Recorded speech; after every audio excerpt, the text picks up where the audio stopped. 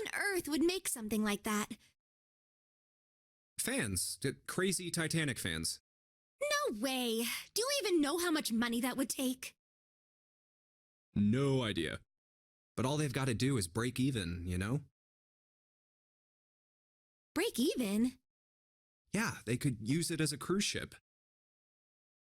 Climb aboard a piece of history, sail around the world in the resurrected Titanic. Hell, with marketing like that, they'd probably have more customers than they know what to do with. Do you really think people would want to ride on a ship with such an ominous past? It's the site of the worst accident in history. Over 1,500 people died. I wouldn't be surprised if you'd get cursed just for going. A curse, huh?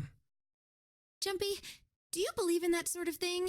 You know, curses and stuff?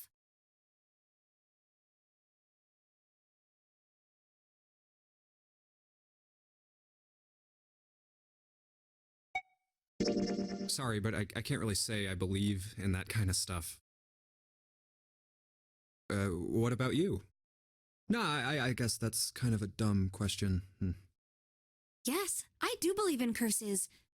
In fact, I think it was a curse that sunk the Titanic. What? A curse sank the Titanic. The curse of the Egyptian mummy. Supposedly, the Titanic carried the mummy of the priestess Amun-Ra, which was stolen from a pyramid. And they say that the mummy had a history. Everyone involved with it died mysterious deaths.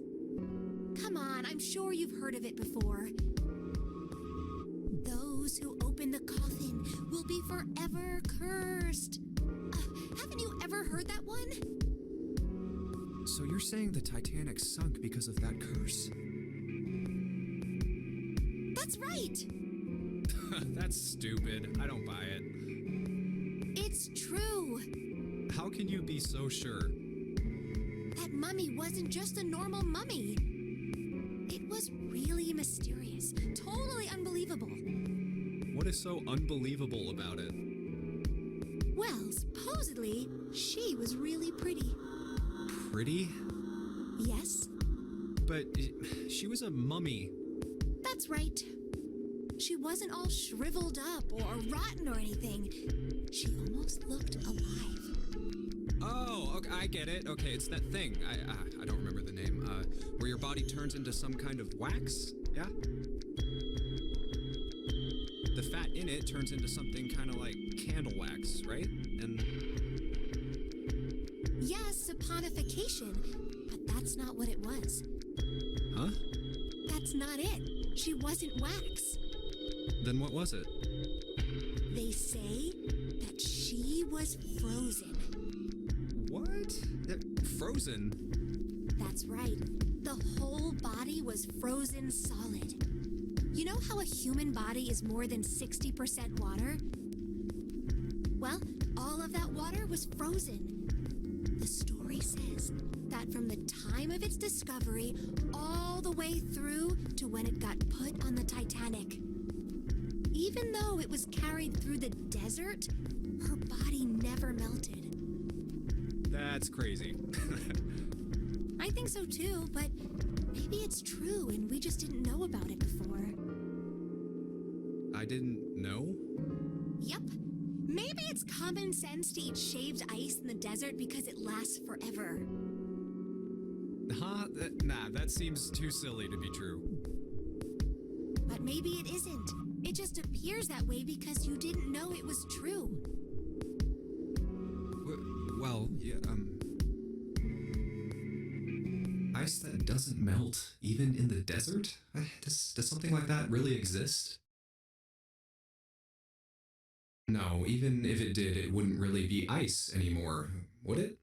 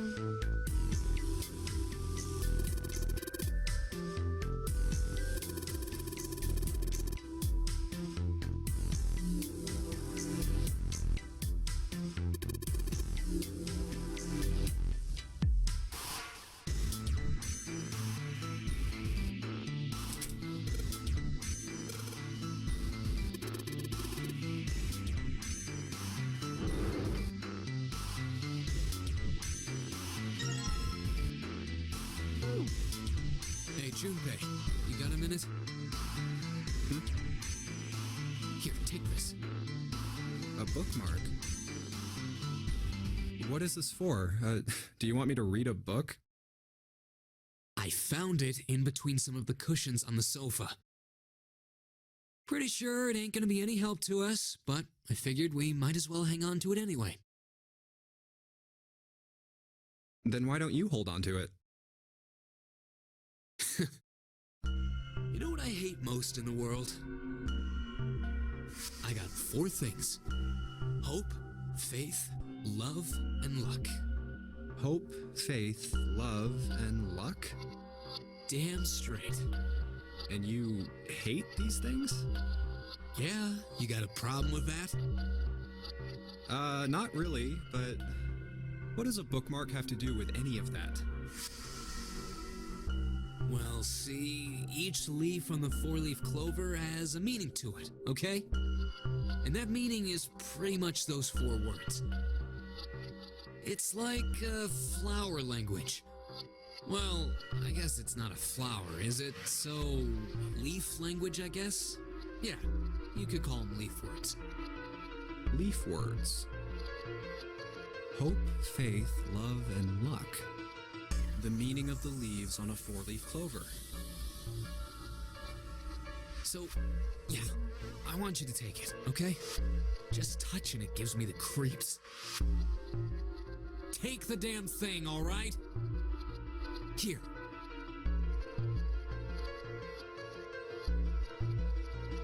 All right, sure. I'll take it.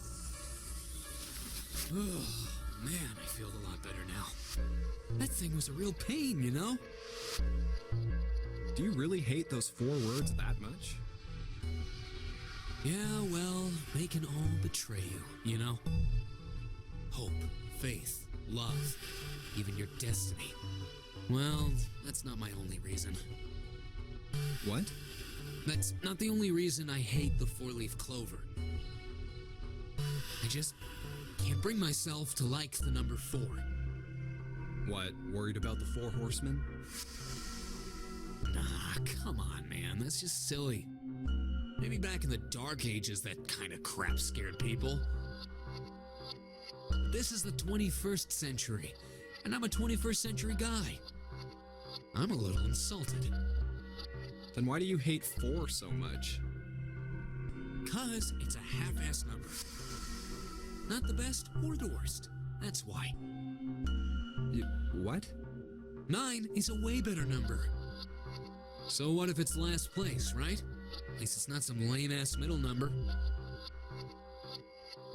What are you... You play? play?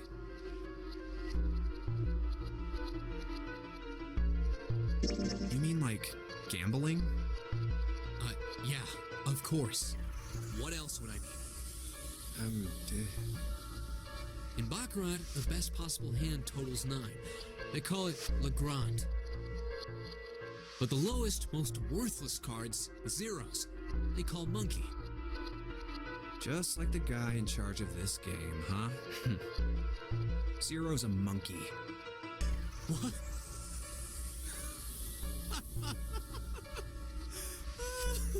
Oh man, you're totally right. The guy who trapped us in here sure is one hell of a monkey. You know, if you think about it, the nonary game is really a lot like Baccarat. And of course, it doesn't use any of that stupid digital root junk. You just drop the tens digit, and that's it. Still, it does have the same idea of your final number needing to be a single digit. Oh, yeah, I guess you got a point. And in both games, whoever has 9 wins. The person who makes 9 wins? Wait, did you forget already? Don't you remember what Zero said? It is hidden, but an exit can be found. Seek a way out. Seek a door that carries a 9. So, if we want to get off this boat, we have to make a team whose numbers have the digital root of 9. And only the people in that team are going to make it out alive. Of course. That's why it's called the nonary game. What? Huh? You don't know? Nonary means something derived from 9 or base 9. It's derived from the Latin prefix nona, which means 9. While we're at it, the prefix for 1 is uni. You know, like the unicorn, the horse with 1 horn. 2 is bi, like binary. Binary means composed of 2 parts. 3 is tri. I'm sure you've heard that one plenty. Like trio, triple, and triangle. You get the idea. After that, you have quart, quinty, sext, septum, and so on. And of course, the prefix for 8 is octo, like octopus. It's called that because it has 8 legs. Get it? I see. So then Nona means 9. So, how many of us are trapped on this ship? That'd be 9. And what are the bracelet numbers we have? They go from 1 to 9. And our time limit? How many hours did we have? Zero said 9 hours. And finally, to get out of this ship, We need to find the door with a 9 that's hidden somewhere in the ship. By making a team with the digital root of 9. and there you have it. The number 9 is everywhere in this game. He's got a real theme of 9s for this whole thing. No wonder it's called the nonary game.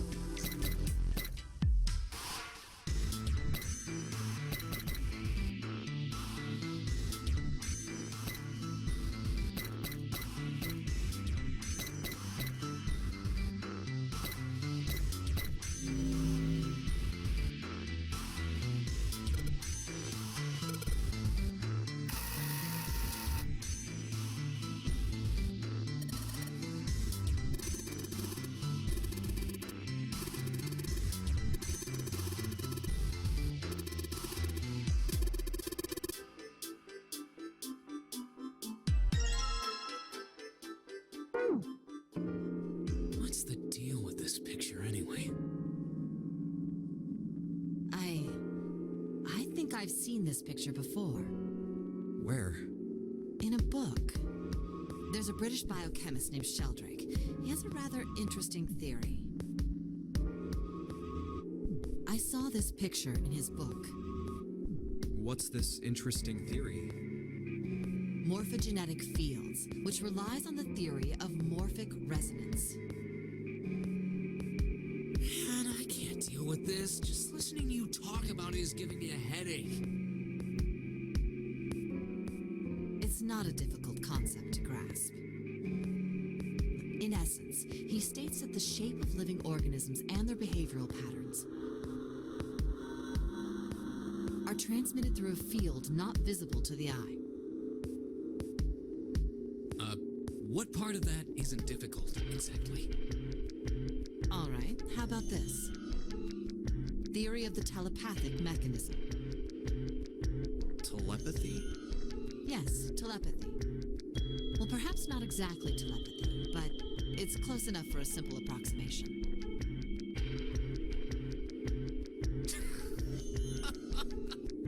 Are you serious? Telepathy? Who do you think we are? Kids from the 70s? I can't believe someone would actually do serious research on something like that. Yes, I agree. I read the book, but I can hardly say I understood it. I'm in no position to defend or condemn anything it said. It was probably just someone latching onto a statistical outlier from some study and turning it into a ridiculous theory. There's no scientific merit to any of it, I'm sure. But even so, Anyway, I saw a picture like that one in his book. Hey, what do you think this picture looks like? What do you mean? Isn't it just like abstract or something like that? It's just black and white scribbles. There's no meaning there. That's it. What about you, Junpei? Does it look like anything to you? I guess it looks like...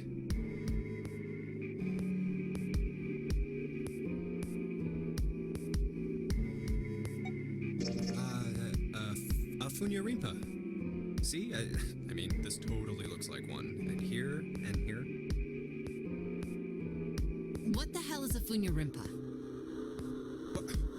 What do you mean? What the hell is a Funyarimpa? You mean you don't know? How the hell would I know? How could you not know? That's practically blasphemous. Oh, say you're sorry. Apologize to the Funyarimpa. Goodness, you are such a rude woman. Junpei, are you just screwing around?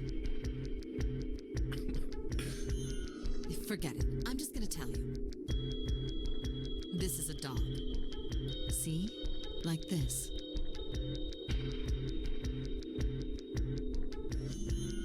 So, now we know what it's a picture of, but I don't see how that helps us. A TV show from Great Britain did an experiment once. They took two similar pictures. Both of them were difficult to identify, initially. But once you figured out the answer, you couldn't see it as anything else. These two pictures. The first was a woman wearing a hat. The other one, well, to make it easier, let's just say it was this picture of a dog. So, their experiment. First, they sent the picture to other parts of the world outside the reach of British airwaves. To Ireland, the US, Africa, Europe, etc. Then, in each country, they gathered a number of test subjects, roughly 1,000 people. They were shown the two pictures and asked, what does this picture look like to you? The results weren't really interesting on their own. 9.2% of the people saw the lady in the lady picture.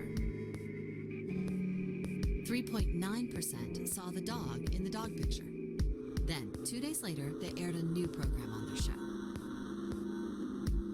During the 30-minute show, they broadcast the dog picture and its solution. The audience was estimated to be 200,000 people. After the broadcast, it was a safe bet that the number of people who knew the solution to the dog picture was at least that many.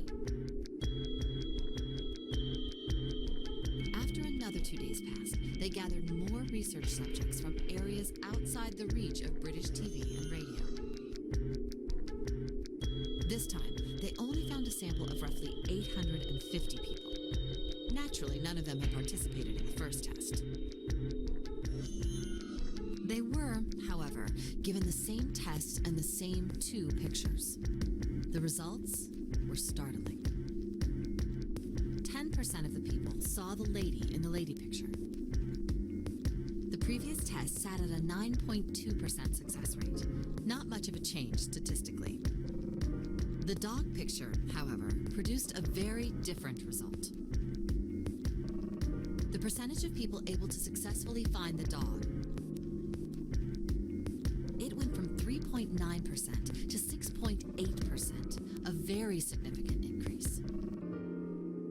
So do you understand? Do you realize the significance of this experiment? There was no way the second group could have seen the picture. They lived far away from Britain and couldn't have seen it. But even so, it was only the success rate for the dog picture that went up. Why? How did that happen? What does it mean? Oh, wait, does this have something to do with that field or whatever it was that you were talking about earlier? A field not visible to the eye. So, if more people know the answer, then that information will pass through the field.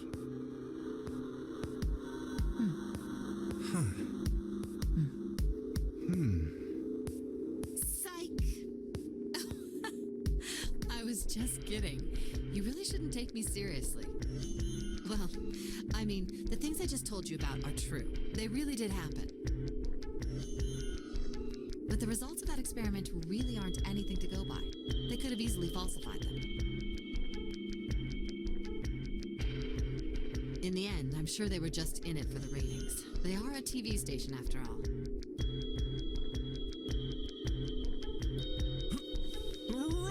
Right! Man, I gotta admit, you had me there for a minute. I, really thought you were serious. Of course not. Like I told you before, I'm sure it's all just pseudoscience. Oh, okay, right. All right, enough nonsense. We've got the key. Let's get out of here. Word. A field not visible to the naked eye. Morphogenetic field.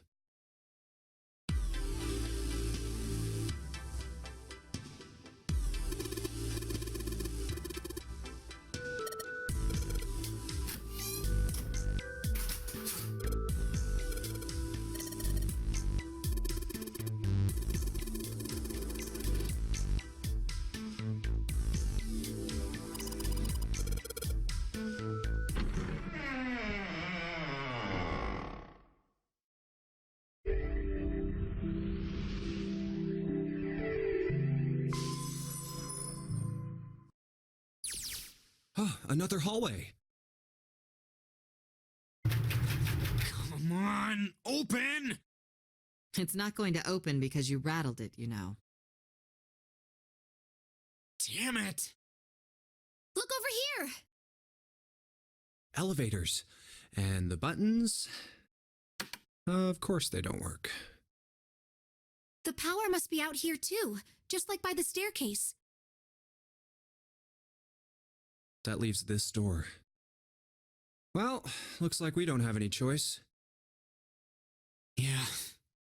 Sure does. Well then, let's open it. All right, here I go. Oh, so it's a kitchen. What were you expecting? Isn't it obvious? The exit? I was hoping this would be the way out of here. You really think it'd be that easy? Yeah, I know.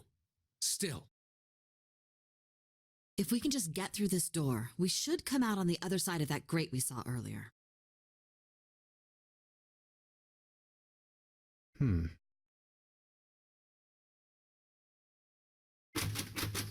No good.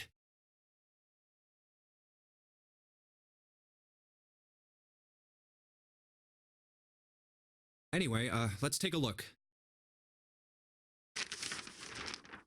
Hey, What's that? Huh? Oh yeah, I guess I forgot to tell you. I found this a little while ago. It's a map of the B deck. let me see that. I knew it. See? Look. Yes, hold your horses. What did you figure out? This is handy. See? We came in here. Now, if we go out there, then we'll be on the other side of the grate. How about that? She's right. We can get out through there. There we go. Here, you can have it back. Thanks. There's a card reader on the right side of the door. And that means the key card is somewhere in here, right? That seems the most likely. All right, we know what we need to do then. Let's get moving. First off, I say we split up and look for clues. Okay.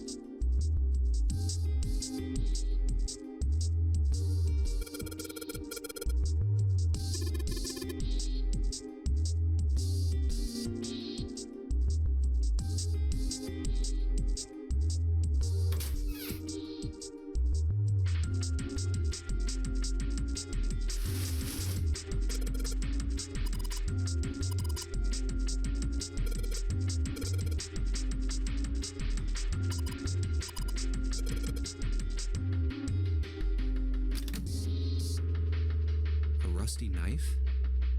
I don't think we'll be able to use it while it's like this. It's futile. Futile? You know, a waste, useless, pointless. Oh. Any particular reason you wanted to bring that up? Oh, no reason really. I was just thinking about futility. Huh? Why were you thinking about futility? Well, it has something to do with the Titanic. The Titanic? Yep. Have you ever heard the story that the sinking of the Titanic was predicted?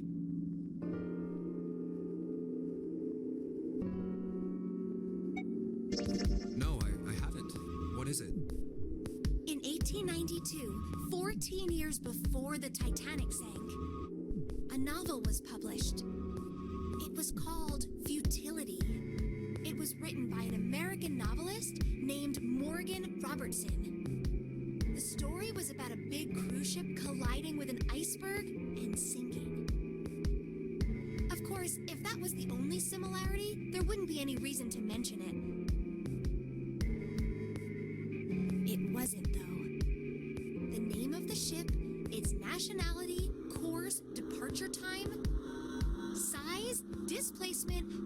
maximum speed, number of passengers and crew, the number of lifeboats, even the location of the accident itself, and the cause and the location of the damage. Everything matches the Titanic almost exactly. It was almost as if he'd seen the whole thing happen. But this book was written 14 years before the Titanic sank. But that's not all. It wasn't just futility that predicted the sinking of the Titanic. There were two other similar stories written by a man named William Thomas Stead. Both of them before the accident. One in 1886 and one in 1892. Stead wrote two stories that had striking similarities to the Titanic disaster. In one, two ships collided. Many of the passengers died because there weren't enough lifeboats. In the other, a ship collided with an iceberg and sank. I don't know. I mean, I'll give you that it seems a little weird, but I'm pretty sure it wasn't too uncommon for ships to hit icebergs back in the day, or even other ships. Right, I knew you'd say that. But what if Stead had some sort of special powers? To be more specific, what if he had the ability to do automatic writing? What? Automatic writing? Wait, are you talking about when someone's possessed by a spirit and then they write a bunch of stuff without knowing what they're writing?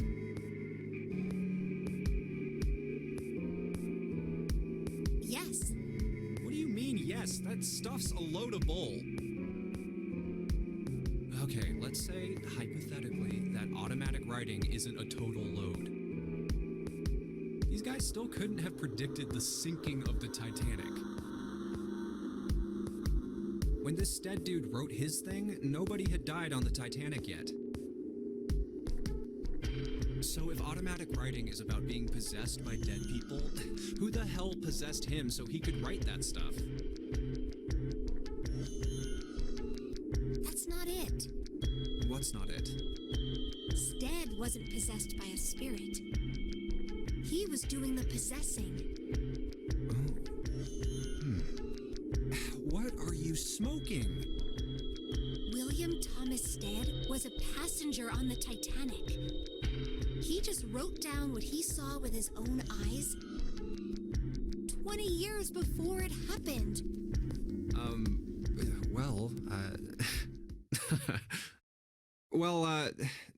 Why don't we talk about this some other time, okay? Huh? But... Come on, let's get back to it.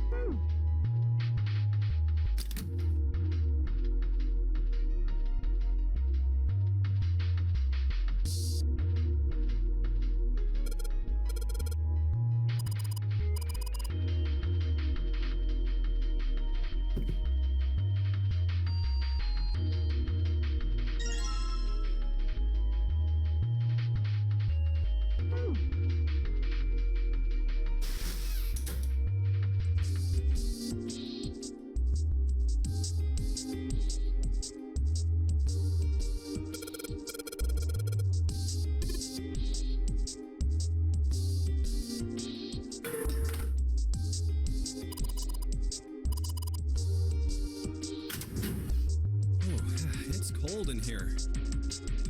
What is this place? Are you blind?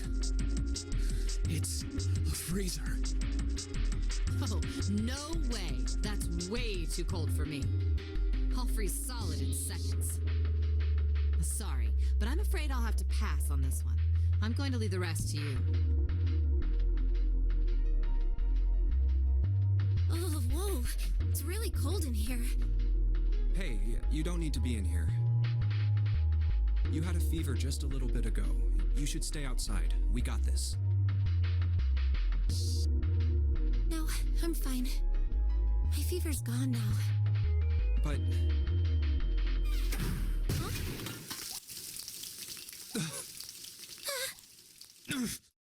No!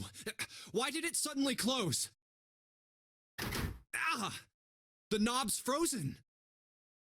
But why? It looks like the pipe next to it broke, and...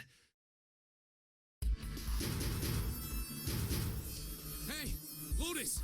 You're out there, right? Open the door! What do you want? What's going on? The door won't open!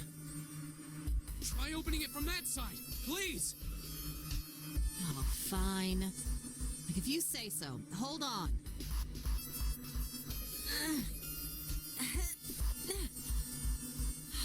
It's no use. It won't budge. You've got more people in there. You figure it out.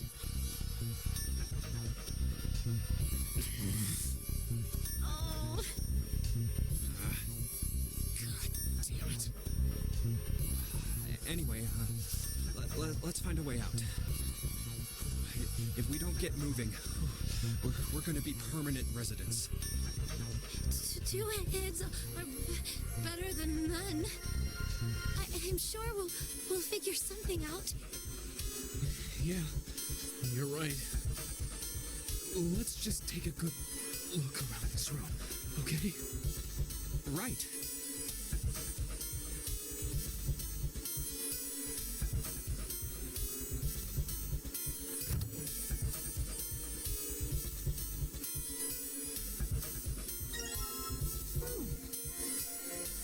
Dry ice is just frozen carbon dioxide, right? Yeah, it is.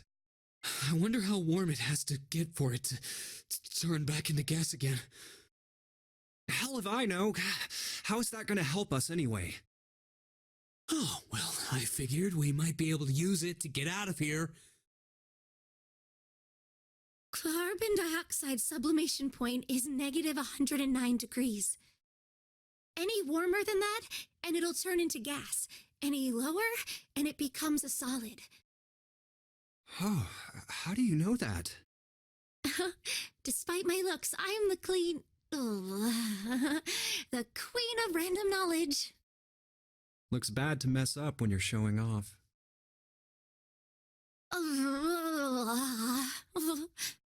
Oh, you're so cold your mouth's going numb? Yes, that's right. You're just doing that on purpose, aren't you? Come on, guys. Don't you think that's kind of weird? I wonder why it doesn't turn into a liquid first.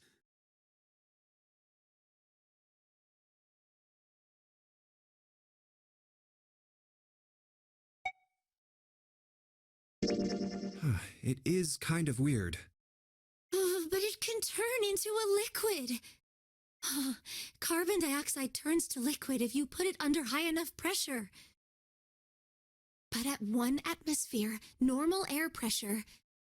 It won't turn into a liquid, right? That's right. Instead of melting, it'll do what's called sublimating and change immediately from a solid state to a gaseous one.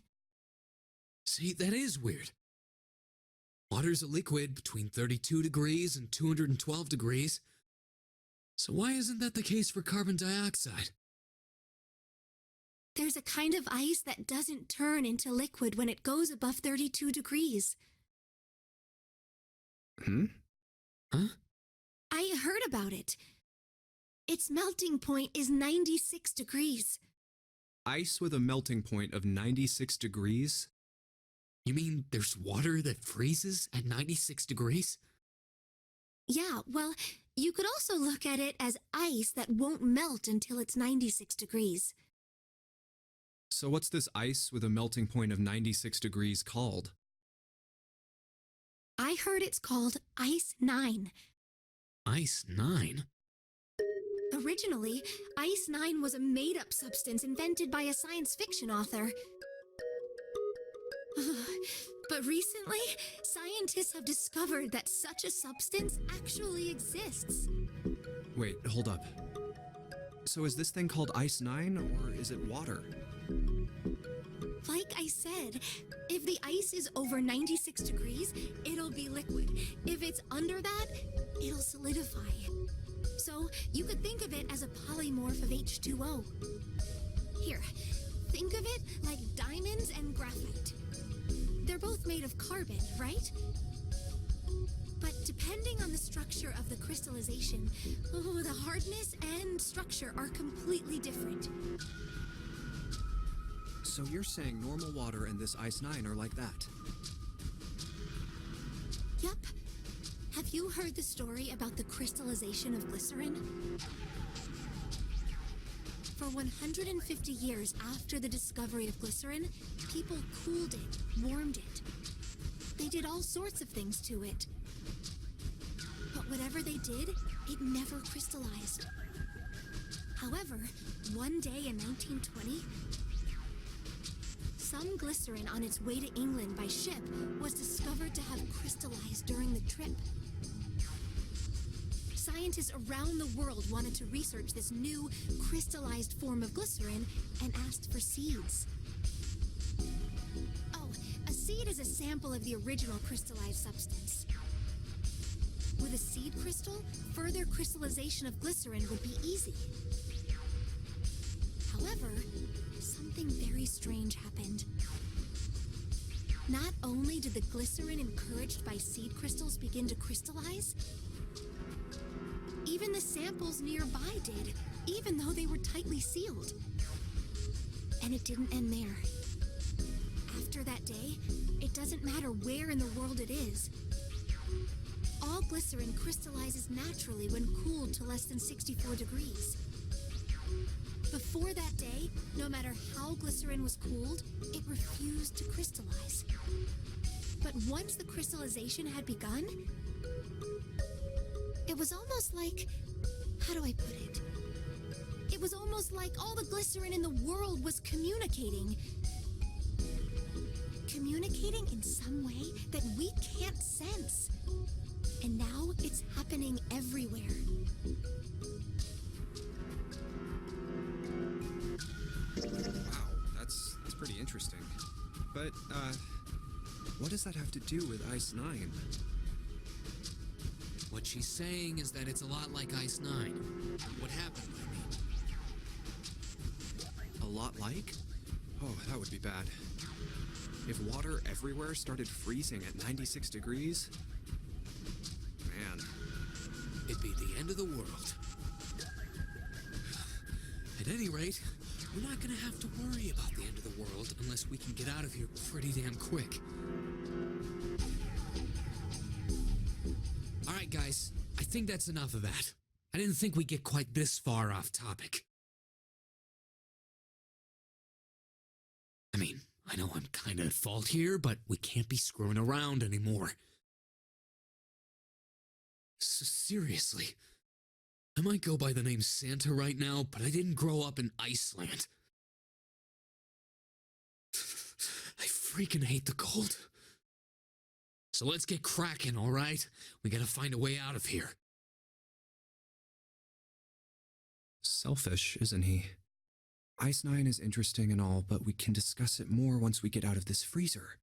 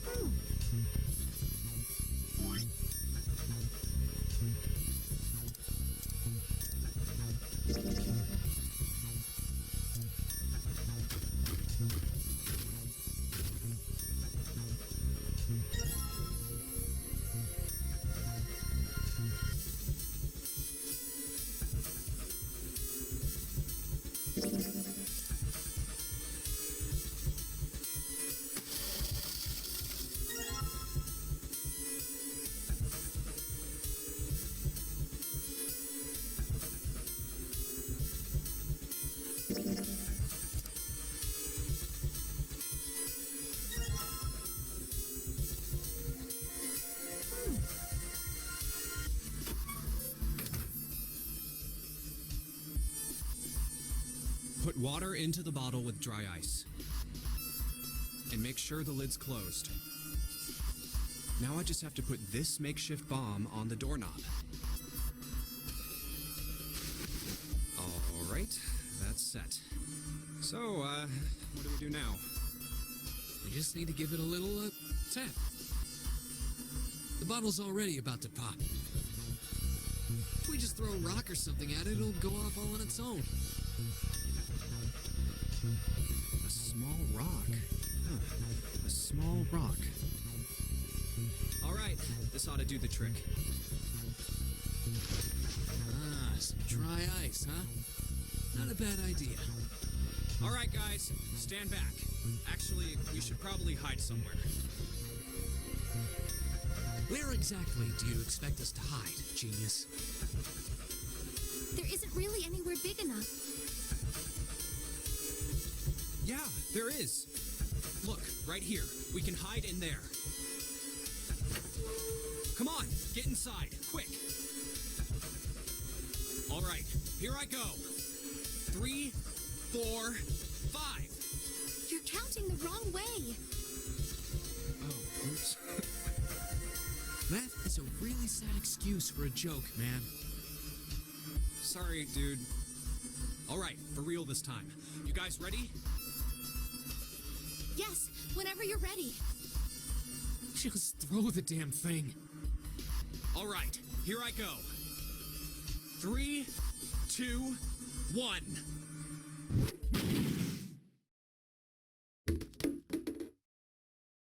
Jumpy!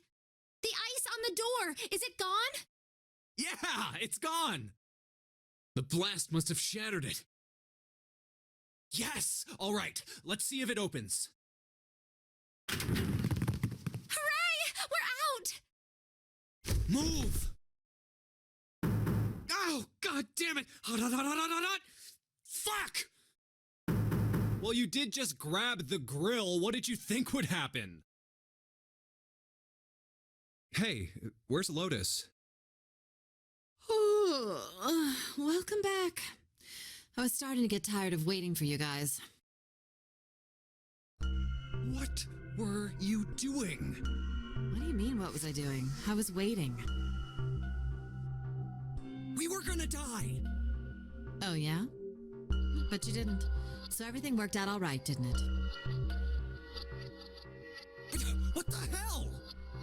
Just kidding. It might not look like it, but I was really worried. Oh, don't give me that crap. I'm telling the truth. I mean, if you died, then I'd be in trouble too. If you died, then I'd be stuck here, and I'd die too. See? I did all I could. I even looked around to see if there was anything I could use to pry open the door. But I couldn't find anything. So, all I could do was wait. I mean, what else did you want me to do? Call the cops? Fine. But there's one thing I have to ask you. What's that? You didn't close the door, did you? What? You think I closed the door on you? Why would I do something like that? It closed on its own. I told you before, if you die, then I die too. Yeah, I guess so. If she really wanted to kill us, all she had to do was bar the door from the outside. But she didn't. Well, she didn't do anything. She's only lazy, or negligent at least, not an attempted murderer. Well, I'm sorry. I'm sorry I doubted you. Oh, yes, well, that's all right. As long as you understand. Hey, no more screwing around, you two. Break time's over. Especially for you, lady. You've just been sitting on that fat ass of yours while we were freezing to death. How rude! I was plenty busy. Yeah.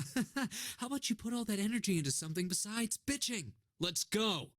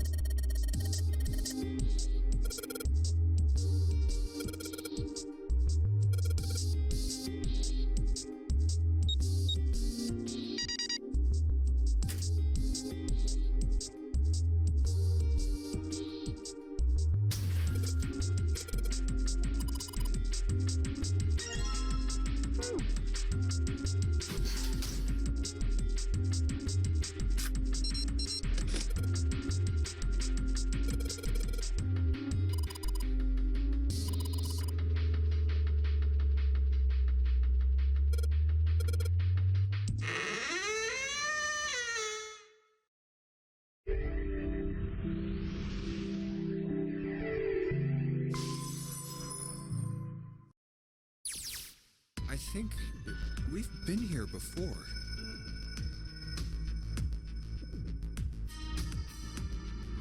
The elevators are over there, so that means... We went into the kitchen through that door and came out on this side. That means the map was right. Looks like. Then let's use it to plan our next move. Next move? Yeah, we need to decide where to go from here, don't we? He's right. Let's get started. From the looks of it, there are 4 possible routes. Let's just keep it simple and call them A, B, C, and D. First, A and B. They both seem to connect to a room that looks L-shaped. Yeah, there were 2 doors. But they were both locked. We couldn't open them. Now, Route C. This goes all the way to the main staircase. That means it's door 5, one of the numbered doors. Then do you think we would meet up with the other 4 after this hallway?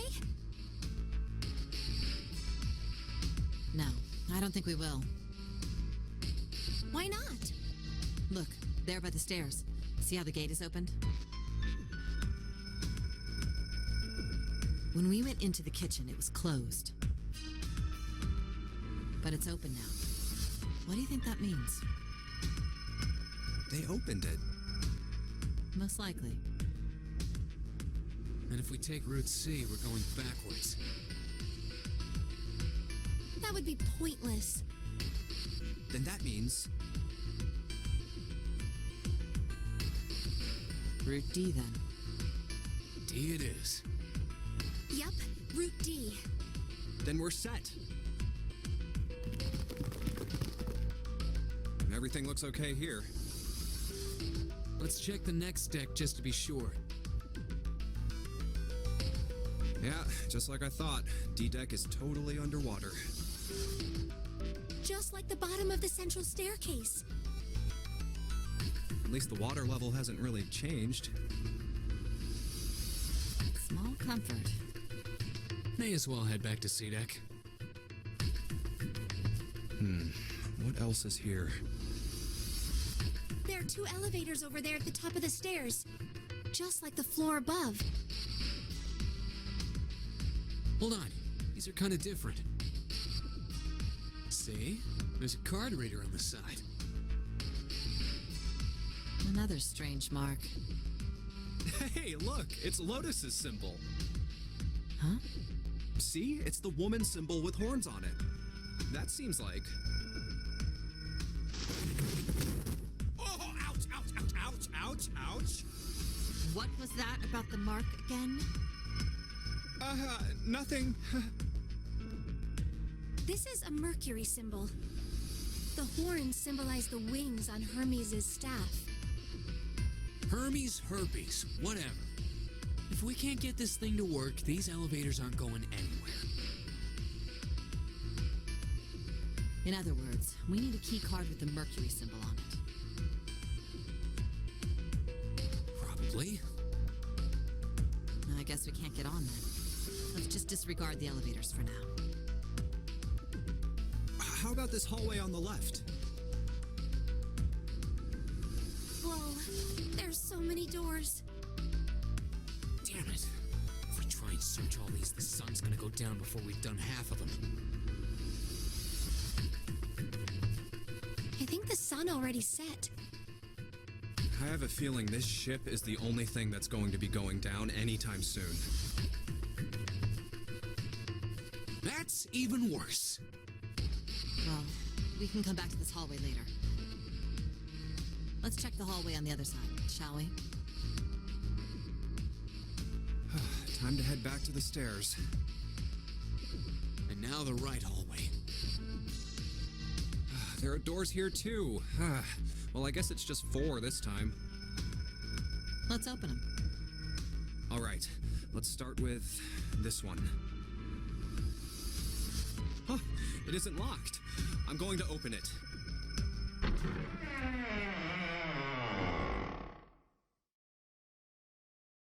What?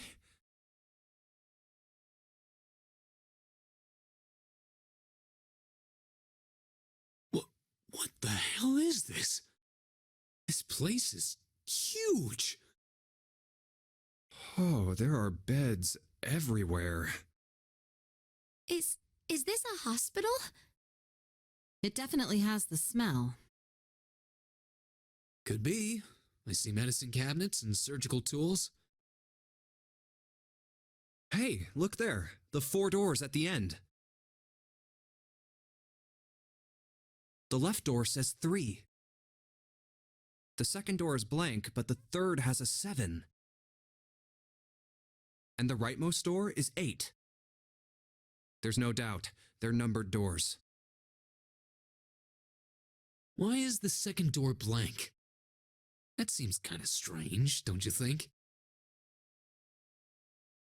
No point worrying about it right now. Let's see if these will open first. Yes, that sounds like a good plan.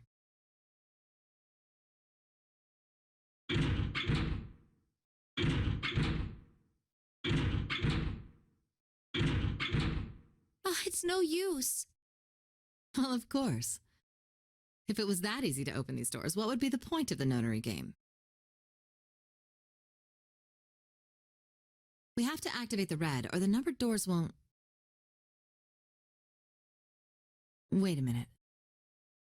What's wrong? Look, the display on the red. There's nothing on it. Huh? Don't you remember? The red at the central staircase? If no one was inside, it said vacant. Oh yeah, you're right.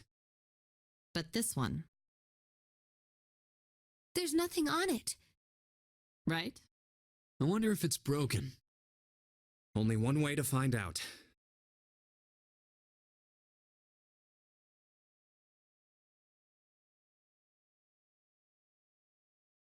It's not responding. How about the red on door 7? And door 3? None of them are working. What does it mean? I knew it. They're broken. Zero sure sucks at maintenance. No, that's impossible. You really think Zero, who prepared all of this, would make such a stupid, simple mistake? Maybe, but that doesn't explain why this thing ain't working. I believe the bottom of the device has been removed. Snake! Ace, Clover, 7. How? How did you end up here? That's my line? Perhaps we should exchange information.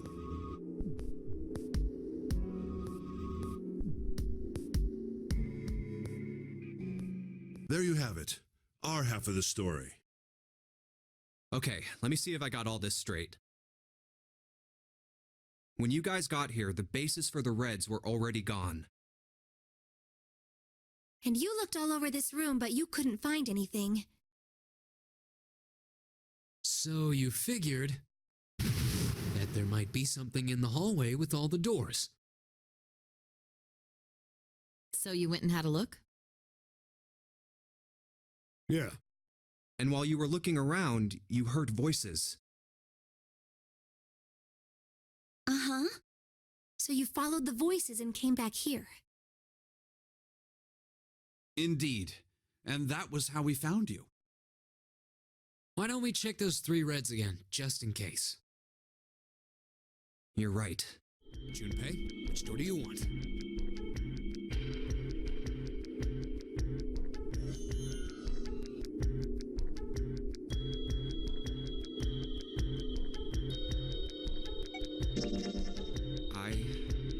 I think I'm gonna go with door 7. Okay, 7 it is. Yeah. All right then. That means June's got to go through 8. What? Why? What? If the 6 of us are going to keep going without leaving anyone behind, there are only 3 ways we can do it. Have 3, 5, and 8 go through 7, and 4, 6, and 7 go through 8. 4, 5, and 7 go through 7, and 3, 6, and 8 go through 8. Or 3, 6, and 7 go through 7, and 4, 5, and 8 get 8. There are no other combinations. In other words, 3 and 4 and 7 and 8 can never go through the same doors. You get it now? Oh no. You're saying we aren't going to see each other again for a long time. Hey, come on. You're making it sound like we're never gonna see each other again. We gotta split up, but only for a while. This is just like when we went into the 4 and 5 doors, remember? We got split up then too, but we all met back up. I'll bet 7 and 8 are just like that. You mean they're connected somewhere? Yeah, probably. Probably. Yeah, I'm sure they're gonna connect somewhere. Why? What makes you think so? If they don't, then neither team can get through door 9. In other words, the game would end right here. Zero's been on top of his shit so far. I don't think he'd blow it now. I'm damn sure that son of a bitch wants to have his fun as long as possible. He's not gonna end this game until we get through the 9 door.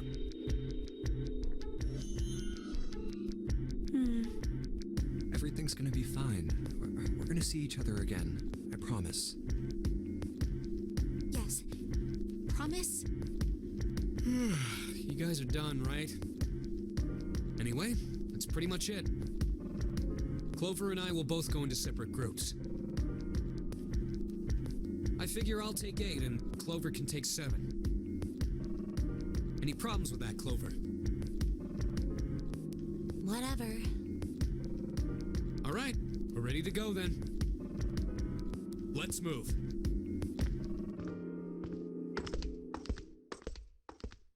You guys ready? Yeah. Okay. Okay, let's go.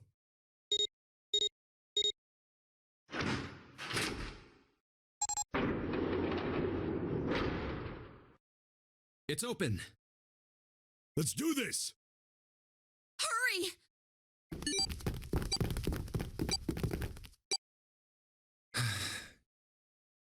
June. Jumpy. What the hell are you doing, Junpei?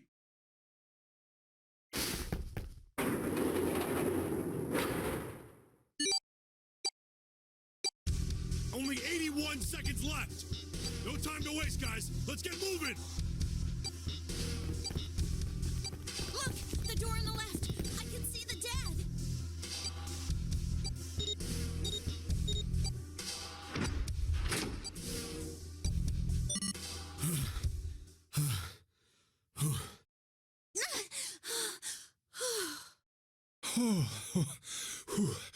Okay.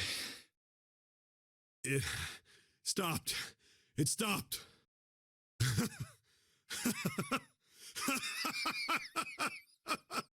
This is the second time we've gone through one of these numbered doors, but... Whew. You never really get used to it. I would have thought a guy your size would have bigger balls than that. What? What the hell did you just say? Say it again! I dare you! You have no... You little... You want to die? I'd like to see you try. You fucking brat. All right, let's go! Hey, calm down, guys. This isn't the time for this. It's not gonna do us any good.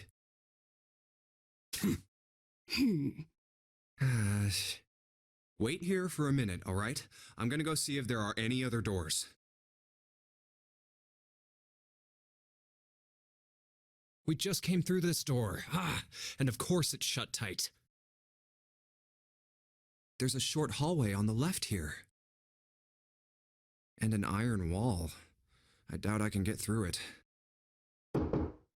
This door's the only option we've got, right? Yeah, looks like it. Hey, something's written on the door. On that iron plate. It says operating room. If this thing's telling the truth, there could be body parts inside here.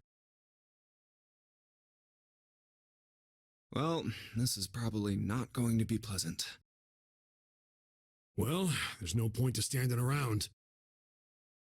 Might as well go in and see what's waiting for us.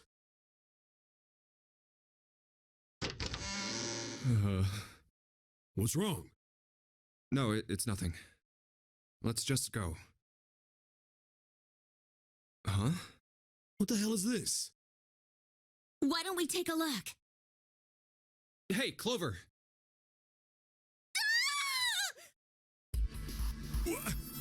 Clover! Hey, what's wrong?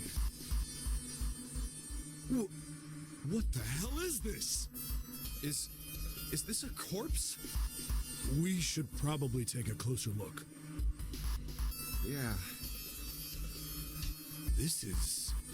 What the hell? That's just a huge doll or something. Doll? You're right. It's only a doll.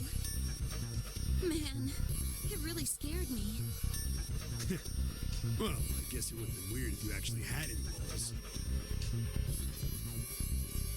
Shut it! Don't you start with me, fatty. Oh, what's this? You want a piece of me, short stuff? Yeah, bring it on, you whale! Hey, guys, not again, okay? Seriously, knock it off. Jeez. Anyway, it looks like he's got something the two of you could stand to have a little more of. I'm talking about a heart. Huh? Oh, this? You mean on his chest? Yeah. Why would there be a heart in a doll? I don't think it's a doll. You think maybe it's like a medical mannequin or something? Or maybe it's got more personal uses? Anyway, how about we take a look around this place? Let's go. Okay. Sure thing.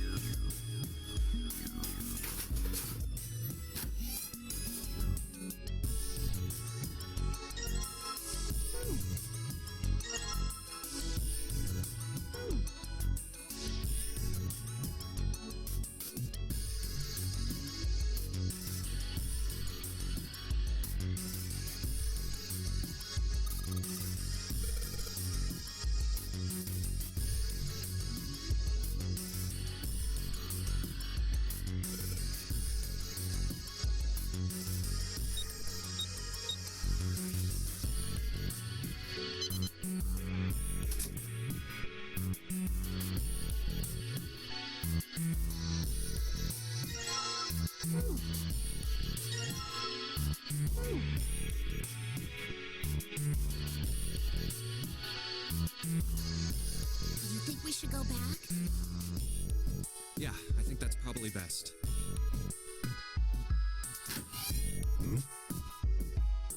Hey, Seven, what's up?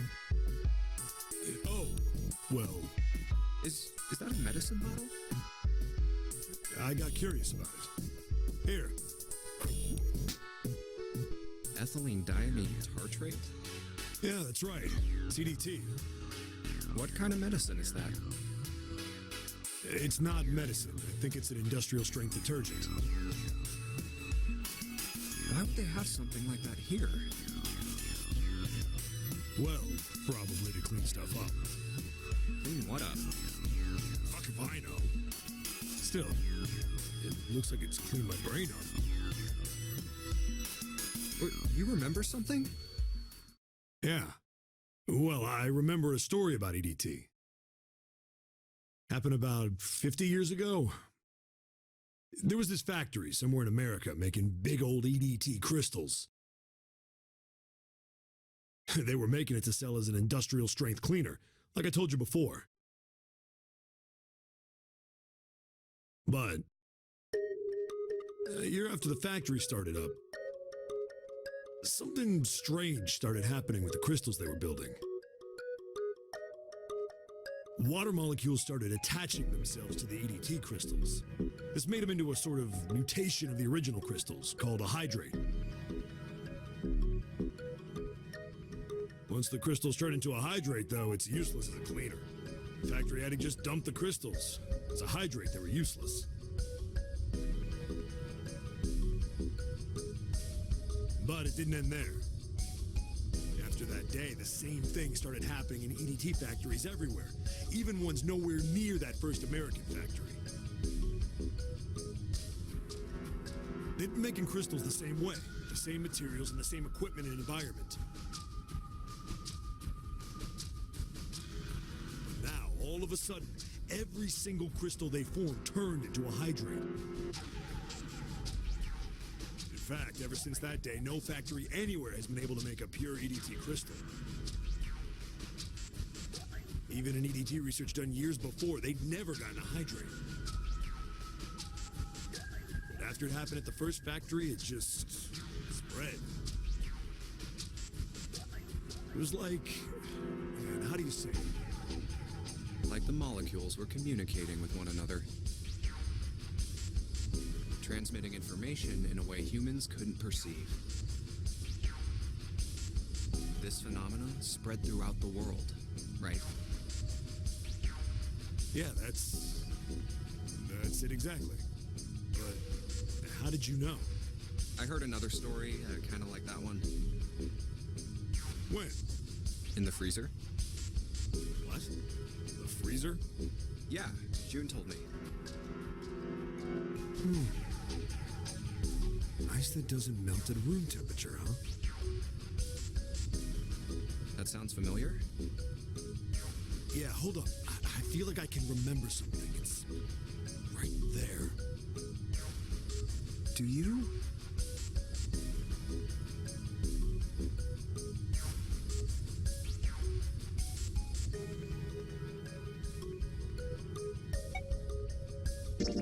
Do you know about Ice 9? Ice 9? Ice 9. Ice 9. Ice. That's it. I remember now. That woman, she's on this boat. That woman? Alice! Who's Alice? Come on, the woman who won't melt at room temperature. Huh? You know how the Titanic sank on April 15th, 1912, right? Yeah, more than 1,500 people died. Worst maritime accident in history. What about it? Did you hear about the boat that was sent to collect the dead bodies? I think that was the RMS Carpathia, right? It was a cruise liner, just like the Titanic. No, that was the ship that picked up the survivors. The ship that collected the dead bodies was the CS McKay Bennett. The McKay Bennett showed up on April 17th, 2 days after the accident. It set out from Halifax, a port in Canada, and recovered 306 bodies. The Atlantic that far north was really cold. It would have to be for there to be icebergs and stuff. Anyway, the bodies they pulled out of the water were frozen solid. This isn't a very nice story. So, what happened next? Well, they say the McKay Bennett recovered something more than just dead bodies. There were various bits of stuff floating around in the water. Things the drowned had carried with them, or stuff that dislodged as the ship sank.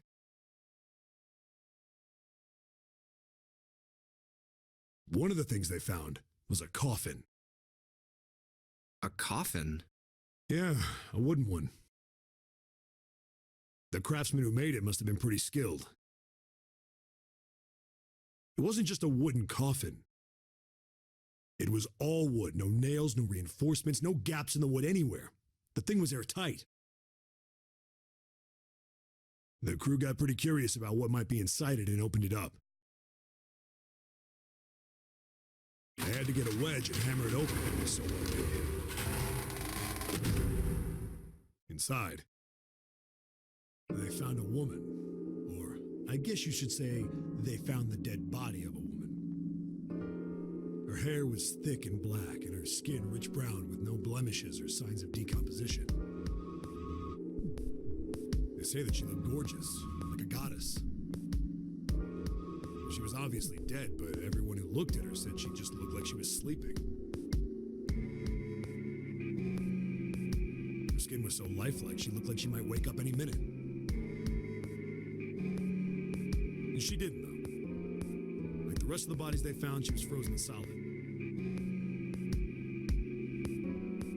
Eventually, the McKay Bennett finished searching and returned to Halifax. The 306 bodies were unloaded and taken ashore. However, it was warm enough that they began to thaw. They say that the stink was horrible. But there was one body that didn't thaw. And that was... The girl in the coffin. That's right. Everybody thought for sure that she'd melt and start to rot like the rest of them eventually. But weeks passed and nothing happened. Then a month passed, and another. And it was summer, and she was still frozen solid. After a while, people started to say she was some sort of miracle. Rumors about her started to spread. People came to visit Halifax from all over. After a while, people started to call her All Ice. Alice. Of course, those rumors didn't last long. Why? Well, she up and disappeared. One day Alice was there, the next day she wasn't. They say someone snuck into where they were keeping her and stole the body. With the body gone, the rumors followed pretty quickly. And after a while, no one remembered her. You might be able to find something about her if you could find a newspaper from back then, but that's about it. Wait, you just said that she was on this boat. Yeah, I did. Alice has got to be somewhere on this ship. Now, why the hell would you say something like that? Because I know. And just what is it you know? What happened to Alice after she was stolen? All right, tell me, what happened to Alice? Well, around that time, the word was that there was a special black market in New York. All millionaires from all over the world. I've heard that Alice went up for auction there. The person who won the auction was Lord Dashiell Gordain. You've heard that name before, right? Lord Gordain. Oh, isn't he the guy who bought the Gigantic? The Titanic's sister ship? Yeah, that's him. Although I guess he hadn't done that yet. What do you mean? Gordain bought Alice in 1912. 4 years later, in 1916, he bought the Gigantic. And he hid Alice somewhere on the Gigantic. But nobody knows where. He died in 1931. And apparently he died without ever telling anyone where Alice was hidden. However, what? Well, he did have one close friend who asked him, "Where is Alice?" And he said, "Alice sleeps in a small chamber past the Forest of Knowledge beneath the navel of the Gigantic." What the hell is that? Is it some kind of riddle? Your guess is as good as mine. So that's it. Whatever you think, I believe it. She's hidden somewhere on the Gigantic. In other words, she's hidden somewhere on this ship.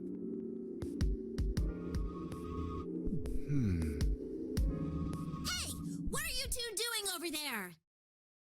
Stop wasting time and get over here. Okay, we're coming. Jeez. Yeah, so anyway, that's the story. It might be useful someday. Don't forget it. Alice. Huh. That mummy wasn't just a normal mummy. They say that she was frozen. The story says that from the time of its discovery all the way through to when it got put on the Titanic. Even though it was carried through the desert, her body never melted. Then was that Egyptian priestess Alice? Did the water in her body become Ice 9? No, that's nuts. There's no way somebody like that could exist.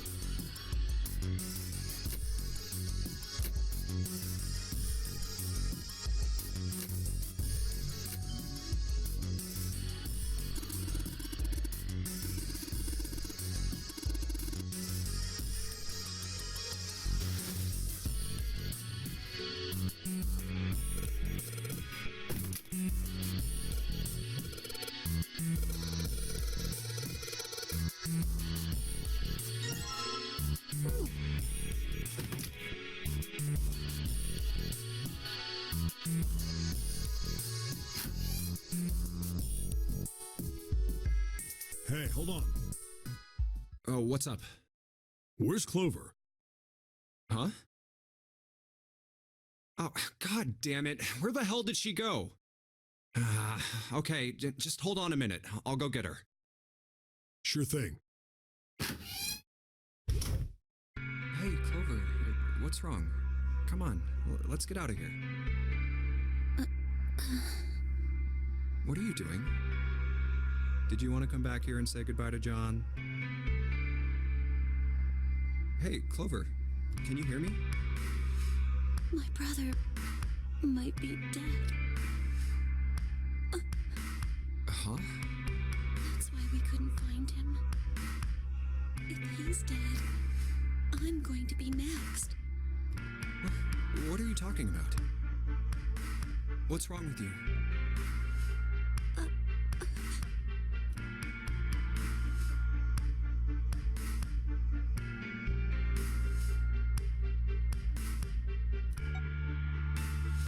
Oh, yeah.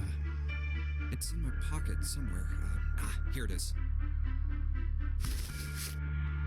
A 4-leaf clover. Hey, did you know? Each leaf means something. Hope, faith, love, and luck. That's what a 4-leaf clover stands for. Take it. Use it as a good luck charm. Listen to me, Clover. No matter what happens, you can never lose hope.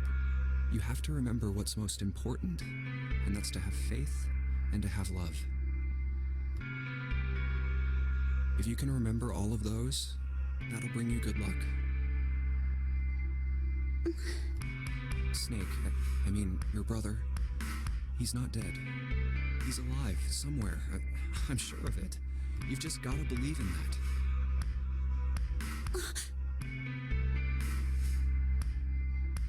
Thank you. Thank you. Now come on.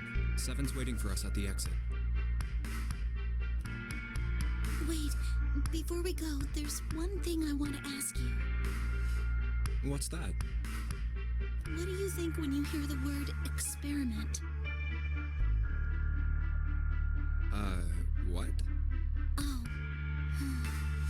I guess it was just a coincidence then.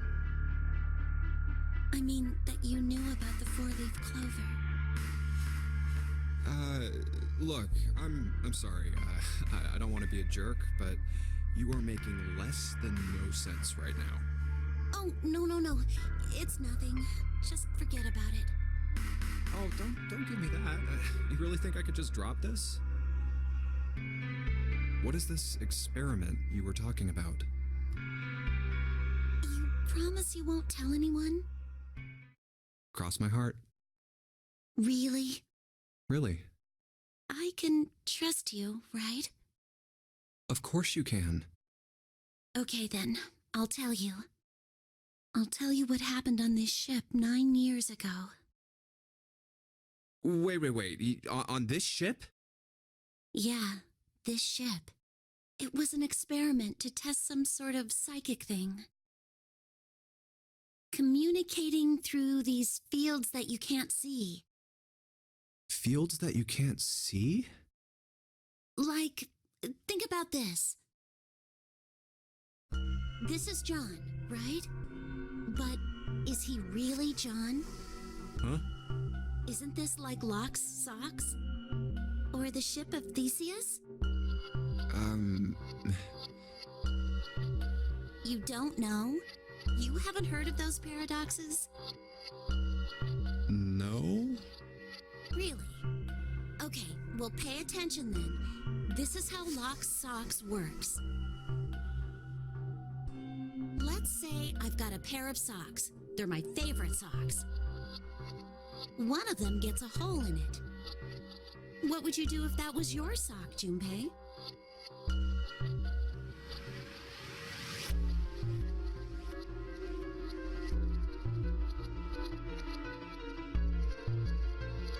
Well, I guess I'd patch it up. Get some cloth and close up the hole. But what if another hole opens? I'd add another patch, I suppose. What if another hole opened after that? Another patch, I guess?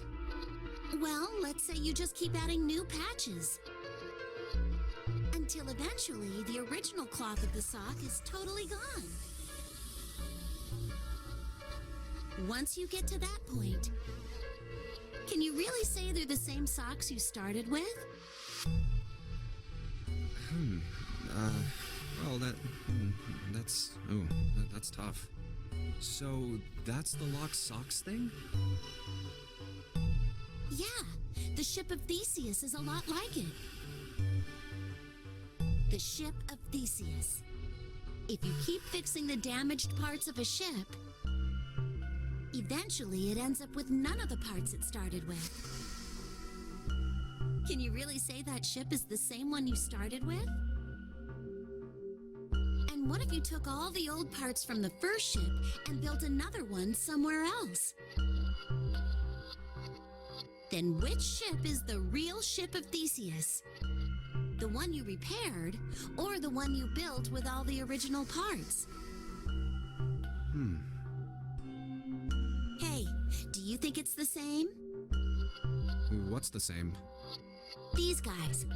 Is this John, or is it Lucy now? John's head and heart are both his. But apart from those, and a single arm, the rest of his body was once Lucy's. We're just like these mannequins. Think about it. The cells in our body change every day. Old ones die and new ones are born. Maybe part of my arm is made of stuff from a fish I ate once. Or maybe part of your right side is made from a cow you ate. If you take it a little further, those cows and fishes are made from something else too, right? That's how we're all connected. Through fields that can't be seen with the naked eye. Hey, what the hell is taking you two so long? How long are you going to make me wait? We don't have time to screw around. Oh? What were you two doing? Was this some sort of secret meeting? No, it wasn't. We were just Just... playing with the mannequins. Huh? Let's go, Junpei. Playing with mannequins, huh? Didn't know you were into that kind of thing, Junpei. You're a dick. All right, I'm gonna open it now. Is that cool? You don't need to keep asking, just do it, all right? Fine then.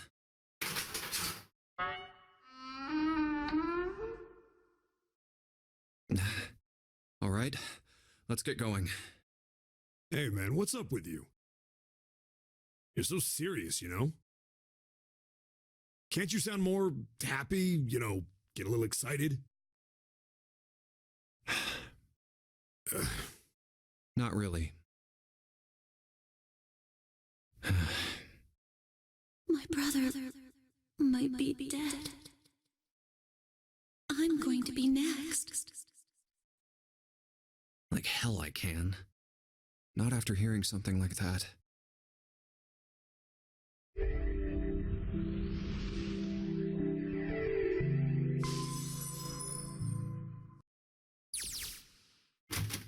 There too, huh?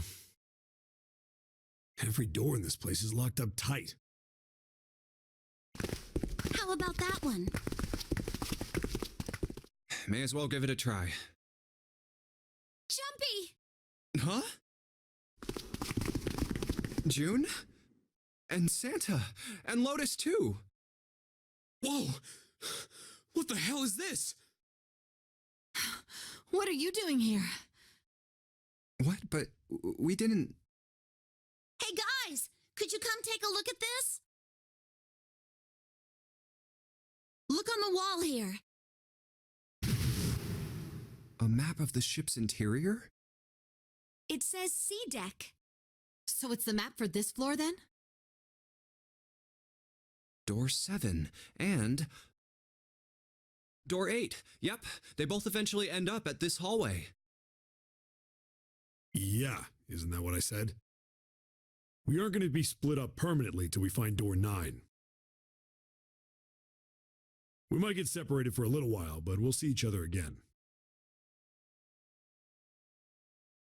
Otherwise, we won't be able to open door 9. And that's how the nonary game works. I see. Wait a sec. Hey, could this lead to... Oh, You've got to be kidding me. We may as well go. yeah. Oh, almost forgot. We should keep this. Ready? I'm gonna open it.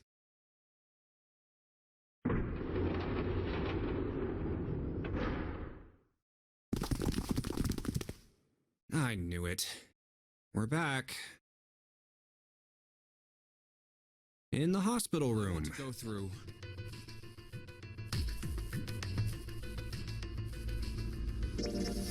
My choice is door 1. Hey, wait a minute there. You cheating? Cheating? I'm asking if you changed your number after you heard what doors we wanted. How could I do that? I wrote it down on the paper earlier. Let me see that. Sure, here. I had 3 pieces of paper ready. And I put the one with door 6 on it into the pot. I just needed to make sure I drew last. After I saw everyone else's result, I just chose whatever door I wanted. If the number I'd already put in matched, then I didn't have to switch the paper out. Well, what does it say? You got lucky. Very well. We've decided who will go through door 1. It will be Clover, Junpei, and myself. Our only problem is the 2 remaining teams. June and I want door 6. Lotus and I want door 2. That's not good. We can't open either of those doors with only 2 people.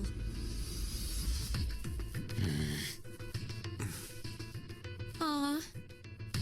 Fine. 7, we'll go through door 6. Sure thing. I didn't really want to go through door 2 anyway. Besides, if we've got a younger girl with us, it'll lower the average age. Right, June? Well, Pig. You just wait and see. Calling me old. This is why men are such a pain in the ass. They're about as subtle as a brick. And they're at it again.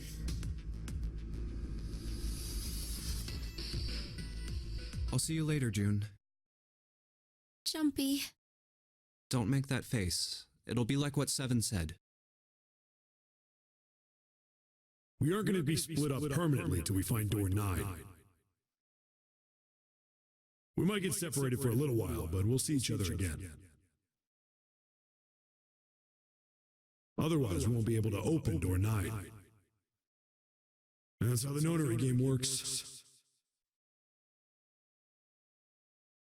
It'll be fine. I'll see you soon. All right. See you later. Here's A deck. It was the door on the left, right? That should be it, yes. And here we go. It's just as Santa and Lotus said. A numbered door. There's the red. I'll go first. Now the 2 of you, if you would.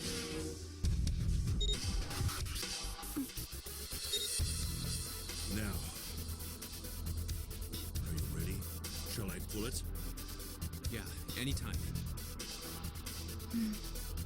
Very well then.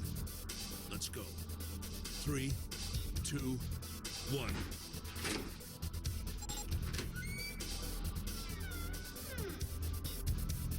And it's open! Move it!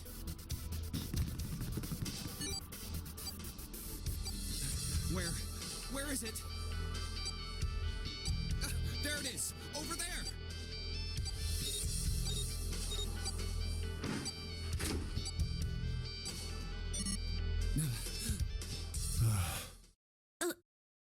It stopped.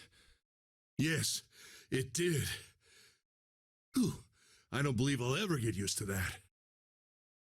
I'm not sure it's something I'd want to get used to. We should finish this game before imminent death becomes a normal thing. I agree. Now then. There's another door. Let's try opening it. So, this is the wheelhouse? Ace, you investigate the wheelhouse next door. Very well. Clover, you're in charge of this room. Say something. Okay, I will. All right then, let's get started.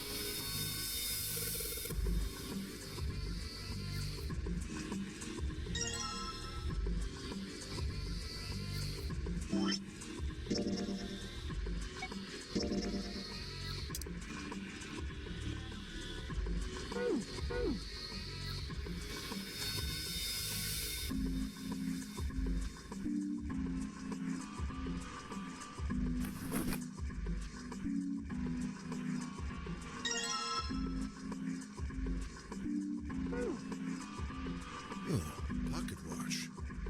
Might I take a look at it? Hey man, what are you doing over in this room? Oh, I just thought I'd come check up on the two of you. Is there a problem?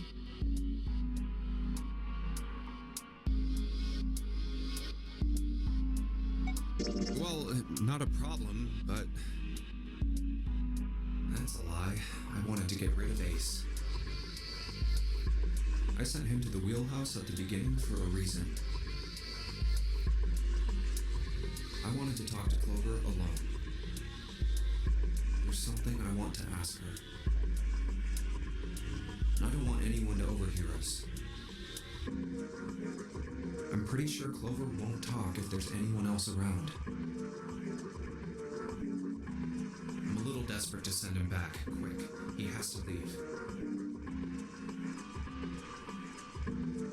Oh, I see. Of course. I apologize for the intrusion. Well, best of luck.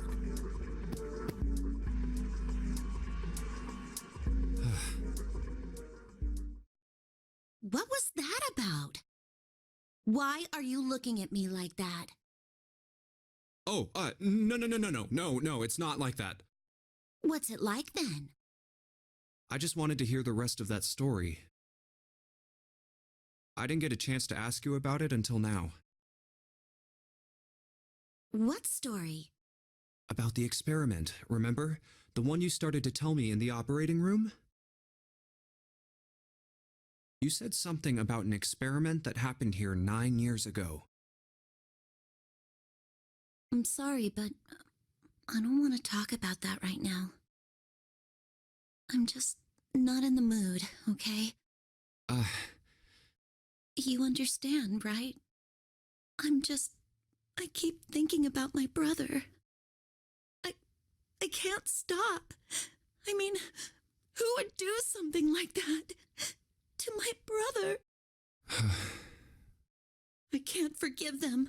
I'm not gonna let them get away with it. They're gonna pay for it. I promise. So, Junpei, who do you think did it? Well, if what Seven said was right, then there would have to be at least 2 of them. You need at least 3 people to open the numbered doors, and if you subtract Snake, that means there were at least 2 other people. You're right. So, what does that mean? Well, if we just look at the bracelet numbers, we should be able to figure it out. Who could have opened door 3 with Snake? Well, really, who and who, or who and who? You mean it could have been 4 people? Well, technically, it's possible. I don't know. That doesn't seem very likely. Why? I'll tell you later. Why don't we just assume it was only 2 other people for now? Okay, got it. Let's do that then. Then who do you think it could be?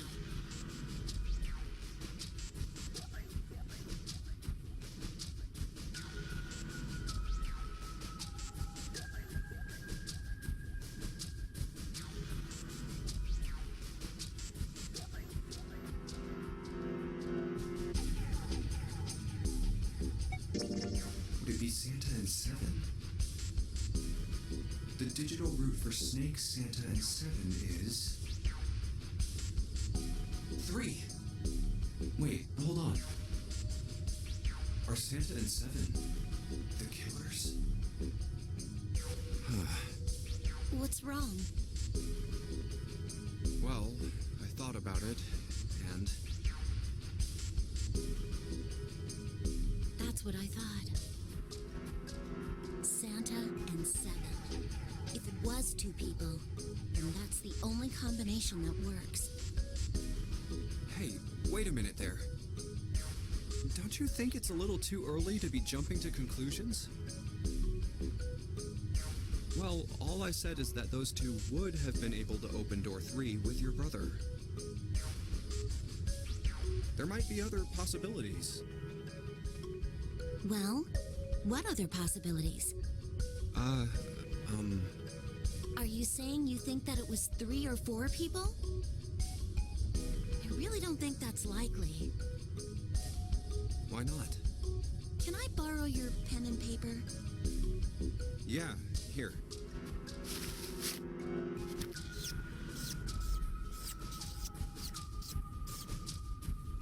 What's this? These are the combinations for 3 or 4 people.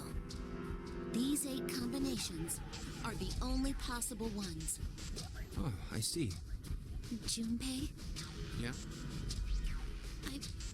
I can trust you, right? Of course. Why would you need to ask that? Really? Yeah. So then I should get rid of B, D, G, and H, right? Of course. Just cross them out. And you should take off yours too. The ones with 4. So, what does that leave? A and E. Wait, it can't be A. Why? Because June's in that one. There's no way in hell she'd do something like that. Are you sure? I bet my life on it. Okay then. I can cross off A too, right? Yeah. Well, what have we got left? E. Do you know what this means? Everyone besides me, you, and June would be working together. Do you think that's likely? If there were 4 people working together, they wouldn't be very cautious. I don't think they'd try that hard to hide what they were doing if they outnumbered us, right? Well, you do have a point. And besides, if Ace and Seven are working together, they could have easily gotten rid of me when I went to the shower room with them. But they didn't. They didn't even try anything. If they were killers, why wouldn't they? Oh, I see. Anyway, I understand now. It seems pretty unlikely that it was as many as 3 or 4 people. Yeah. Then that means there's a good chance it was Santa and Seven. That's how it looks. But why would they do it?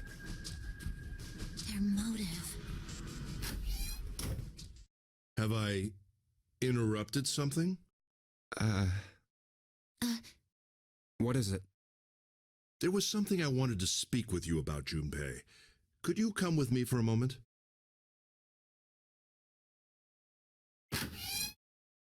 Go ahead. Okay.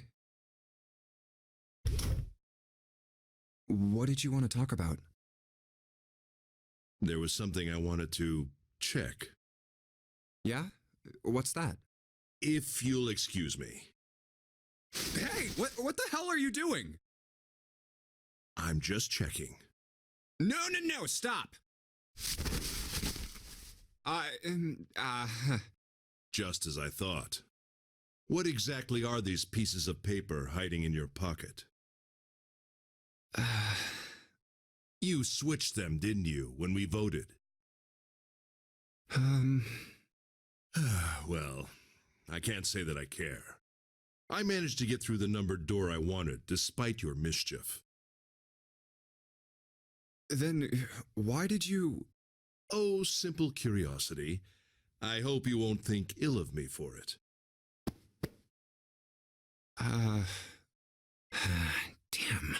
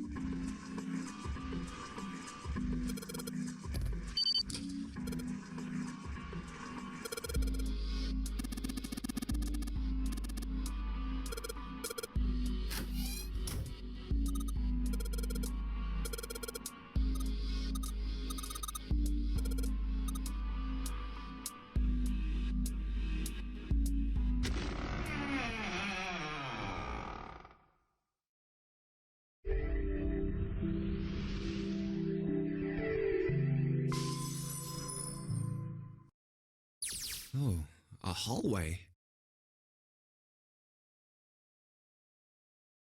It's far too narrow to be called one. This seems to be the only route. Yeah, let's go. Wow. Well, these machines are weird. I've never seen any of them before. Huh? Wait, this one is... Ah, yes. A telegraph key.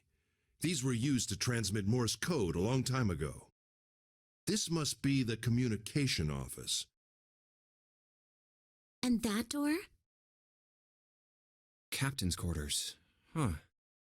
That's what it says. Then, do you think...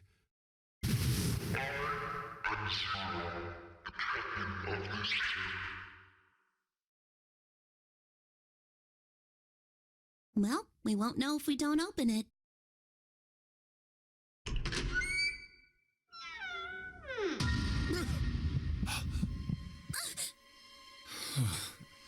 Not again. Damn. No, wait. We didn't check his pulse yet. Maybe he's still alive. No pulse. Well, he's dead. Damn. If only we knew how it happened. These wounds. I wonder what killed him. It must have been this. These clothes. A captain. Does that mean this guy was Zero? Bracelet 0. Junpei. It may be wise to find a way out of here first. Yeah, you're right.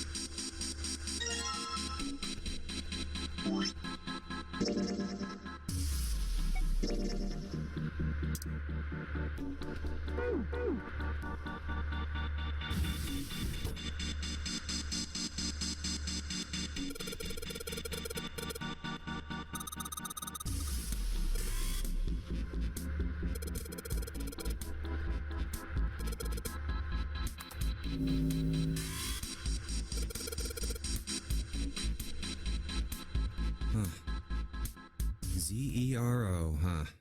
It's like he's making fun of us. What do you think? Nothing. What about him? Do you think that's really Zero? There's no way that's him. Didn't I tell you already?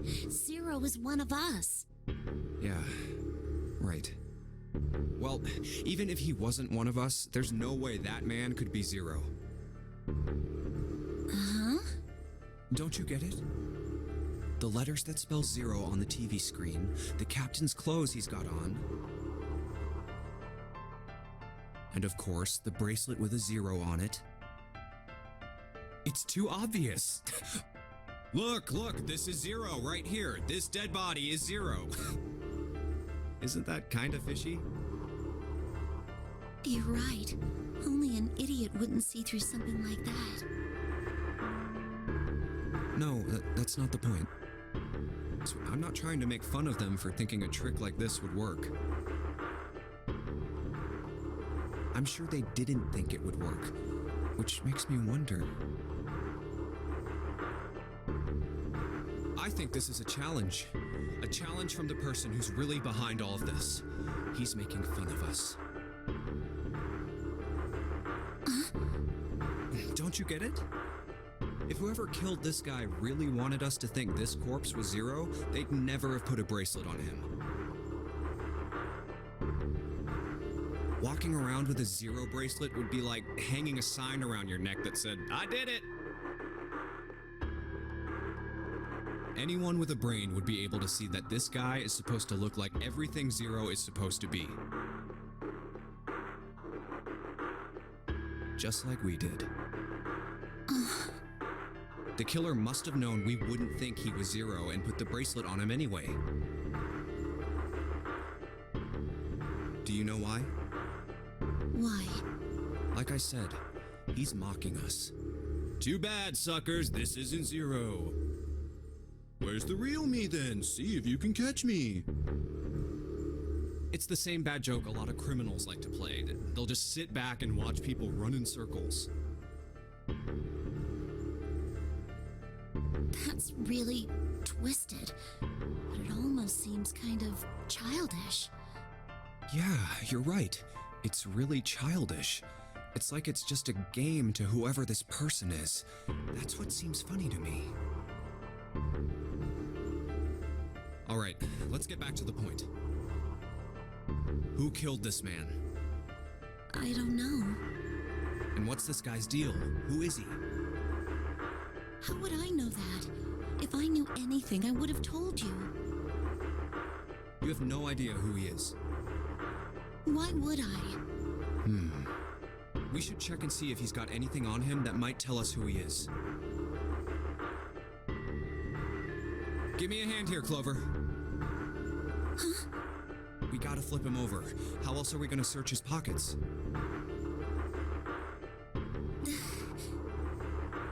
Okay, fine. Guess I'll do it. Here we go. Huh? Hey, it's the... Lastly, let us discuss how to remove the bracelets. There are only 2 ways to do so. 1. You escape from this ship. 2. Your heartbeat, which is 0. In other words, once the bracelet is taken outside the confines of the ship, or detects that the wearer's heartbeat has fallen to 0, it will shut down automatically. Oh God. This man... He's dead, isn't he? Huh? No, it's just... I guess I didn't really think about it until right now. If his bracelet's off, that means he's dead. Well, it's pretty obvious that he's dead. You don't really need to look at his bracelet to figure out that he's dead. Yeah, I guess you're right. It is pretty obvious. Well, he looks a lot better than the other bodies we've seen, though. You know? I mean, if there wasn't all this blood, he'd almost look like he was still alive. I mean, I know it's kind of a messed up thing to say, but he kind of has it better, you know? Dying from a bomb going off inside of you, I mean, that's just... Some of Snake's bones went right through his skin. I think the explosion must have thrown him against a wall or something. There was a broken bone just sticking out of his left arm. And, What did you just say? oh man, I am so sorry. I shouldn't have said that. I really don't know what I was thinking. I mean... No, that's not what I'm talking about. What did you say about his arm? Arm? Yes, his left arm. You said it, didn't you? Well, yeah, I did, but... I mean, didn't you see it too? Of course not. I could barely look at him. There's no way I was going to see the details. Are you sure it was his left arm? Yeah, I'm pretty sure it was. And he had a broken bone, right?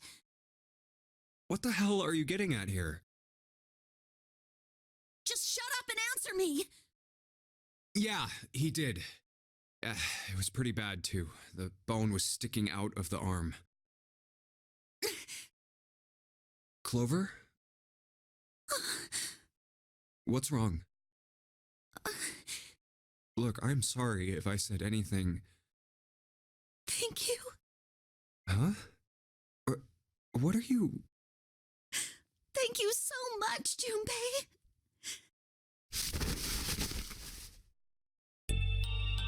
Hey, what's going on with you? I'm sorry, it's just... I'm so happy.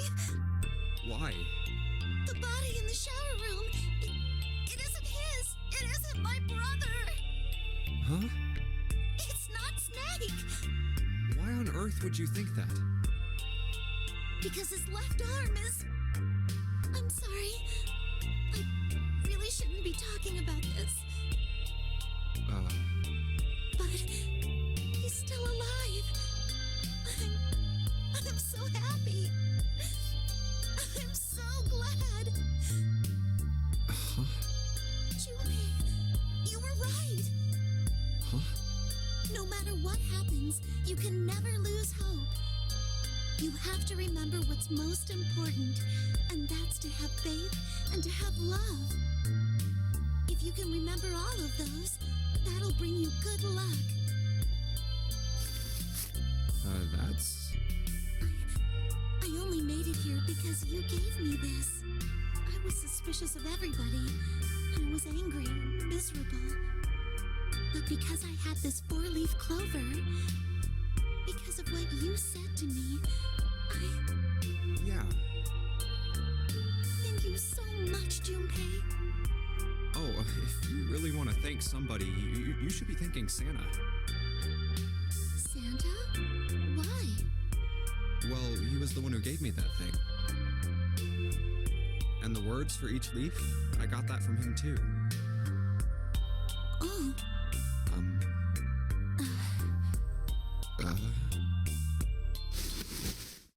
Huh?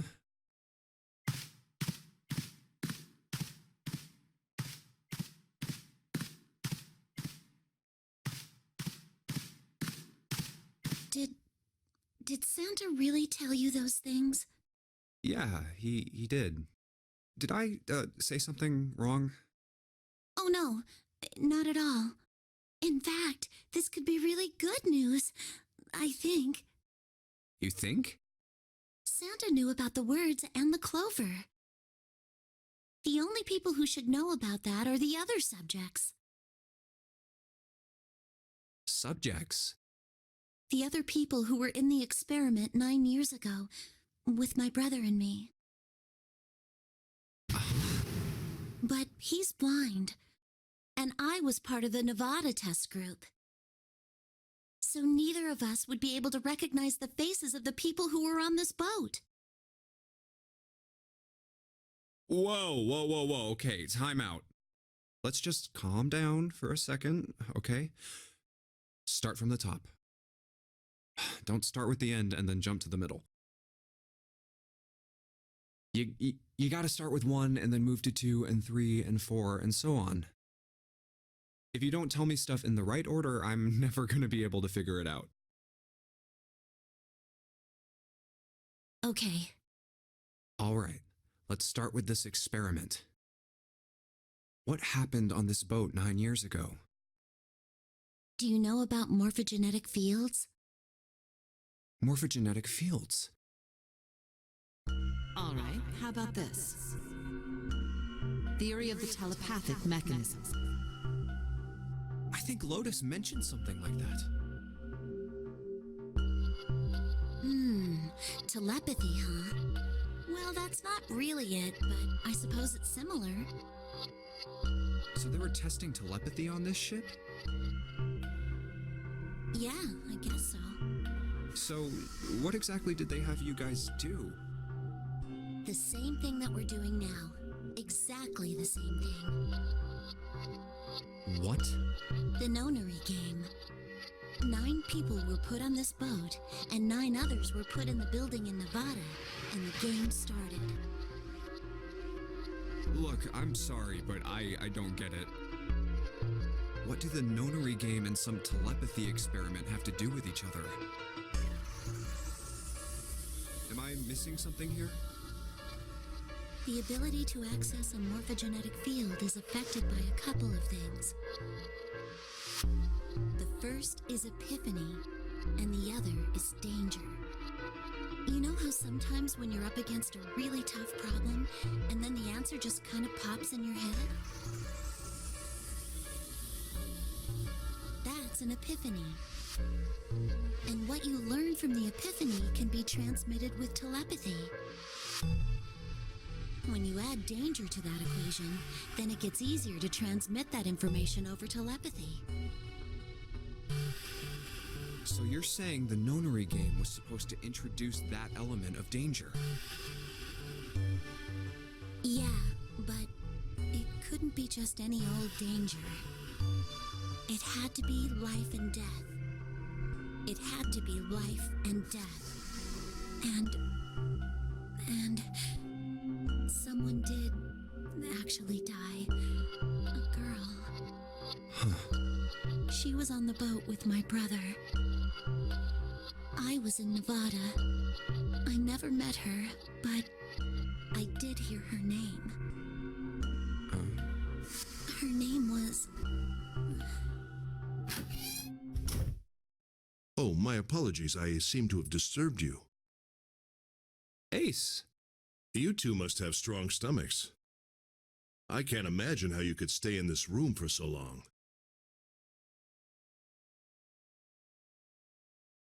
At any rate, Junpei, would you be so kind as to come and help me with something? I'm having a little trouble and I could really use your assistance. Come on, it'll only take a moment. I don't want Ace to hear us.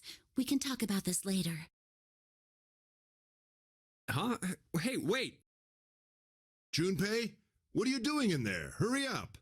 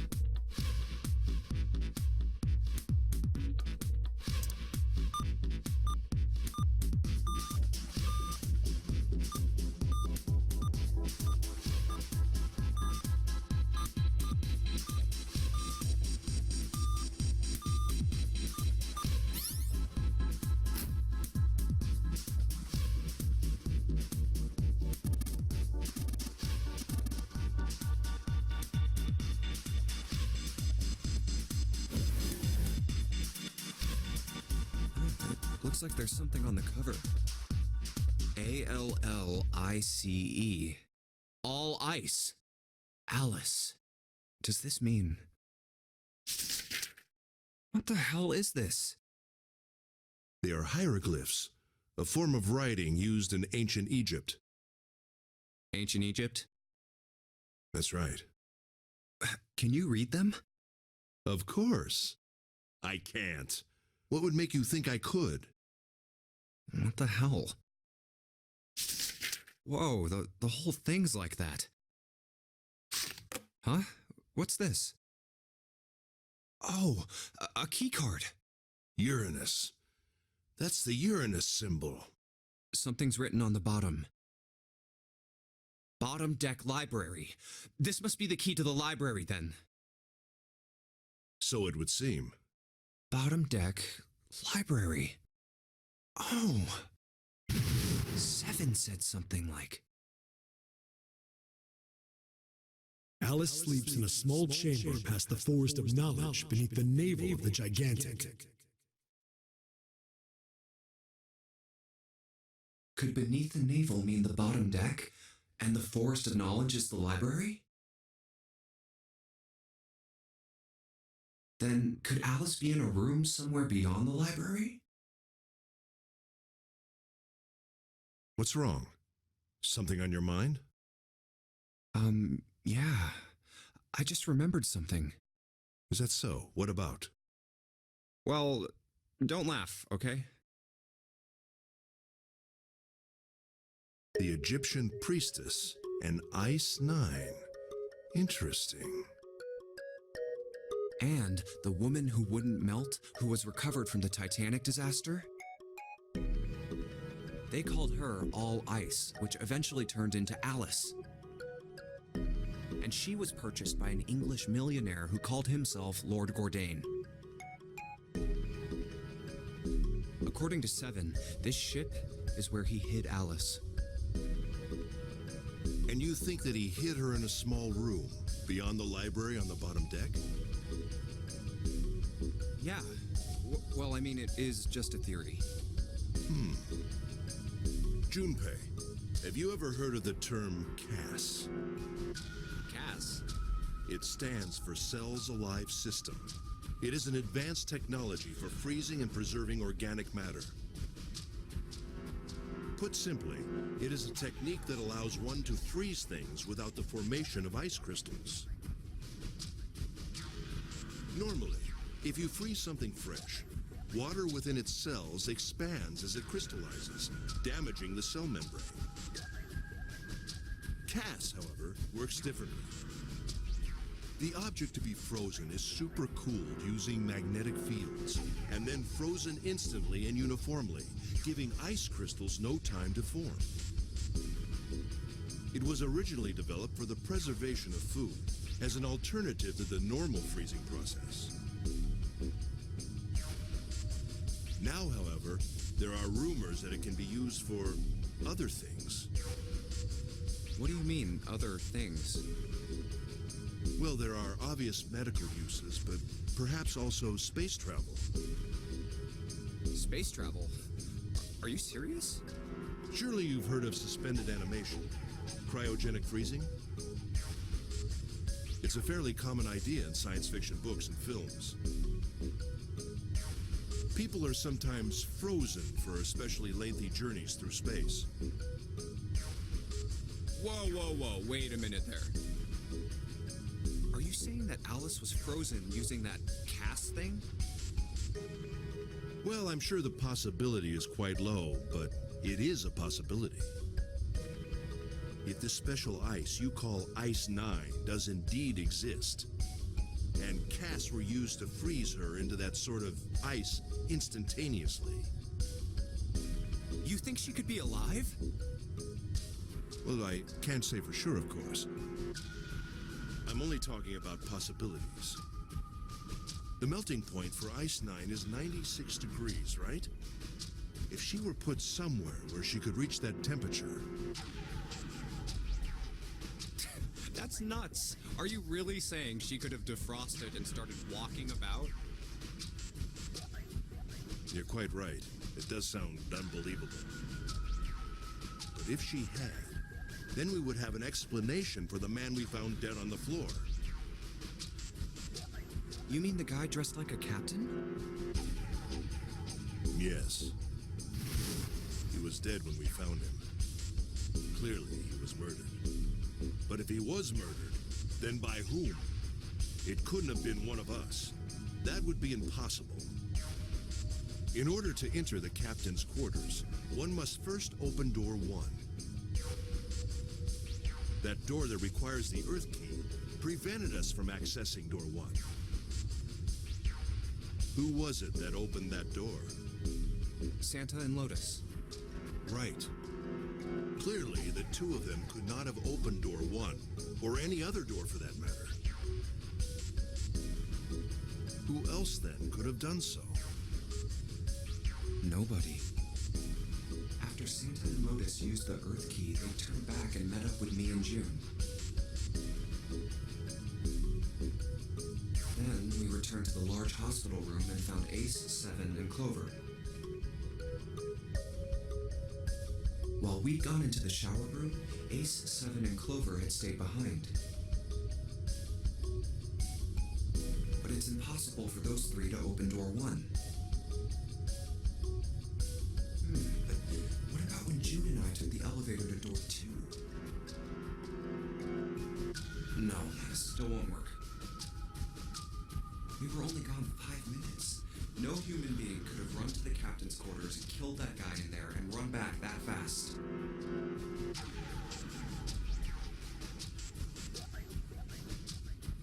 It would be impossible for any of us to be the murderer. That being the case, who could have killed him? Wouldn't it make sense if his killer was someone who had been in the ship for some time? A person like that would know the ship well. They would know the locations of all the hidden passages and secret doors. The numbered door would mean nothing to someone like that. It would be a simple thing for them to enter the captain's quarters. Then you're saying the killer was Alice? Well, this is all only one possible theory. All ice. Alice. Is she really somewhere on the ship? Maybe this card will give me access to the Forest of Knowledge. And the big mystery. What could be there beyond the Forest of Knowledge? Anyway, whatever. It's gonna have to wait. I can't do anything right now. I'll come back to this later.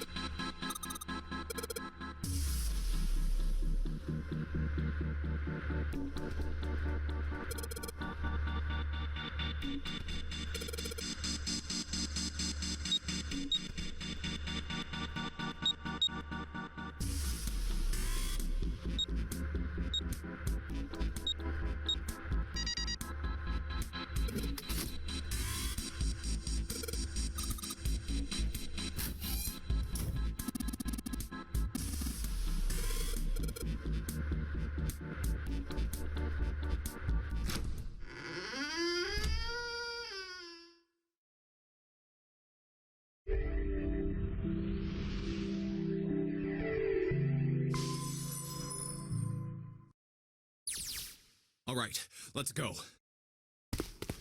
That's the next door. Wait, a piece of paper. This is...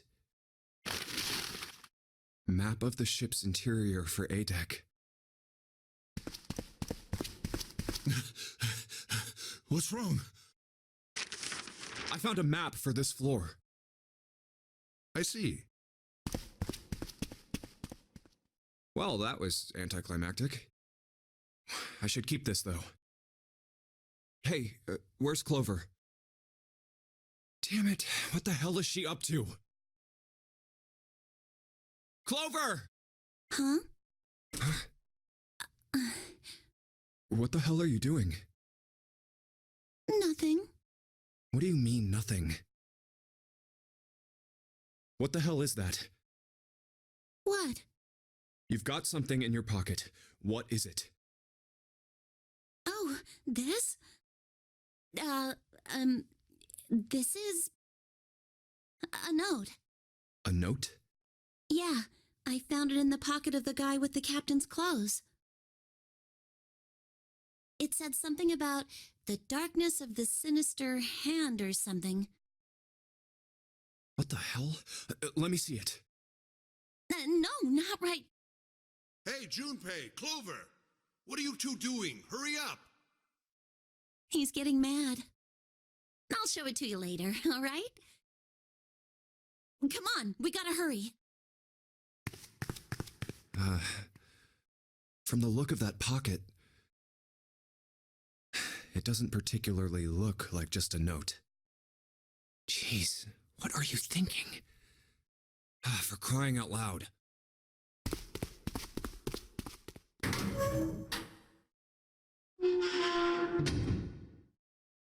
The big stairs. So this is where it ends up. Just like it says on the map.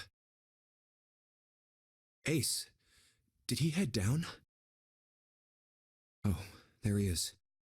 Look, the 4 others are there too. Really? Let's join them. Jumpy, Clover! What's up? We found it! Found what? We found it! What did you find? The last door! We found door 9! What? Come on, just follow us. We'll explain on the way. Okay. Well, if that's the case... Wait for me. We should get going as well. Jumpy! We finally made it! Yeah, it's finally time. We've reached the end. Something's bothering me. Only 3 to 5 people can go through the numbered door. 7 of us are on our way to door 9. That means that, best case scenario, there will be 2 of us who have to stay behind. 2 people. Is there a way? 4:30. We've only got 90 minutes left. I've got no time to wonder about it now. Hey, Junpei! June! What the hell are you two doing? Hurry it up! Let's go, Jumpy! Yeah.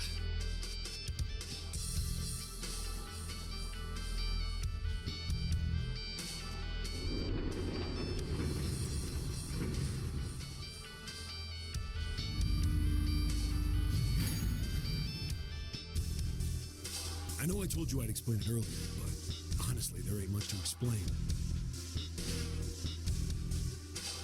After we split off from you guys, the 4 of us got into the elevator on the left, and that took us to the other side of the grate.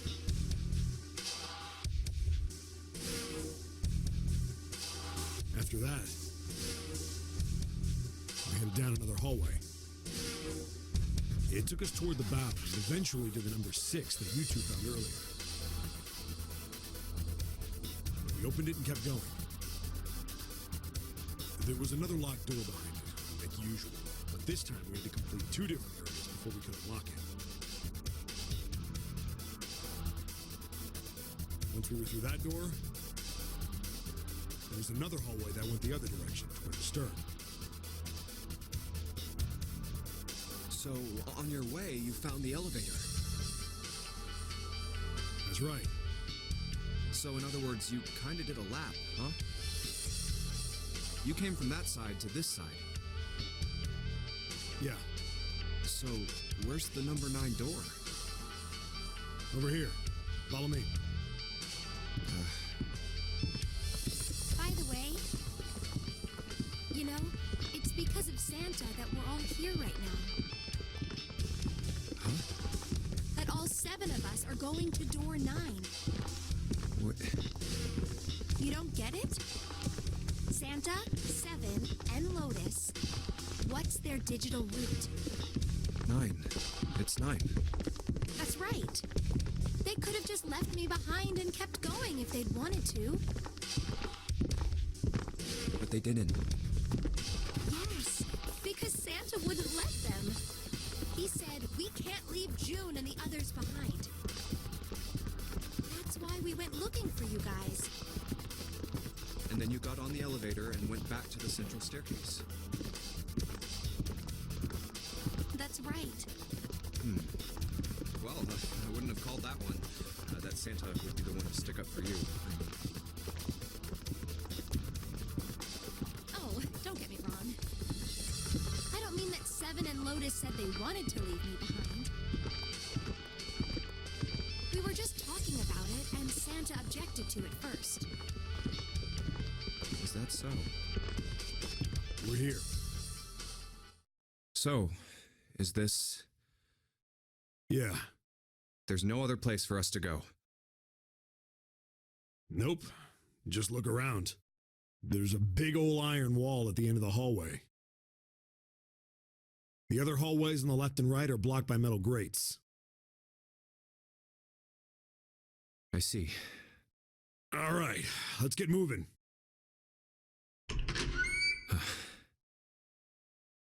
Oh. No way.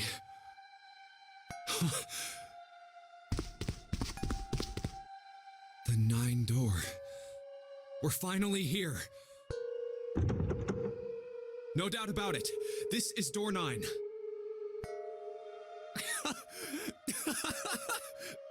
Oh, finally! This is the last. Junpei, look behind you. Behind? What? Why? A door and a 9. There's another one? Hey, what the hell? What the hell is going on here? There's a red there too. That means... And of course it won't open. Why? Why the hell are there 2 doors? Do you think perhaps one is the right door and the other is the wrong one? I don't know about that. It seems unlikely. What makes you say so? Well, think about all the rooms we've been through so far. They're full of puzzles, but there are always hints about how to solve them. I'm pretty sure there aren't any rooms where we just had to go with our best guess and leave it to instinct to solve the puzzle.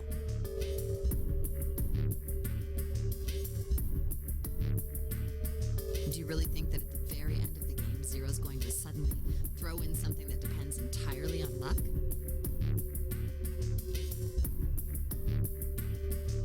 Then you're saying there's some sort of hint in this room.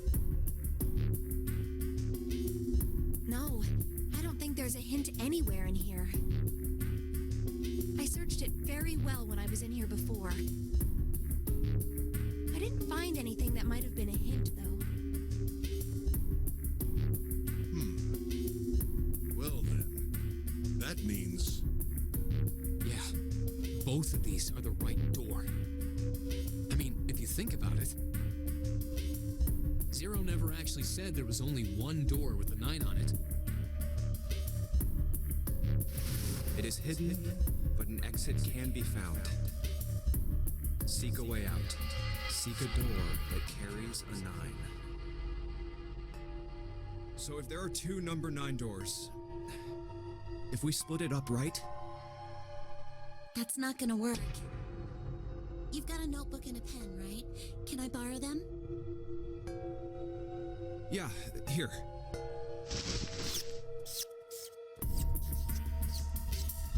Look at this. You get it? The numbers on the top are all the combinations with digital roots of 9. The numbers on the bottom are the people who don't fit.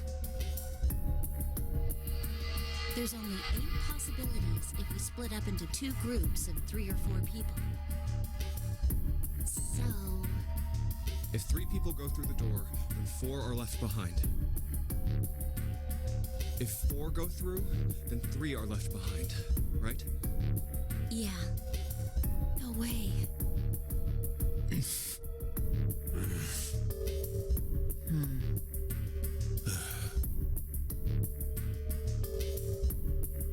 Come to think of it,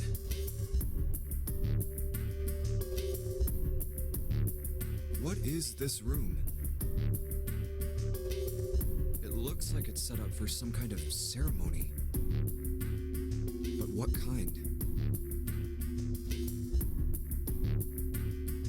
Is that an altar?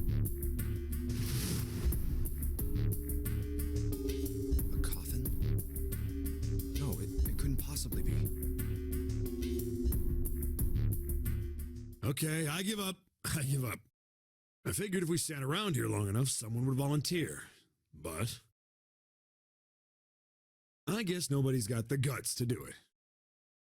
What are you talking about? What, you guys didn't figure it out yet?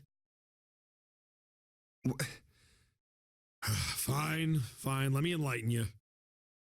Clover was mostly right with her little explanation earlier, but she missed something. She wasn't really wrong, she just... screw it! Let me just write it out.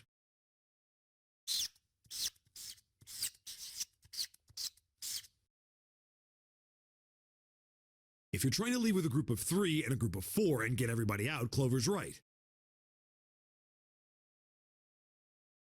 But there's another way. Only one combination, though. If you split us up into groups of 3, 3, and 1, you can make this combination. Wait, this means... Don't get me wrong here. I'm not trying to copy Ace or anything like that. Even if he hadn't been the hero back in the big hospital room, I'd still be saying the same thing. The same thing? Are you saying? Yeah, I am. I'll stay behind.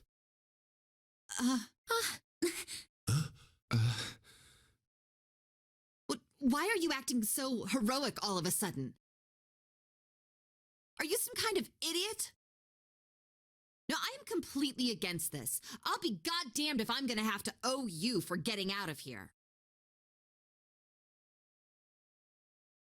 I'm against it too. I didn't want to leave Ace behind, and I don't want to leave you either.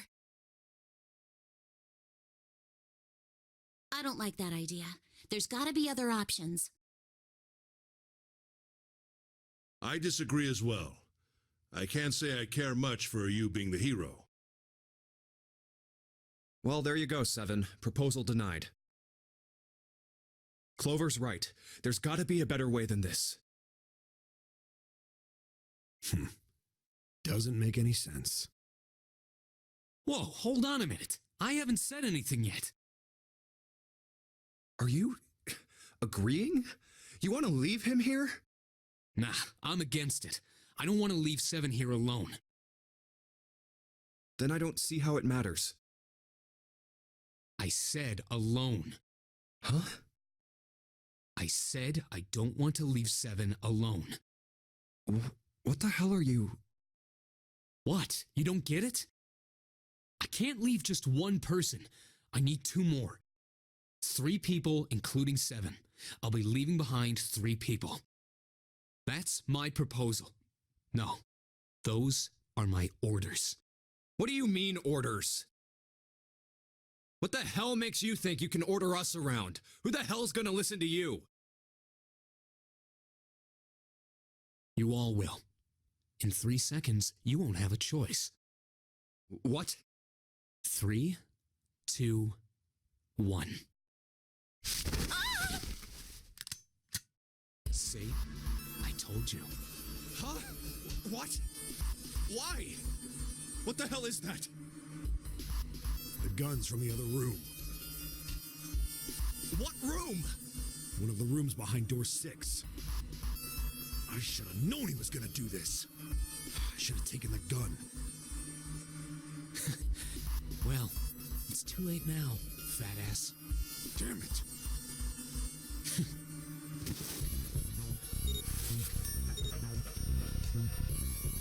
Now, time for you to start following my orders. Ace, Lotus, congratulations. I've chosen you to come with me. Put your hands in the red. Hey, you deaf? I gave you an order. Right, fine. I didn't want to waste any bullets, but you guys just don't get it. He really shot it? But why? Santa, why are you... Santa, I thought you were one of us. I thought we were friends. What? You knew about the leaf words and the four-leaf clover. What the hell is that shit? I've got no idea. You're lying. Shut up. Just shut up, you stupid bitch! You want me to put a bullet in your fucking head? Santa. All right, assholes. What are you still standing there for? Get over here and scan those bracelets. I don't have all day. Oh, what's the matter? Your hearing's starting to go? Going senile, maybe?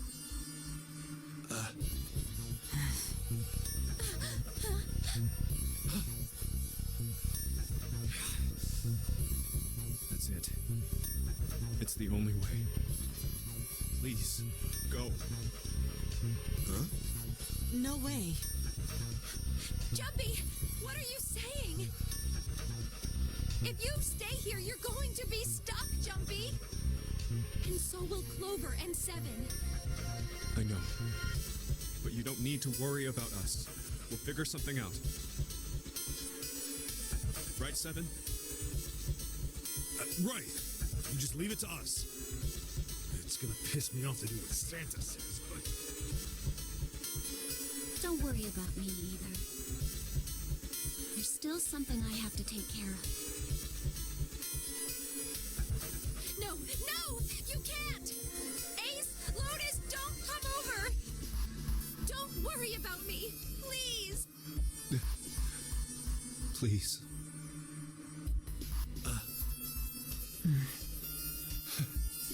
Go. Oh, all right. Fine. All right. Now let's get those hands in the scanner panel. What's the holdup? What? You think I'm fucking around here? I don't give a shit about this girl. The red doesn't need a person, you know? All I need is the bracelet. You get it? Good. Now put your fucking hands on the scanner. I'm not gonna say it again. Fine.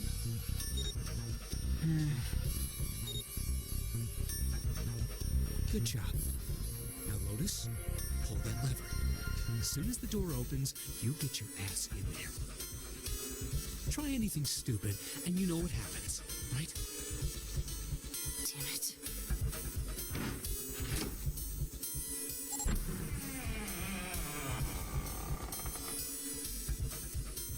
Good. Go. Later.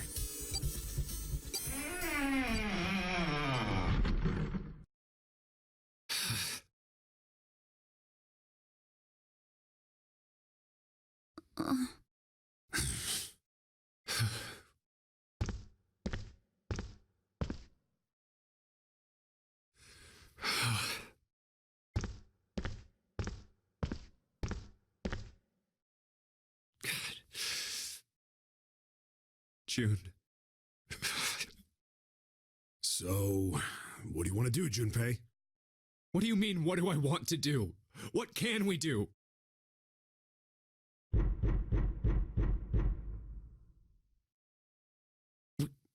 What the hell is that? Shh, quiet! Where is it coming from?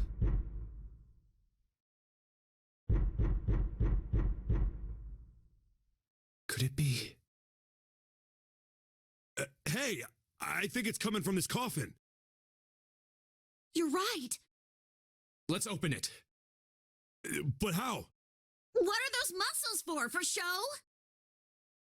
You're telling me to force it open? Just shut up and try!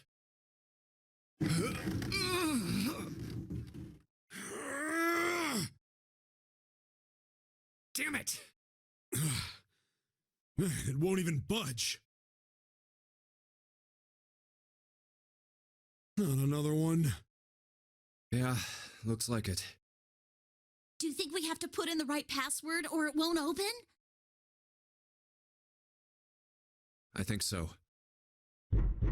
Whoever or whatever's inside this thing wants out, and now. I know that. But how? Without a passcode, I don't think there's much we can do. Isn't there a hint somewhere? Well, let's look for one.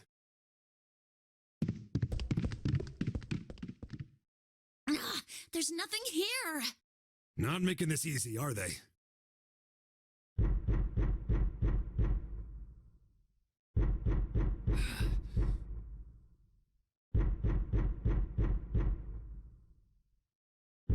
What's the passcode? What am I supposed to do? How can we figure it out? I need something.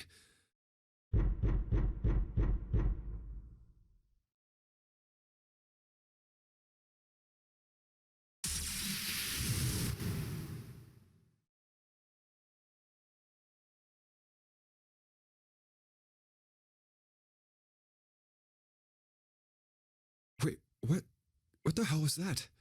That voice? Huh? What? What's up? Huh? Oh, nothing.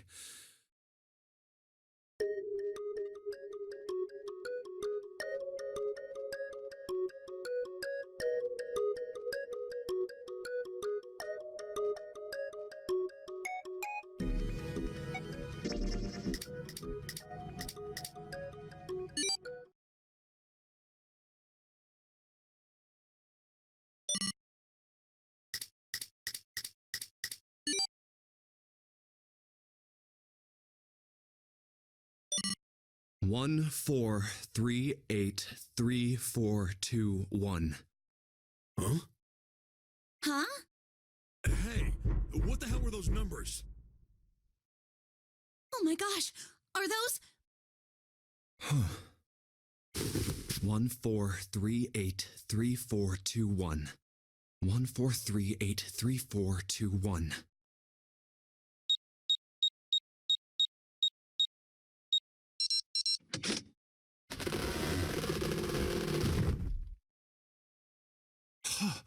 No way!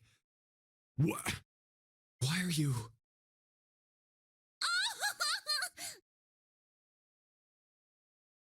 Oh? Is that you, Clover? I apologize for worrying you. Snake! You? Why? Junpei? And Seven? Is that you? Is everyone else there as well? Oh. Jeez. You're back! Gently now. My body's still a little weak. Oh, you're back! You're back! You're really here! Oh, you're back! Come now, what's gotten into you? You're acting as though I've returned from the grave. Not as though you did. I really thought you were dead. Huh? You jerk! Idiot! Idiot!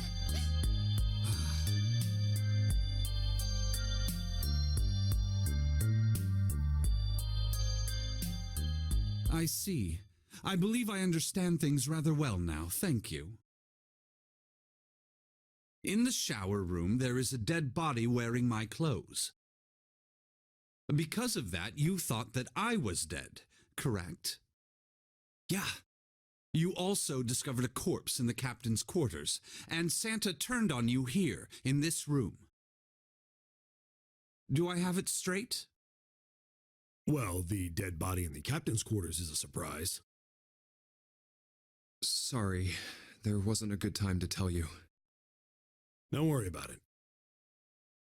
Well then, I've got a pretty decent idea of what happened while I was indisposed, but it's still something of a mystery who did all this and why.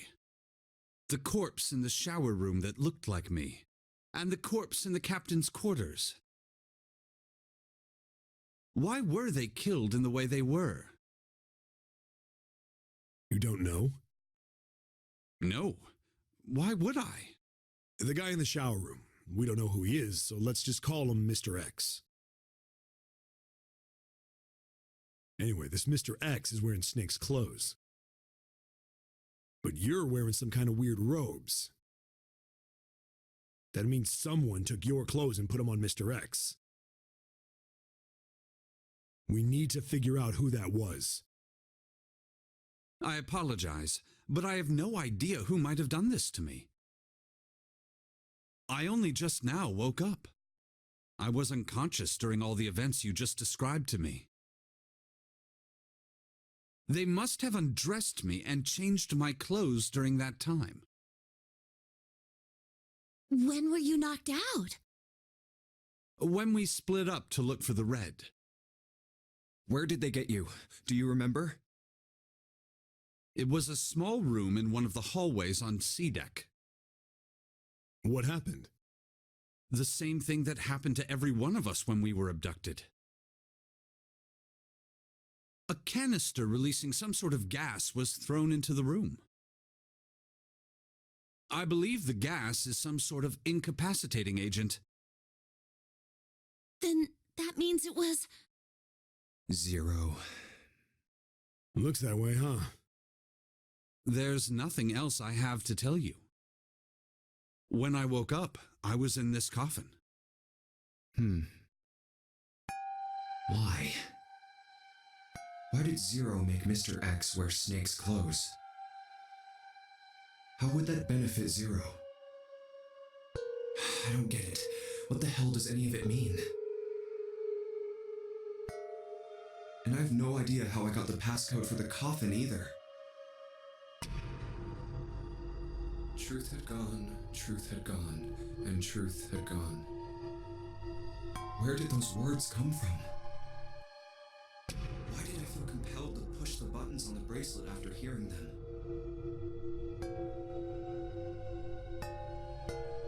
All I know is my fingers moved on their own.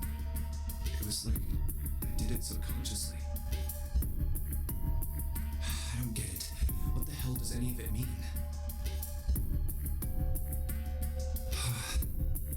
Also, Snake and Clover had been subjects in a similar experiment 9 years ago. The ability to access a morphogenetic field is affected by a couple of things. The first is epiphany, and the other is danger. And someone did actually die. A girl. Her name was...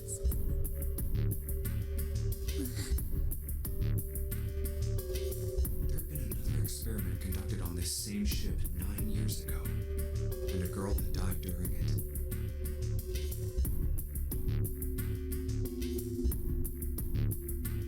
Morphogenetic field theory. The two murders. Switching clothes. The Nonary game.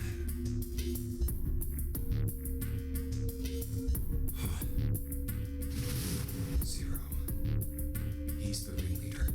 The person who trapped 9 of us on this sinking ship.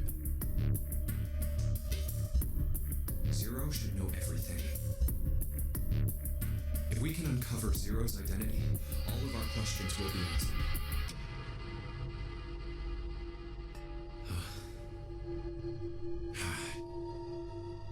At any rate, we'll have plenty of time to decipher the details later. For now, It is of utmost importance that we escape. Junpei, it was 4:30 the last time you checked the clock, yes? That means we have less than an hour. We must hurry. Hey, how are we gonna get out of here? Isn't that obvious? Through the other number 9 door. Oh yeah, you're right. With Snake, we can open the door. Don't tell me you hadn't figured that out. Come on, you gotta tell me these things. I, assumed you'd figured it out. Forget it. Let's just get going.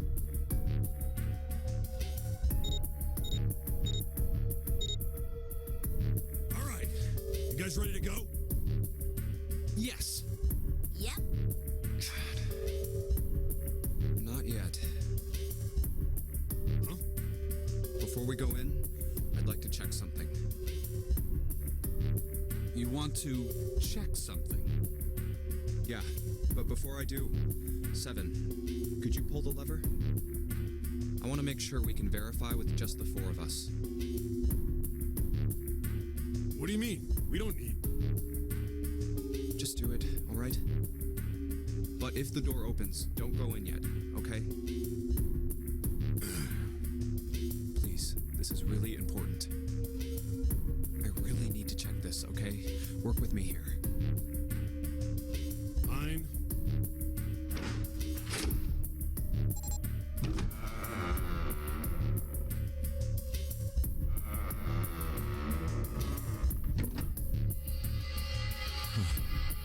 All right, that means the 4 of us can go into door 9.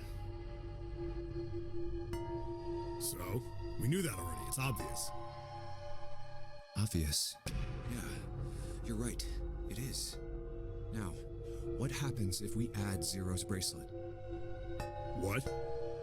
Zero's bracelet? Why don't you take it out, Clover? So you did know I had it. I picked it up because I thought it might be useful sometime.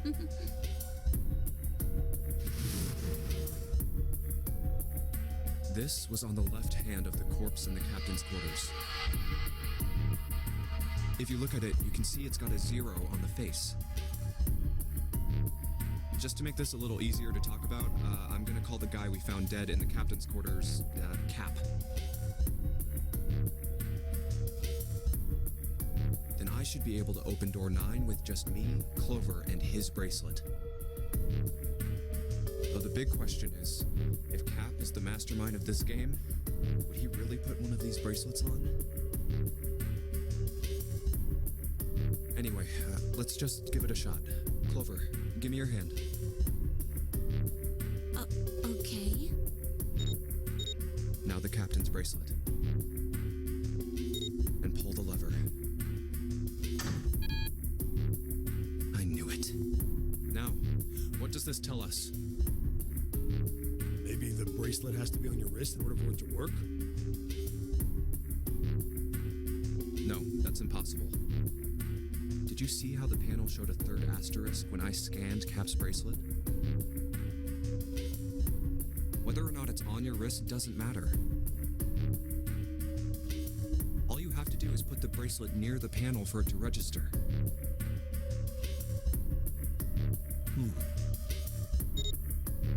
Huh. Looks like you're right. See? So what does that mean? There's only one possibility. That bracelet isn't the number 0. Is that what you're saying? That's right. Then what number is it? Let's find out.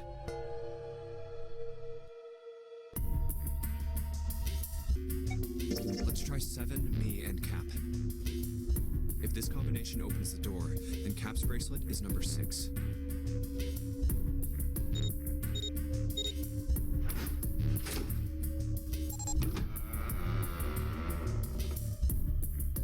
Hey, it opened! The door opened! What? Why? What does that mean?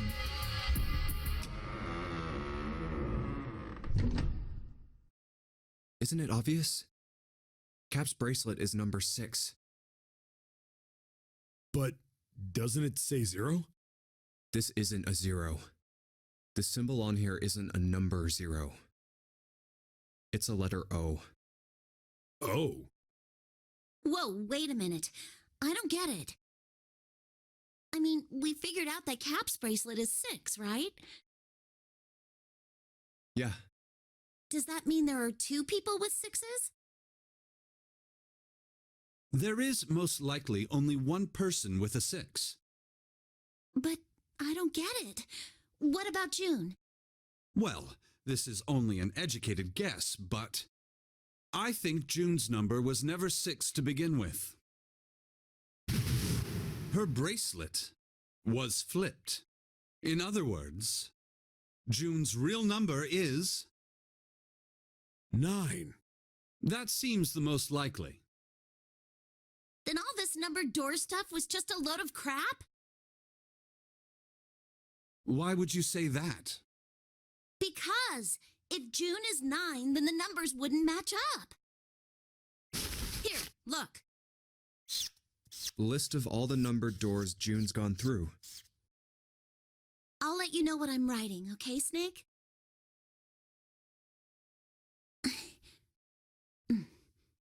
And that's everything. I wrote down which door she went into and with whom.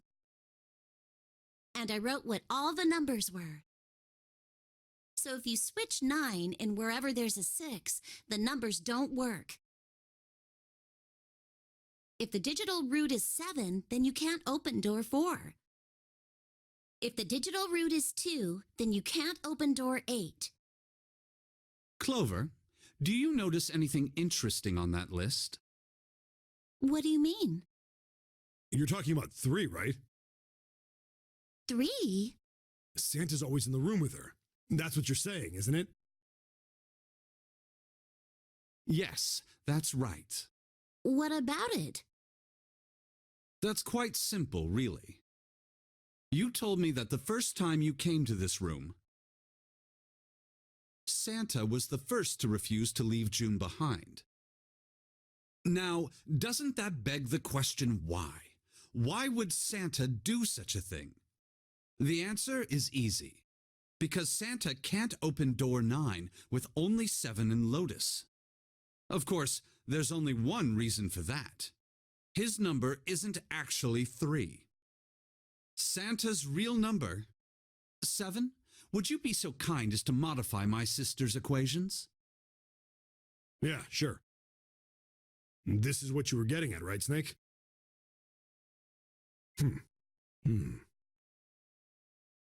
Thank you. That is exactly right, 7. Santa's true number wasn't 3. It was 0. No way. Santa is 0? And June was 9, not 6. Conversely, Santa was 0, not 3. Plus 3 and minus 3, they cancel one another out. Nothing appears out of order. Santa was still playing by the rules of the notary game this whole time.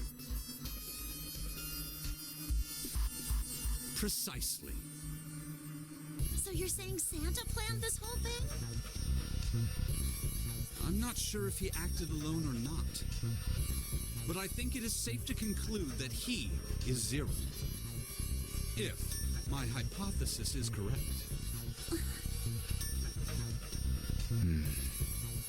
Snake's hypothesis. Something doesn't seem right. June's bracelet being flipped. Even if that were possible, that would mean there are 2 number 9 bracelets. And if that's the case... All right, that's enough talking. Let's go. It's high time we went through that door.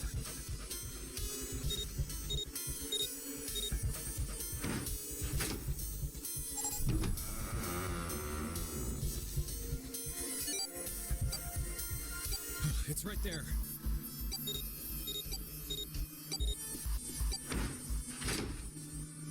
Oh. All right, let's keep going. I think these stairs go to the bottom deck. Looks dry. Let's head down. Hey, it's a... This is the Neptune symbol. There must be a key around here somewhere. Neptune key. I only have the Uranus key card. It's a different planet. Plus, it's the wrong kind of key. Let's turn around and go back for now. Yeah. Hey, another door. And a card reader this time. It's the Uranus symbol. This is the place.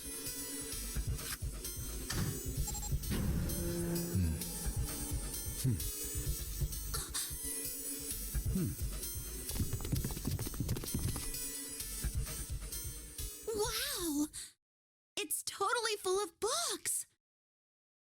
There's so many. I don't know where to look. All right, if we want to get through that door out there, we need the Neptune key. I say we split up and look for it. Okay. Very well. Sure thing. Good. Let's get started then. We don't have a lot of time. Hurry.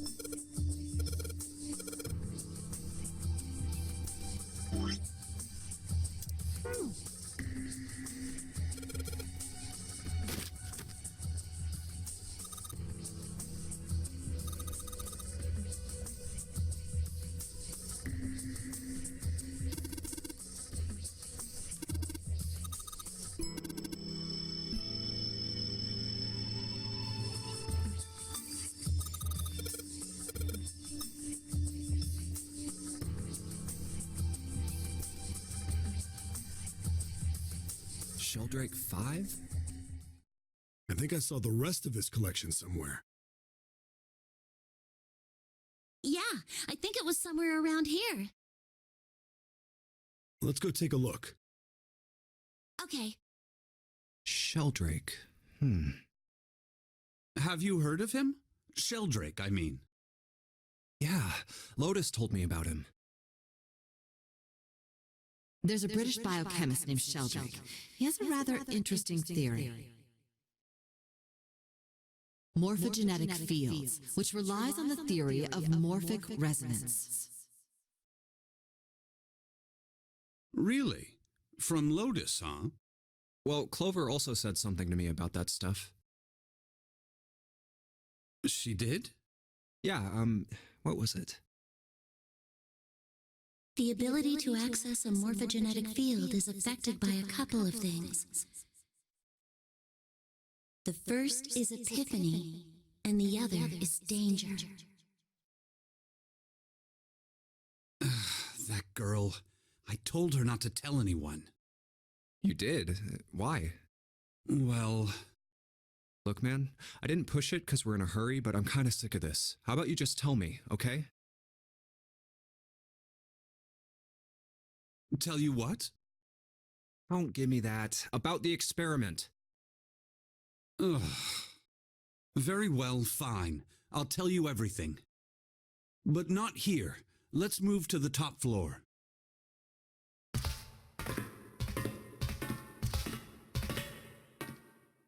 I suppose I might as well start by telling you why I kept quiet, and why I made sure Clover did as well. To be honest, the explanation is quite simple. Zero told me not to. I had little choice. He didn't walk up and tell me, of course. He gave me a message engraved on a card. That's a Braille card. It looks just like the one you showed us earlier. So you had 2 cards? No, only one. Huh? What do you mean? I thought that card just had some rules for the nonary game on it. Yes, it did. And those were the rules I read you. However, they were not the only thing on the card. There was something I didn't read. Well, perhaps I should say there was something I couldn't read. And that was? Tell no one of the events that took place 9 years ago.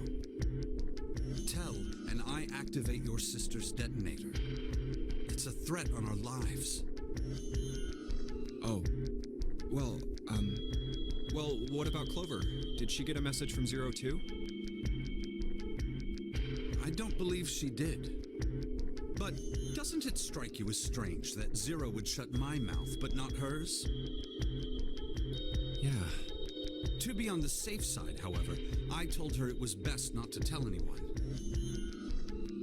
Still, apparently she told you. That girl. What's wrong with her telling me? I figured some stuff out with the things she told me. I mean, it looks like the whole activate her detonator thing was just a bluff. She's prancing around downstairs happy as a clam now that you're back. That's very true. I've decided I can trust you. I've decided to tell you the truth. The chance that Santa is Zero is very high. I feel I can assume Santa doesn't have the time to observe us at the moment. And at any rate, even if he were, I very much doubt he would kill us. Why? Clover told me about the 4-leaf clover, about the words.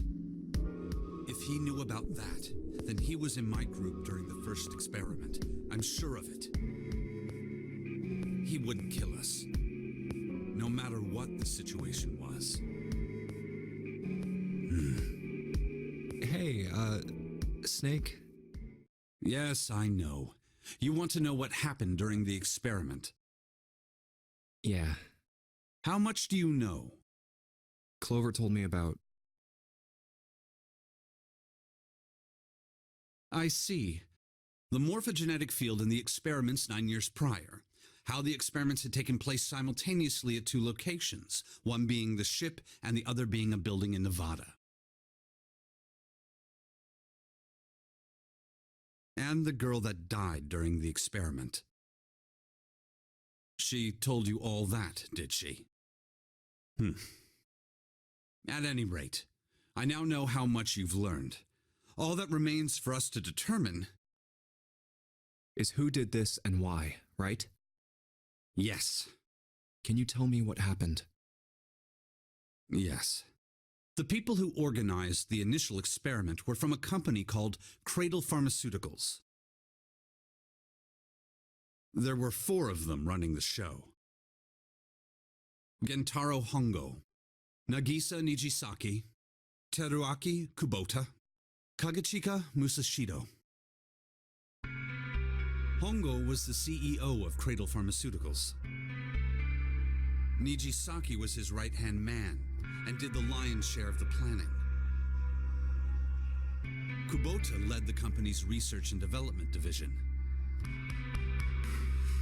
Musashido was their majority stockholder. It was these 4 people who planned the initial experiment. Let me simplify it for you. Hongo designed it, and Nijisaki put it all together.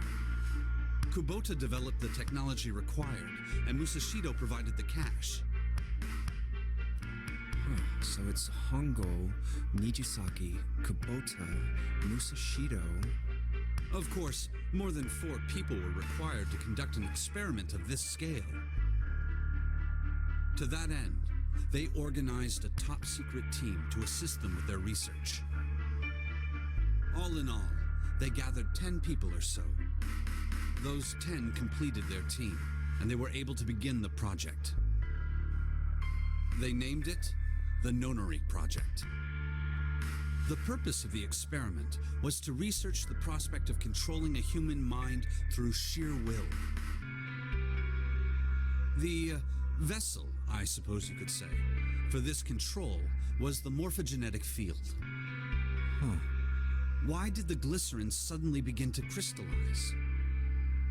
Why did the crystal structure of EDT undergo a sudden change? Why did the rats improve their puzzle-solving skills with each generation? Experiments with humans produced the same results. The more people who knew the answer to a question, the more there were who could answer correctly without having seen the problem before. Why is that? How could it happen?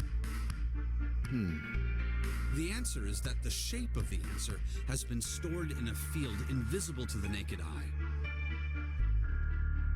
And through that field, the resonant event transmits information related to that answer. That's essentially the idea behind morphogenetic fields. But that's just a theory.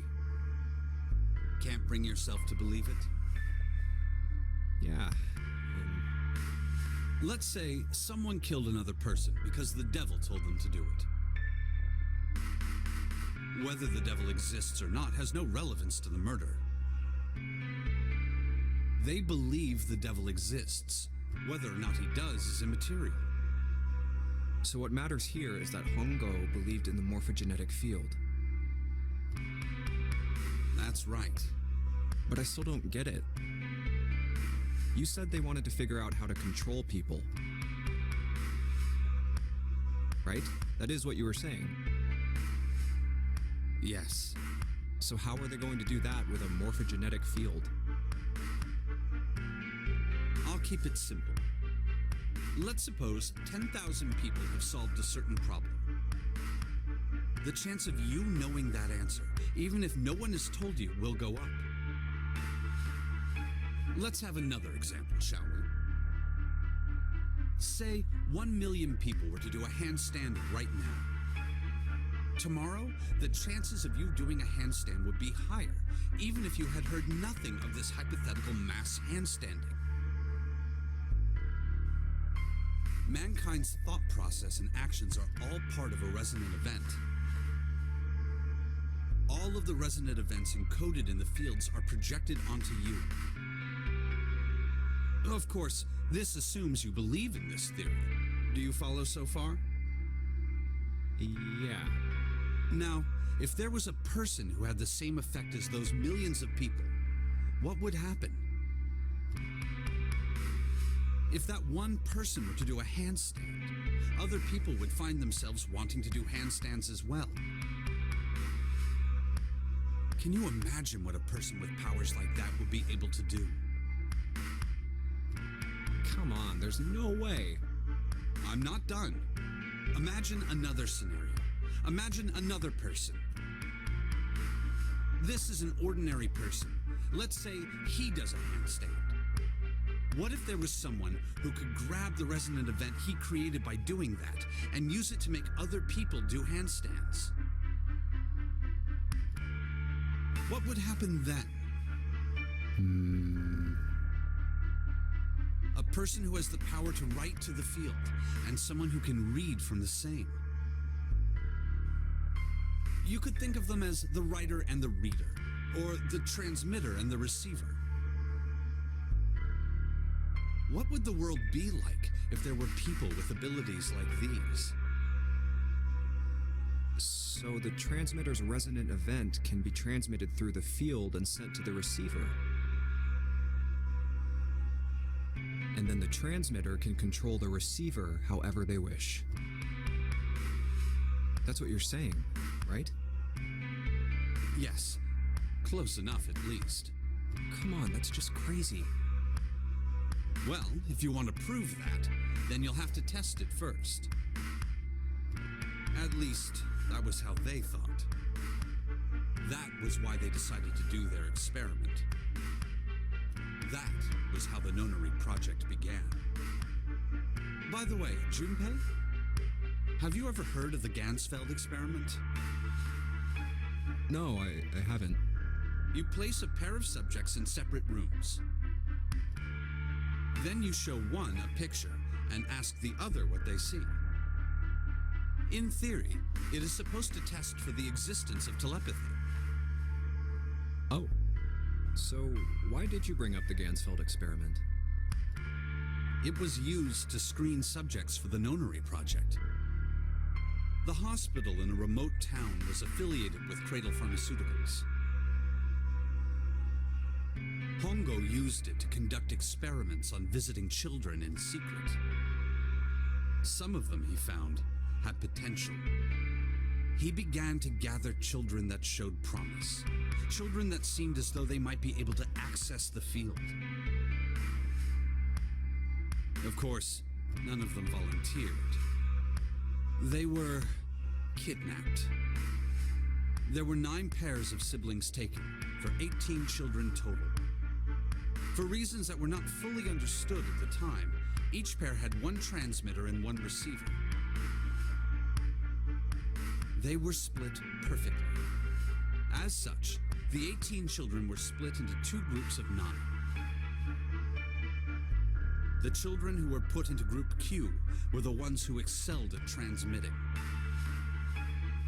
They were transferred to the mock experiment building known as Building Q in the Nevada desert. The children who excelled at receiving were put in Group A. Group A was then placed on the former hospital ship Gigantic.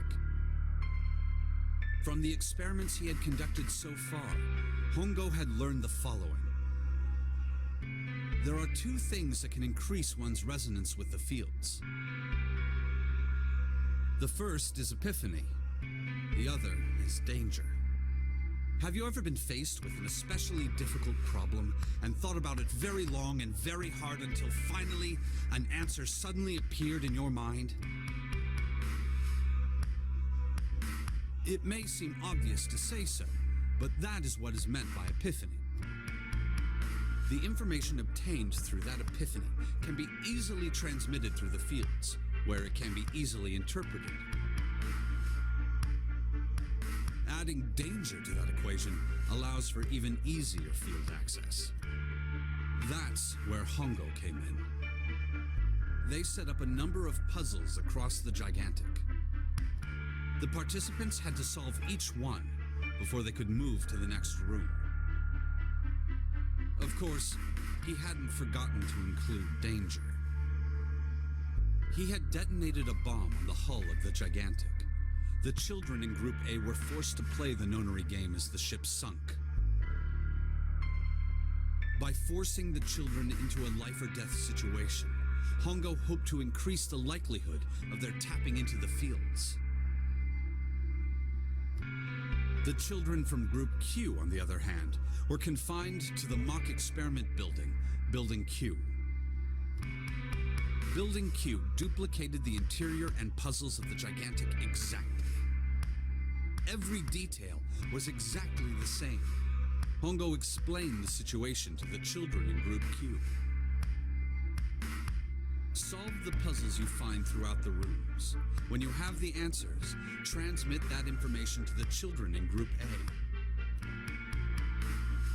If you succeed, they will be able to solve the puzzles and escape. But if you fail, then the Gigantic will sink, and your brothers and sisters will drown. Those were his orders. Do you know why the astronauts of Apollo 13 were able to return to Earth safely? It was because NASA had access to a replica of the Apollo 13 capsule. All of the equipment, the instruments, everything. All of it identical. Everything was just like the real Apollo 13. NASA was able to replicate the situation the astronauts found themselves in. By putting themselves in the same situation, they attempted to solve the problems the astronauts were dealing with. Once they found solutions, they reported their findings to the men aboard the actual capsule. That was how they were able to return safely. It was the same with the Gigantic in Building Q. The children from Group Q had to use the power of epiphany to solve the puzzles they found and transmit what they learned through the fields. The children in Group A, however, they had to access the fields to learn how they might advance to the next stage. That is the simplest explanation I can manage. Hey, Junpei, Snake! How much longer are you two gonna sit around on those bony asses? Get down here already! He's right. Let's go, shall we? We don't have much time. We need to get out of here, and soon. Hold it. There's one more thing I want to ask you. Are you sure that there were 18 kids? Why? Well, I thought it was only 16. Oh, yes. That was what they said on the news, wasn't it? Yes, I have no doubt that 18 children were abducted and used in Hongo's experiment. After all, you couldn't exactly play a nonary game with any less, could you? Well, yeah, but are you saying that the news got it wrong? Yes, I am. There were 2 more children. However, they had no relatives that I'm aware of.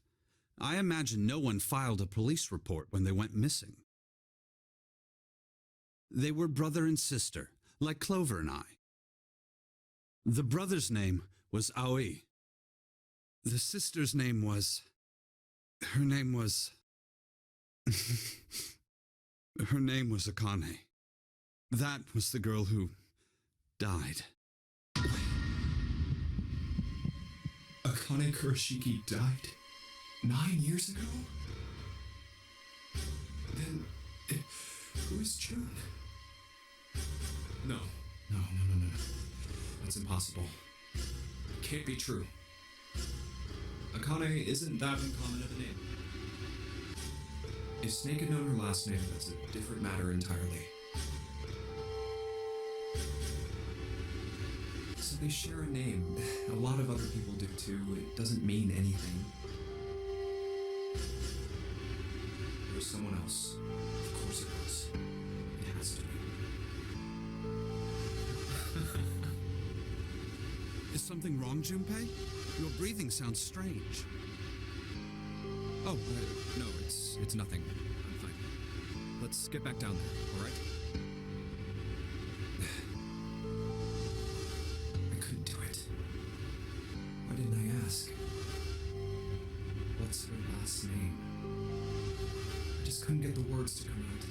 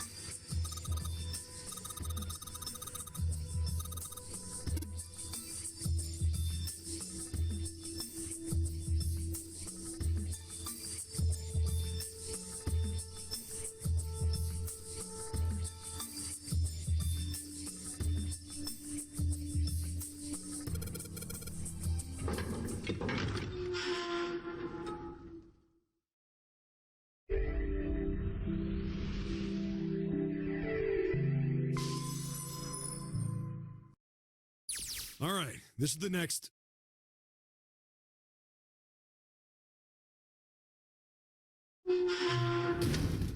Ugh, the door! Did that just close on its own? Don't tell me we can't go back. I don't know. Let's see. Damn it. It looks like it locks automatically. Is there any other way out? Well, there's another door over on the right. There's a card reader next to it. It's got a red light on it, though, so I'm pretty sure it's locked, too. But there is a card reader, right? Yeah. Then perhaps if we find a key card, we could open the door and leave? Well, yeah, that might work, but... Hey, wait a minute. Are you saying we're gonna have to search through this room for one little card? Oh, man.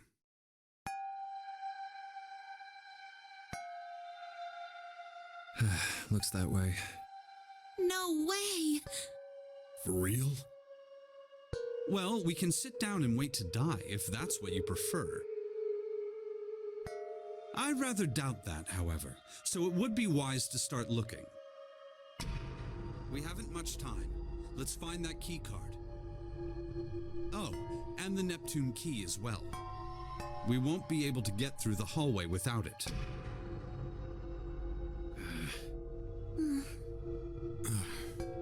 All right then, let's begin.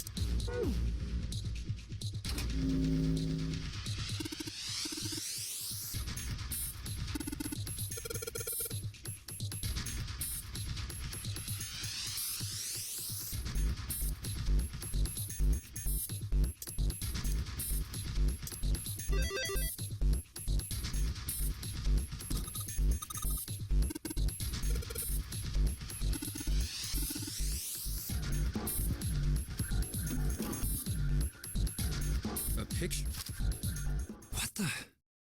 What the hell is this? This man with a mustache on the right. He's the same guy we found murdered in the captain's quarters. He had the zero bracelet on his left arm.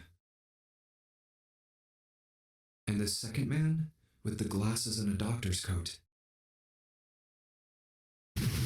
He's the ninth man, the one with bracelet number 9. He died after he went into door 5. But this guy, the one in the striped suit. Oh man, that's Ace. Yeah, I guess it is. No doubt about it. But what does it mean? What is Ace doing in this picture? Not only Ace, the ninth man and Cap too. And they look happy, like they knew each other well. Why? How? How in the world are these 4 men connected? You say Ace is in that picture? Yeah, it doesn't look like it was taken recently though.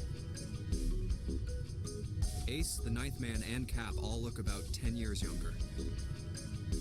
Ah, so the ninth man and the man you found murdered in the captain's quarters are also in the picture? Yeah. Is there anyone else? Or are there only 3 people in the picture? I'm afraid I can't see it. No, there's one more guy. He's got kinda long hair, he looks smart, but a little cold. He's the only one I don't recognize. What's the date of the photograph? It doesn't have one. Did you look on the back? Back? Yes, the reverse. The other side. Huh. Praying for the success of the Nonary project. With Nijisaki, Kubota, and Musashido. Huh. Then the 4 men in this picture were the organizers of the Nonary game 9 years ago. That means Ace, the Ninth Man, and Cap were all responsible for making it happen. But I feel like I should be more shocked about this. It's almost as if that's just how things were always supposed to be.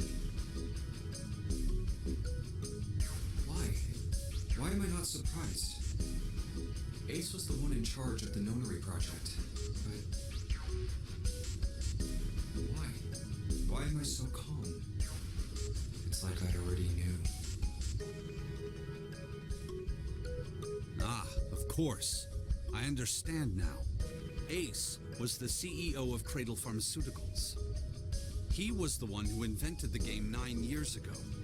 He was Gentaro Hongo. Ace is Hongo?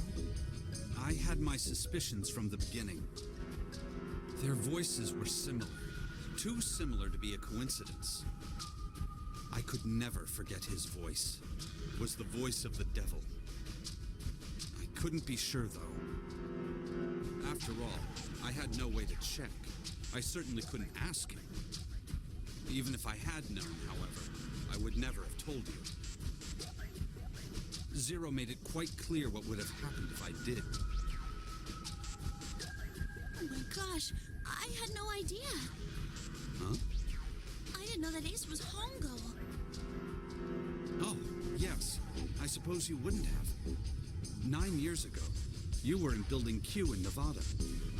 But Hongo was in the Gigantic with us. I know. That's why I didn't know what Hongo looked like. But why? Why didn't you tell me? I mean, I'm your sister, right?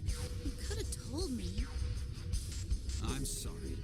I apologize for keeping this from you. But if I'd told you, Clover, I would have told everyone else.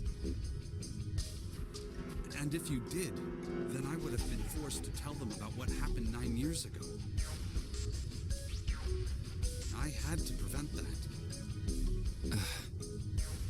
Hey, Junpei, you think I could borrow that picture for a sec? Sure. Hongo, Kubota, Nijisaki, Musashido. Hongo, Kubota, Nijisaki, Musashido. Hongo, Kubota, Nijisaki, Musashido. Hey, Seven, do you... Shut it. Just be quiet. I'm this close to remembering. This close. Hongo, Kubota, Nijisaki, Musashido. Cradle Pharmaceuticals. Nonary project. Shit. What? What's wrong? Holy shit, this is nuts. What's nuts? I remember Remember what? everything. Everything? Yeah, I remember all of it. My memory's back. I remember what happened before I got snatched. What? Let me tell you what happened. Like Snake said, Ace is Hongo. From the right, the other 3 are Musashido, Nijisaki, and Kubota. Musashido was the man with the cash. Nijisaki was Hongo's right-hand man, and Kubota developed the actual technical details of the experiments. How do you know all this? told you, I finally got my memory back. No, that's not what I mean. I'm trying to ask you why you knew all this stuff in the first place, before you forgot it. You really want to know? Of course. Me too. This is gonna take a while. Hell, it'll probably take me a good 3 days to tell you everything. Well, we don't have 3 days. Just give us the short version, all right? Short version, huh? All right, fine. I'll give it a shot. No promises, though. I'm a detective. It's a little awkward to say this about myself, but you could probably consider me a lone wolf type. I hold to my own code, as I think doing what's right is more important than doing what you're told. That's why I followed my gut that night. A slim lead brought me to the wharf. It was 9 years ago. The wharf had been cold as fuck, and I could barely see squat. I was investigating a mess of kidnappings, all of them children. It all had one thing in common: a history of visits to one particular hospital. A hospital under the management of Cradle Pharmaceuticals. And my investigation had turned up evidence that Cradle had been involved in the kidnappings. After a little sweet talking, I managed to finally get a real lead from someone inside Cradle. My source told me this. Tonight, a ship is set to take the children to a large passenger liner docked offshore. So I headed to the wharf. In the shadows, I searched the harbor until I found the ship he was talking about. There was a bunch of movement there. Men in black suits, many carrying large bags. The bags.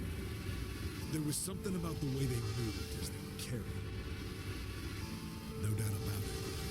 They were human beings in those bags. I moved before I realized it. I came out of hiding, my gun already in my hand. Don't move.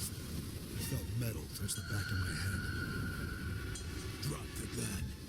I could kill you right now. It'd be easy to get away with it, too. Just tie an anchor to your feet, and no one would find you for a week. That what you want? The fish here would love a meal.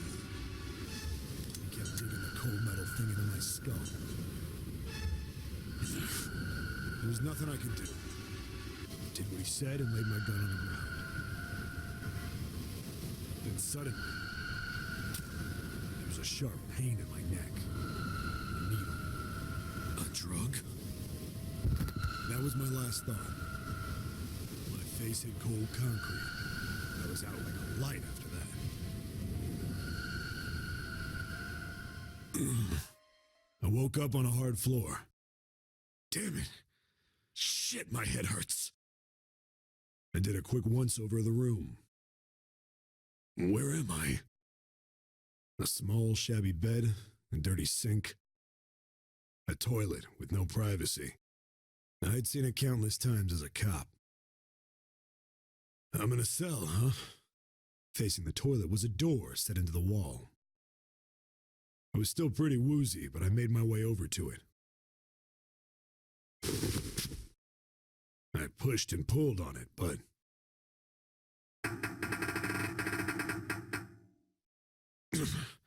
it won't open. Not like I expected much else. Would be dumb enough to put me in a cell and leave it unlocked. Threw myself against the door a few times, but it wouldn't budge. I knew it. I gave up and made my way back to the bed and sat down. Huh. I sat there for a very, very long time. Who knows how long. Then I heard a faint voice. The voice was far away. I couldn't understand what it was saying. But I could hear one was pretty high, probably a little kid. Huh? No, it was several.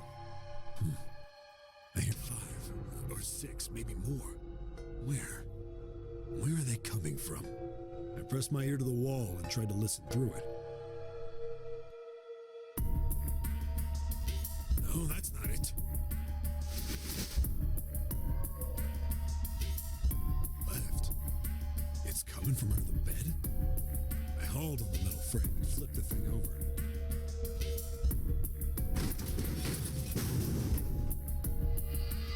And there it was. The bed had hidden an air vent under it. The hole in the wall was covered by a metal grate. I dropped flat on the floor and peered through the grate. I couldn't see shit. But I knew it in my gut. This was where those voices were coming from. Hold up. Why are there kids here? But then what my inside man told me popped into my head. Tonight, a ship is set to take the children to a large passenger liner docked offshore. Whoa, whoa, whoa. Am I on that ship? It didn't matter. All I knew was I had to get to those kids. I checked out the metal grate. Did I fit? I stuck my fingers in and grabbed it. Then...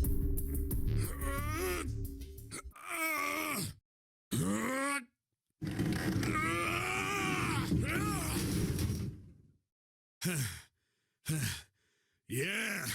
How do you like that, you son of a bitch? I finally got the damn thing off. Sweat was dripping down my face, so I wiped it off and crawled inside. The first bit or so was tight. I had a wriggle on my belly. It wind up eventually, and there was space for me to crawl along on my hands and knees.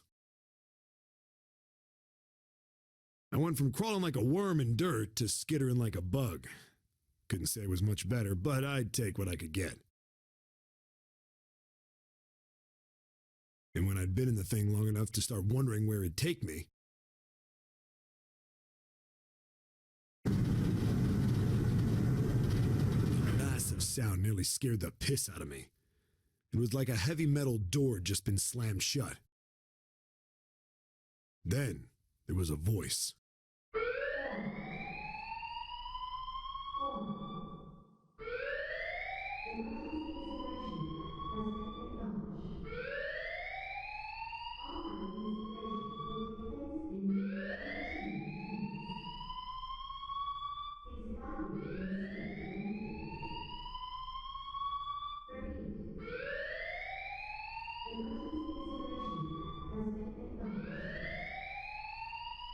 What? I wasn't sure what it meant, but anything with incinerator is bad news. And then, almost as if that was a cue, I heard a mess of young-sounding voices.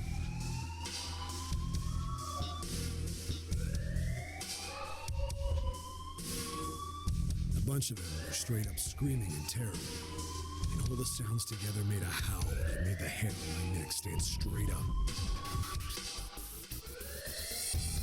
Damn it! What the hell is going on here? I scrambled through the duct as fast as I could. I made a giant racket, but I didn't care at that point. I soon found a middle door on the left side of the duct. The kids were screaming on the other side. I found it. I yanked the handle and threw the door open. I almost ripped the metal off its hinges. What the hell is this place? I couldn't believe what I saw. The room had a dome up top, and there had to be about 9 walls, all the same size. And the ceiling was an upside-down funnel, almost like a chimney. I looked down. There they were, the kids I'd been searching for. They all gawked up at me, suddenly silent, for the moment, from surprise and fear. Scared of the room or me, I couldn't tell. Probably both, actually. Not like I can blame them running into a mug like this when they're already scared shitless. I snorted in my own dig at myself and turned to the kids. Don't worry, kids, I'm not your enemy. I'm one of the good guys. All of them stood there, frozen. Well, except one. He was a boy, slightly older than the others, in a private school uniform. Who the hell are you? He stepped forward and glared at me suspiciously. I'm a detective. I'm here to rescue you. It looked like they relaxed some the second they got the words out. How are you gonna help us? Where's the exit? There isn't one. The doors we came in through won't open, and the door over there... He kind of cut himself off.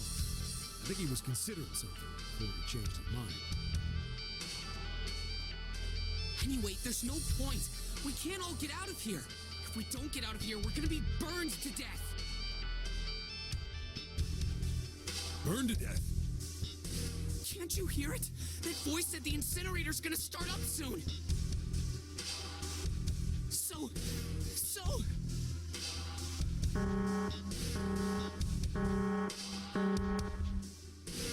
The voice spoke again.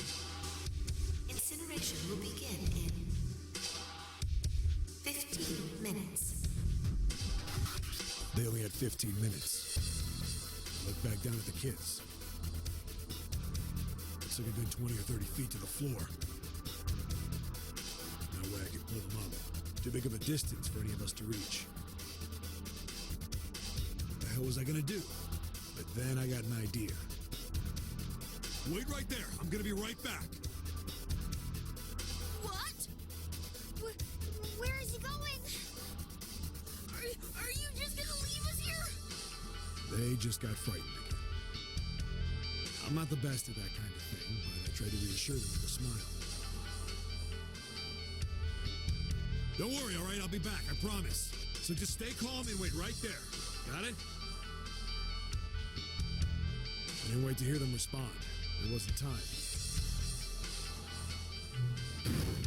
I had to hurry. Well, as fast as I could on his hands and knees. Didn't take me long to get back to my cell. Still no way out of there, but I had a plan. Needed something from the room. When I got it, I dove back into the hole and took off towards the incinerator. Then... Sorry to keep you waiting, guys. I tipped out the doorway and dropped down the rope I brought with me. Back in the cell, I tore in the bed sheets into strips and tied them together to make a rope. It was sloppy, but it got the job done. All right, just tie that around yourself, okay? I'll pull you up one at a time. Right. Wait a sec. Something's off. There were more of you before. Where'd the rest of you go? The boy in the uniform answered. I let them go on ahead. We opened the number 9 door and they left. What? You're telling me you opened that door? That's what I said. And what the hell are you doing here? We couldn't go with them. Why not? Look, the only people who can go through the numbered door. He was in the middle of explaining when...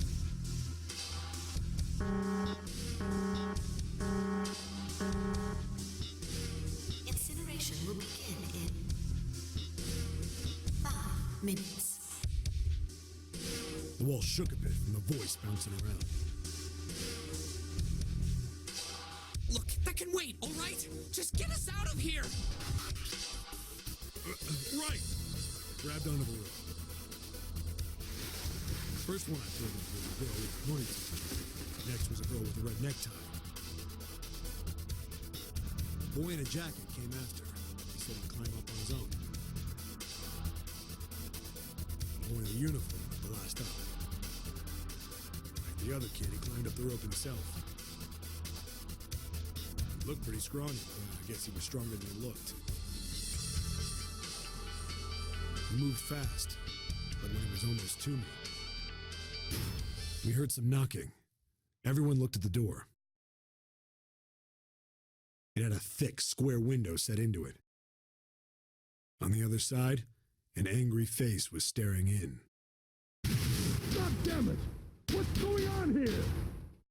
Why is the room empty? Where the hell are those fucking kids?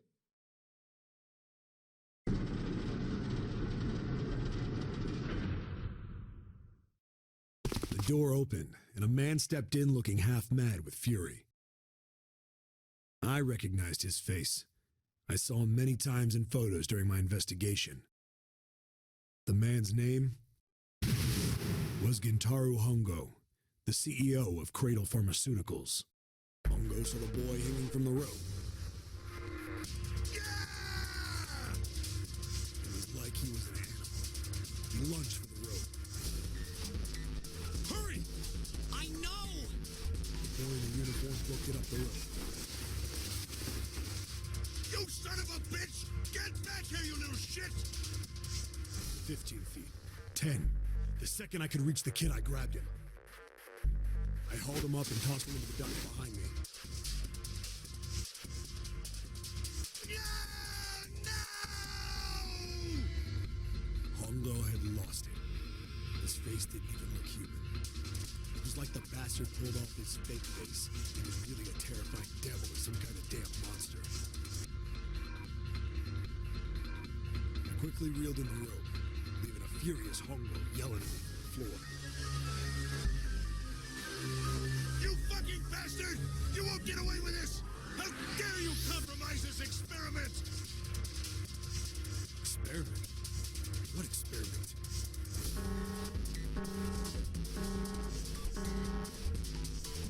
Incineration will begin in 1 minute. Hey, old man! What the hell are you doing? Hurry up! The boy in the uniform was trying to get my attention. I may have thrown a salute in the raging asshole's face before I closed the door behind me. I went to going back to the cell, so we went down the other direction instead. After about 30 feet, we came across another duct on the left. This one was heading down. Everybody nodded and took turns sliding down it. The duct emptied us out into a narrow hallway. There was a door on either side. The one on the left was a normal double door. The one on the right was familiar. It had black and yellow stripes and a device next to it on the wall. The plate on it read, Incinerator. Incinerator? Yeah, that's where we were. It was the girl with the red tie who answered me. We were inside an incinerator? Yeah, Hongo might still be there. It looks like it's been shut off, though. Wait, what? If he's still in there? Yeah, that's not good. That meant we better. We gotta get out of here. Go to the other door. Hurry! The kids started running, and I was close on their heels. On the other side of the door was a large spiral staircase. Run! Didn't need to tell them twice. Up and up and up. Feet pounding the steps. Our arms pumping fast. Round. The devil was on the tail. The stairway kept going. We passed a couple of landings when the boy in the uniform suddenly spoke.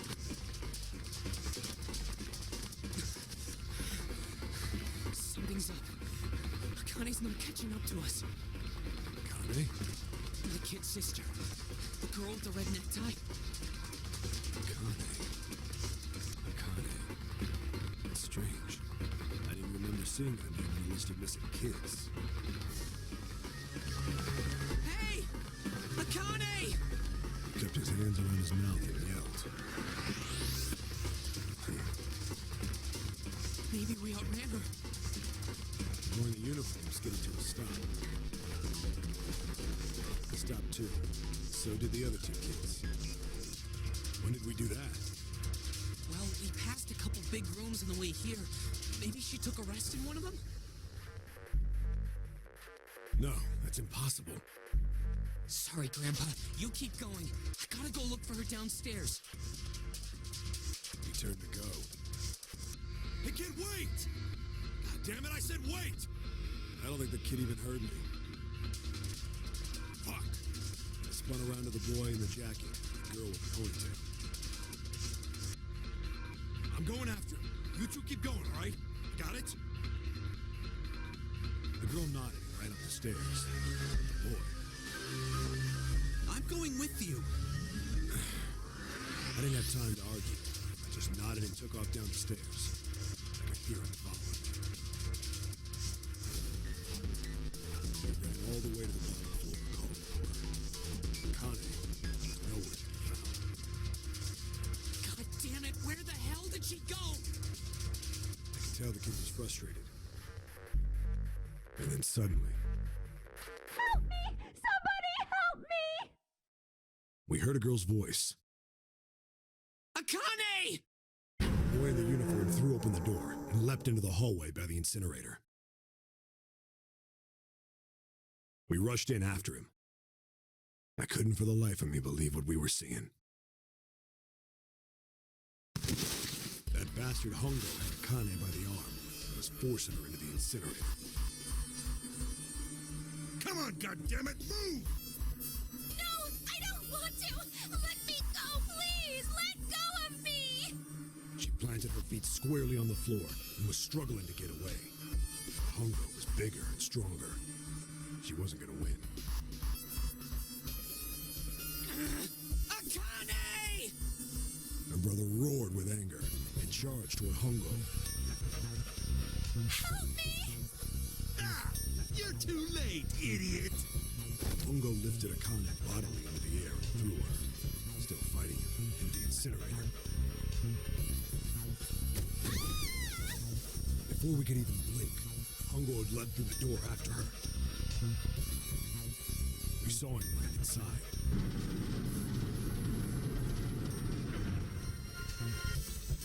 And then, the door slammed shut. We ran to the door. We did everything we could think of to get the thing open. But Fuck! It's no use! The goddamn thing won't move an inch! he started slamming his fists against the door. He was close to shattering his knuckles with how hard he pounded on it.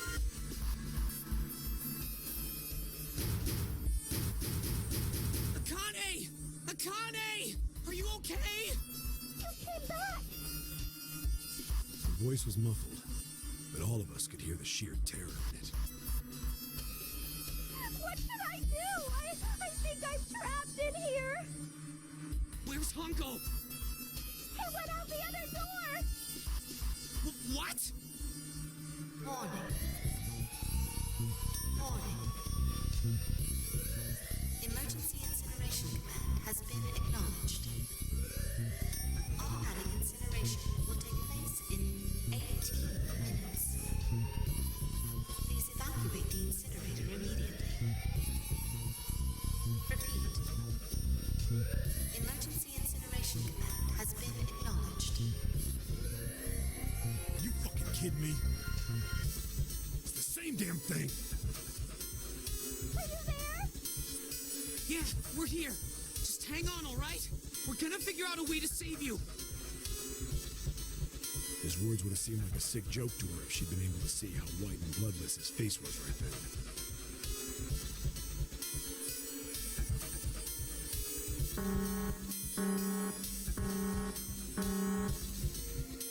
Incineration will begin in 17 minutes. Please! Please help me! I'm really scared! I don't want to die! Please, I don't want to die! I don't want to die! It's gonna be all right. I'll figure something out. I promise. I promise, okay? You hear me? I promise. It was torture listening to her sobbing on the other side of the door. Her brother was nearly crying himself. He could only stand there, fists clenched so tight his knuckles were white.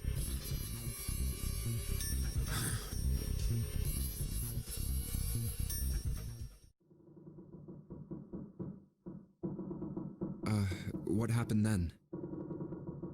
Come on, man. Put yourself in my shoes. It doesn't end good. You think I want to remember that? Then...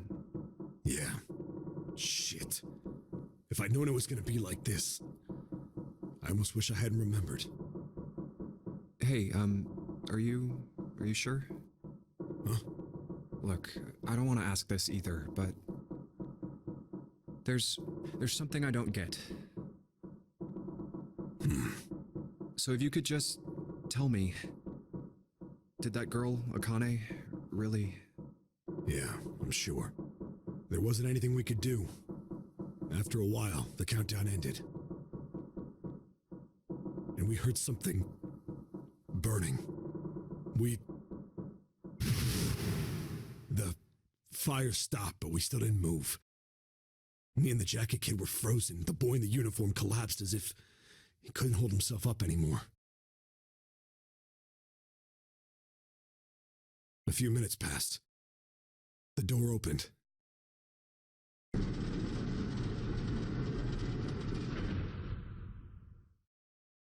The boy in the uniform tripped over his own feet running in. We followed, too numb to speak. The air in the incinerator was hot.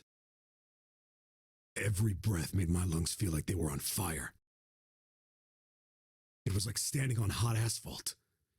The air was wavering and in the middle of the room, there it lay. The kid's legs were shaking so bad, I don't know how he managed to walk. I couldn't see his face, but his body somehow looked empty. Finally, he reached it. He fell to his knees as his legs gave out on him. And then...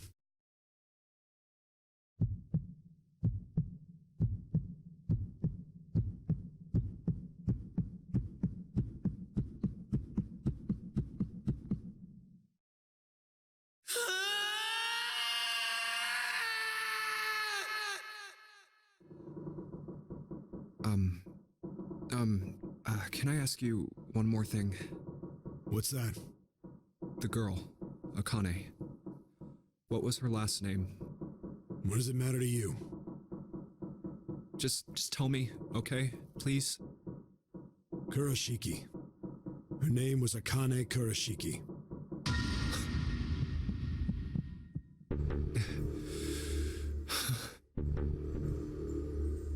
You were there that day, weren't you? The tall kid in the jacket. That was you, wasn't it? Yes, it was. You are correct, Detective. Don't misunderstand me. I told you before how Zero threatened me. There was nothing I could do.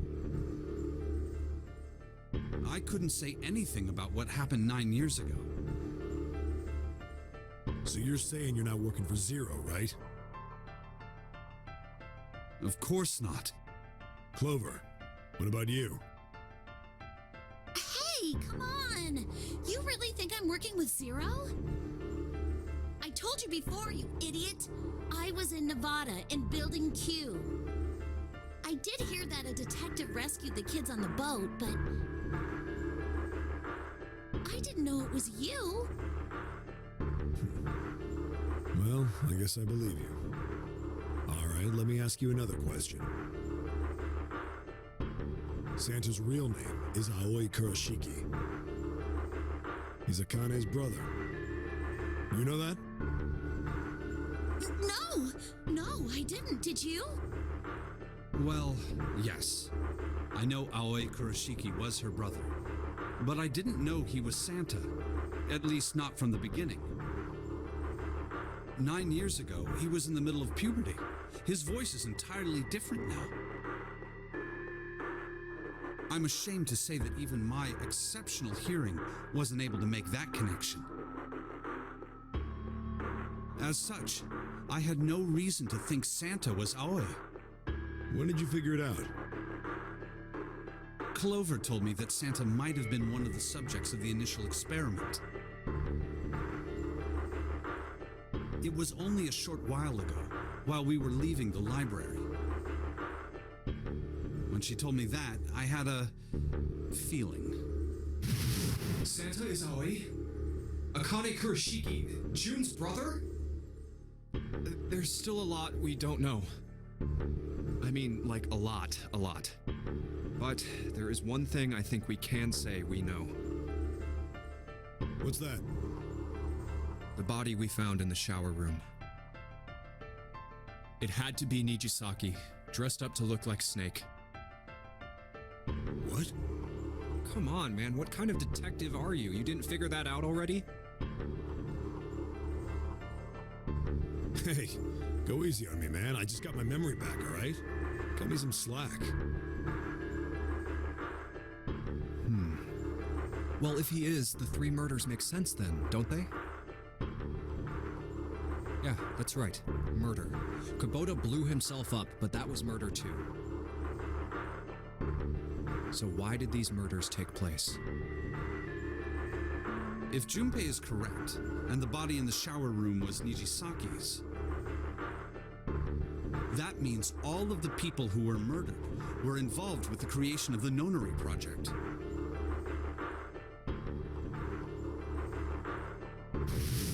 Kubota, the person who conducted the actual experiments. Nijisaki, Hongo's assistant. Musashido, the man who financed the project. You mean this was all just revenge? Santa is Zero. He's getting revenge for the death of his sister. That's why he killed them. No, I don't think Santa actually murdered anyone. If I'm right, then it's not hard to figure out who the next victim's gonna be, is it? I'm pretty sure I don't have to tell you. Yes. Yep. Right. The next target will be Gentaro Hongo. The person who planned the Nonary Project. In other words, Ace. What? What the hell's going on here? It must be 6 a.m. Our time is up. Shit! Come on, we need to get out of here. How? I'm betting this sucker opens the exit. Come on, let's go.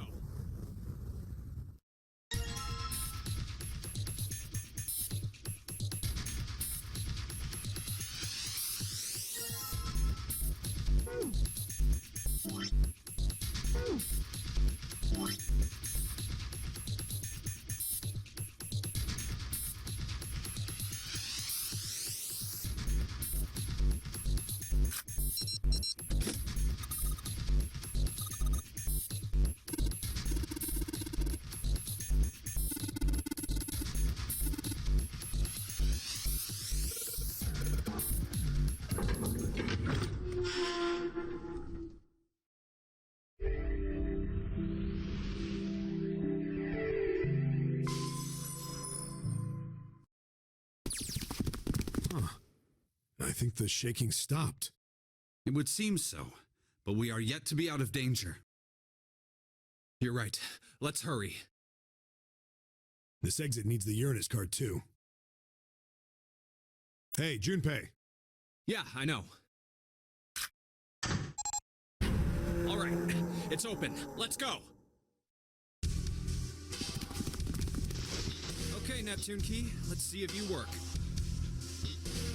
Yes, I think it unlocked. It says incinerator. So this is the incinerator. This is the first time I've seen it from this side, but yeah, I think so. Then there ought to be a lever near the door. Yeah, right here. Pull that and the door should open. I'm getting you out of there!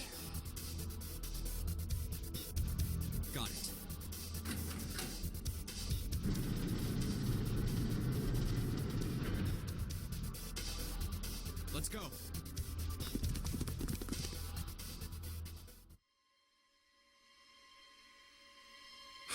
What the hell is going on? What's wrong? Are you okay? Jumpy, you came to get me. Of course I did. I made a promise. I'm so glad you're here. So glad. Hey, what happened to you? I'm fine. I just fainted. I wasn't feeling very good. I'm feeling a lot better now, though. Are you sure? Yes. I just need to rest a little longer. I'm sure I'll be fine. You shouldn't worry about me. Santa. Hey, where is it? Where's the gun? You hiding somewhere? I don't have it. I got sucker punched and they took the gun. What? Who took it? What? Isn't that obvious? I took the gun. Ace. Just what the hell do you think you're doing, Ace? Or maybe I ought to say Gentaro Hongo, CEO of Cradle Pharmaceuticals. You have me at a disadvantage, and I don't like that. You know me, but I don't know you. Do you have any idea how much I've suffered? Can you even begin to understand my pain? The pain of prosopagnosia, right? Another irritating insect. And how do you know that? Good question. No matter. If you don't want to answer, it makes no difference to me. This is a waste of time anyway. It's time for me to go. First is 1. Give me your hand. 8. And with this, 9. The ninth man. Kubota's bracelet. I believe I've won this game. I've had quite a time playing with you. I must thank Zero, I suppose. Wait, what? Ace doesn't know who Zero is. What the hell are you planning, Santa? At any rate, this game ends now. I will escape, and the rest of you will have a slightly less pleasant ending. I suggest you enjoy your final moments. Goodbye. Wait! What? Why isn't it opening? One more time. Now open!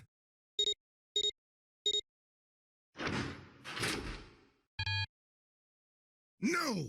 What is this? Why? That digital route should be 9! It has to be 9! Then why? Why isn't it opening? Now!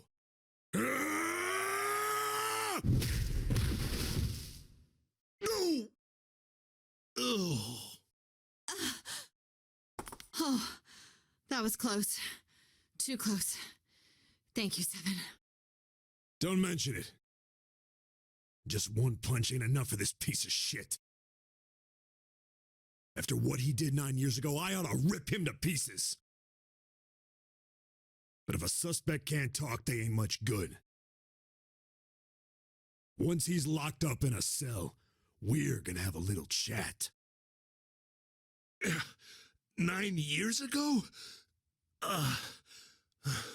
Then you must be... Yeah, you finally figured it out, dumbass. Oh. Ace, you killed Kubota, Nijisaki, and Musashido, didn't you? Wait, Nijisaki? Oh, right. You don't know yet. All right, we'll just go through them in order then. Let's start off with Kubota. You talked to Kubota and managed to convince him to go into door 5 alone. You killed him without making it look like you killed him.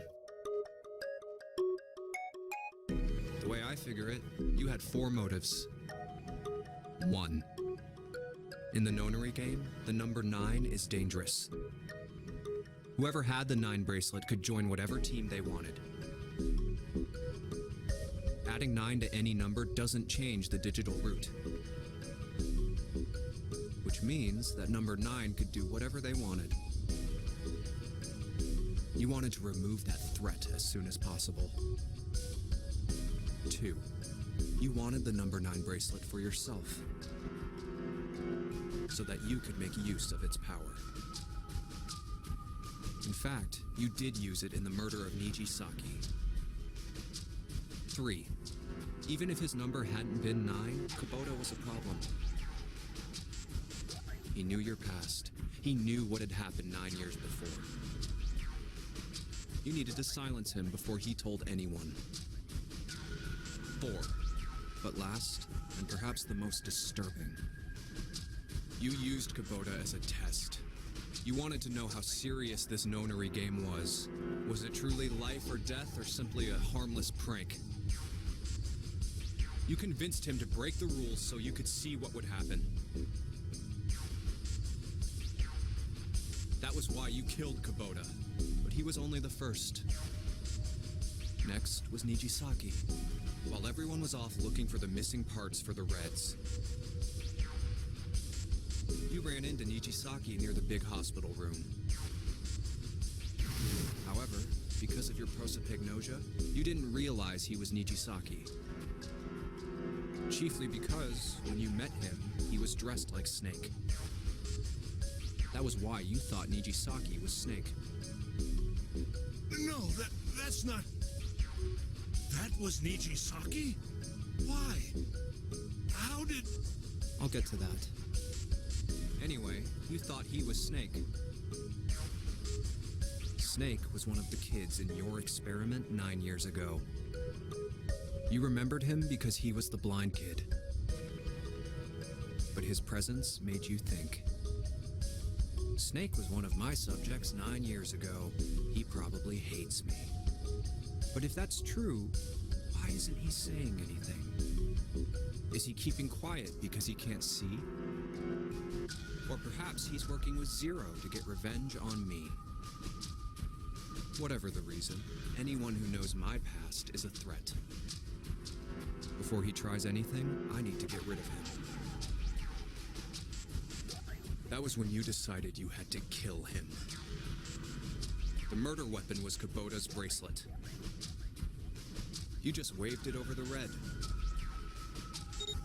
Verified your own number and then grabbed Nijisaki's arm and forced it over the scanner panel. Then, when the door opened, you kicked him in. 9 seconds later, the door closed. And then 81 seconds passed. And poor Nijisaki was dead. And you mean to say Snake is still alive? Sorry to disappoint you, but I'm as good as new. Thank you for killing the wrong man, but I can't say I like knowing that you wanted me dead. Although, to be honest, even if you hadn't tried to kill me, I would still hate you very much. Well, I wouldn't blame you. Last but not least, let's talk about Musashido's death. When Clover and I were investigating the chart room, you came over to talk to me. Do you remember what you said? Oh, a pocket watch. Might I take a look at it? I handed it to you, and you left the room. You had been in charge of the Nonary project. Of course, you would have known the solution to every puzzle. Which would mean that you also knew how to get out of the wheelhouse. All you had to do was place the watch in the indentation on the door to unlock it. With the door open, you could enter the captain's quarters. Musashido was there. Conveniently placed next to him was an axe that practically begged you to kill him with it. You picked up that axe and buried the blade deep in the other man's chest.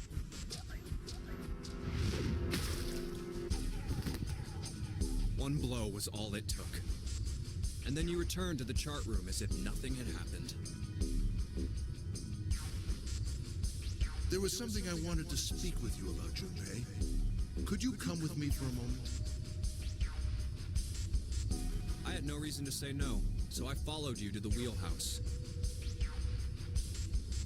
When we stepped inside, remember how you slipped your hand into my vest? You pulled out a piece of paper, the one I used to cheat during the vote. But that wasn't really what you were after.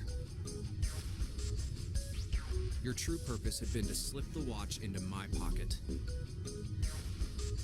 It wasn't a very good plan. It had way too many holes, and someone saying the wrong thing could have brought it all down around you.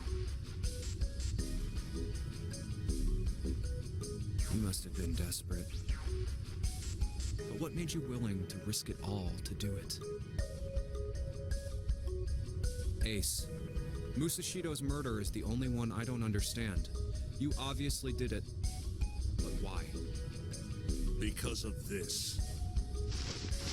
What's with the paper? Just read it. Let's see. Number 1. There are 2 ways you might survive this ordeal. The first is to win the nonary game. The second is for you to confess your sins of 9 years past. I have prepared a camera in the captain's quarters. The images captured by that camera will be streamed through a satellite and distributed across the world. Simply look into the camera and repent. Once you have confessed everything, I will release you from this ship. To make your confession more credible, I have left you a witness in the captain's quarters. Perhaps he will confess with you. The decision is yours. Do as you please. 0. When I awoke in that room on D-Deck, I found that in my pocket. That was why I chose door 1 when we voted. If I went through that door, I knew I could get to the captain's quarters. As you said, I knew how to enter the wheelhouse. My plan was to find the pocket watch before anyone else. If I could, then my alibi would be set. At least, that was the plan. Unfortunately for me, you got to it first. That sleight of hand was the best I could manage on short notice. You meant to kill him from the beginning then? Musashido, I mean. I only knew Musashido was the witness after I reached the captain's quarters. I asked him, and he answered. He seemed groggy. Perhaps he had only just awoken from sedation. I suppose Nijisaki was in much the same state. He seemed confused and disoriented when I encountered him. But yes, you are correct. I intended to kill him from the beginning, even though I didn't know who he was. I proceeded to the captain's quarters in order to remove this so-called witness. Ace, you figured it out, haven't you? You were being manipulated. Yes, so it would seem. I was little more than a puppet, in many ways. Everywhere I went, everything was already prepared. The Reds in the large hospital room were dismantled. Nijisaki was dressed like Snake. There was an axe in the captain's quarters. Musashido was delirious from the anesthetic, so he couldn't fight back. Nijisaki as well. In retrospect, I can't understand how I could have fallen into such a simple trap. But yes, this was a trap. It was Zero's trap, and I fell for it hook, line, and sinker. I did everything he wanted me to do. Yeah. By manipulating you, Zero was able to kill 3 people and keep the blood off his own hands. All of this was revenge for what happened 9 years ago. That's why this nonary game happened. Am I right, Santa? Huh? What the hell are you talking about? I don't know any... Ain't no point trying to play dumb anymore, Santa. Actually, I guess I should call you Aoi Kurashiki, huh? My memory came back to me, kid. You're Aoi Kurashiki, no doubt about it. Never thought I'd be back in this room talking to you. But hey, I guess this was all part of your plan, right? After all, the person who planned the nonary game this time around was Zero. And Zero's you. Looks like you really do have your memories back, huh? Well, I guess there's no point in hiding it then, huh? Yeah, you got me. I'm Aoi Kurashiki. I was one of the kids in the nonary game 9 years ago. I made it out. So did Snake over there. But there's one thing... No, I guess there's 2 things you got wrong. Number 1, I ain't Zero. What? Wait, what? Sure, I was helping Zero out, but I'm really more of an assistant, like a secretary. But an assistant's only an assistant. I didn't come up with all this. All I did was follow Zero's orders. Then, if you're not Zero, who is? Calm down there, Junpei. Didn't I say 2 things? You made one more mistake. Junpei, you just said, all of this was revenge for what happened 9 years ago. That's why this nonary game happened. But that's not it. Revenge isn't the only purpose. There's another reason you guys were playing the nonary game. To save someone. Save someone? Right. You were brought here to help my sister, to save Akane. What the hell are you talking about? Akane Kurashiki died 9 years ago in this room. I was there. I saw... What? What the hell? Where is she? Where's Akane Kurashiki? Ugh. Oh, my head! My head, it feels like it's gonna pop. 7! What the hell is going on? I don't know. I just... Oh! I swear to God, my head feels like it's about to explode! What was the Nonary Project? I'm sure you know already, but I'll tell you one more time. It was a project designed to test a particular phenomenon. And what was that phenomenon? For 2 organisms to communicate with one another in the absence of physical contact. The morphogenetic field theory. Could human beings use these invisible fields to exchange information? That was what this experiment was conducted to determine.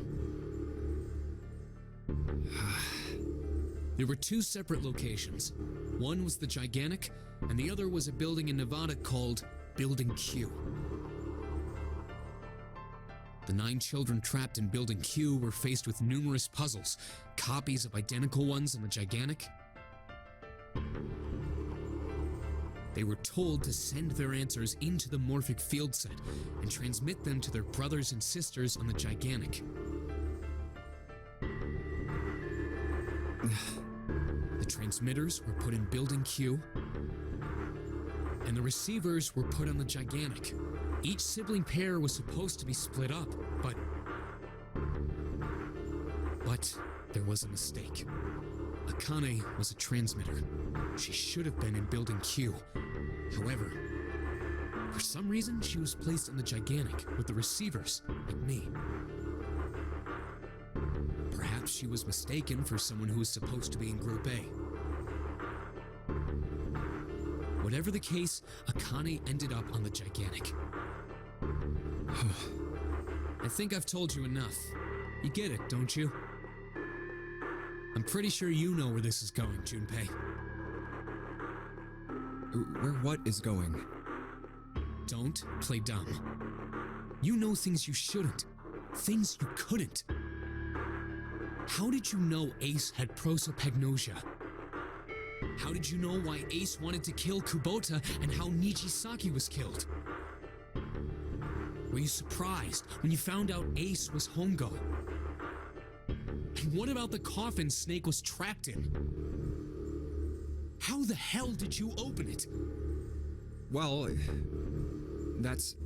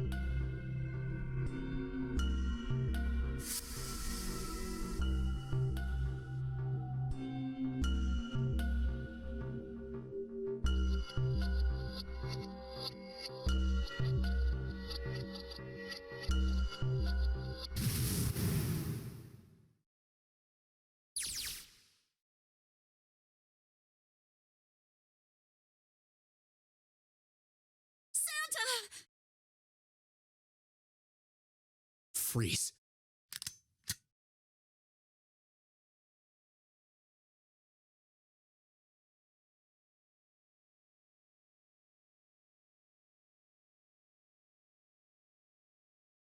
Get up.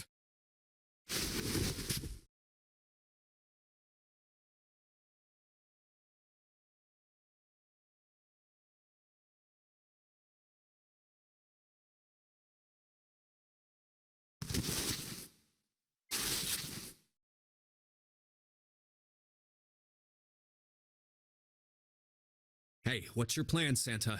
What are you doing?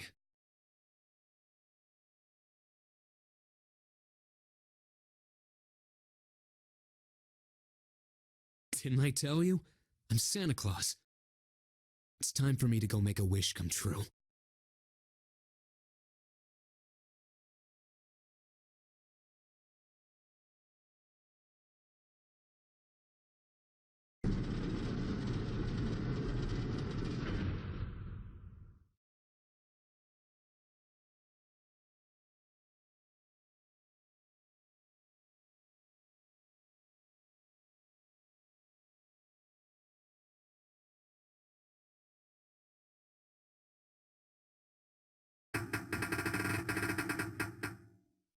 Damn.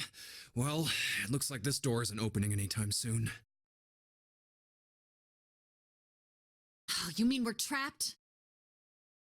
So it would seem. What the hell is Santa trying to do? Oh my gosh! Oh my gosh, what? Have you considered where we are? There can really only be one thing Santa would do now. No. No, you can't be serious.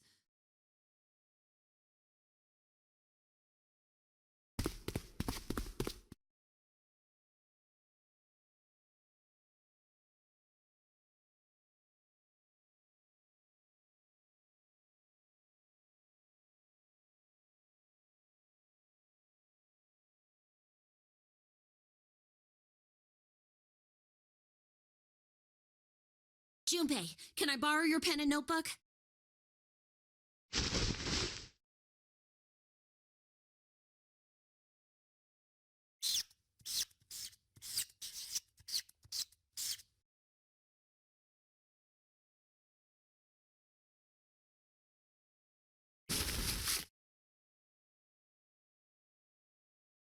What the hell are you doing, Clover? Give me that!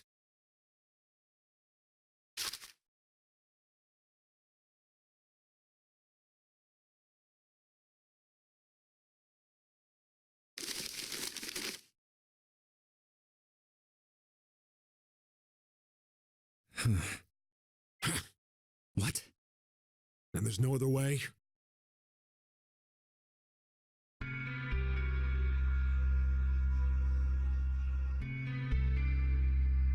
It's okay. Go. Lotus. Come on, you know we can't do that. Don't give me that. I'm sure you'd love to get rid of me. God damn it, you idiot!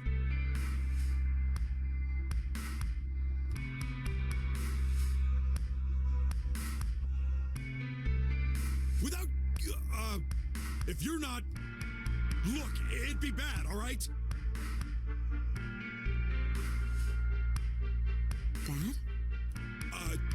Yeah.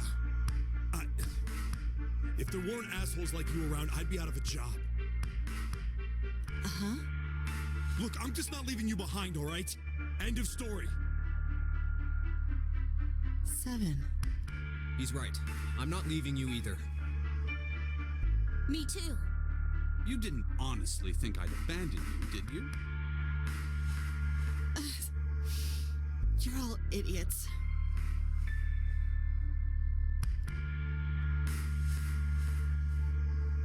That being said, however, I doubt we would be able to open the door anyway, even if we were to leave Lotus behind. Huh? Why? I trust you remember what happened to Ace? I couldn't see exactly what happened, but I was able to guess what he was attempting to do earlier at the Red. Oh, yeah. No! What is this? Why? The digital route should be 9! It has to be 9! Then why? Why isn't it opening? Just to see, why don't we give it a shot? Give it a shot. Yes, that is what I said.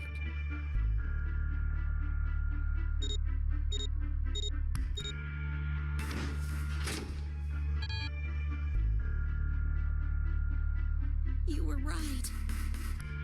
It ain't opening. But it did open 9 years ago. The digital route was 9 then, I'm sure of it. You think maybe they changed the settings? Perhaps.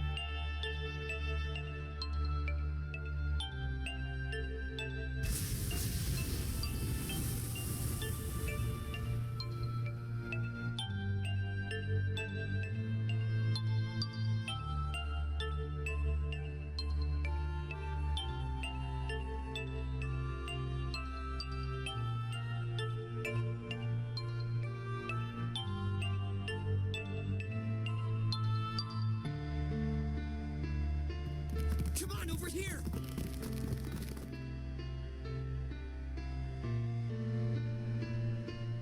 Come on, hurry up!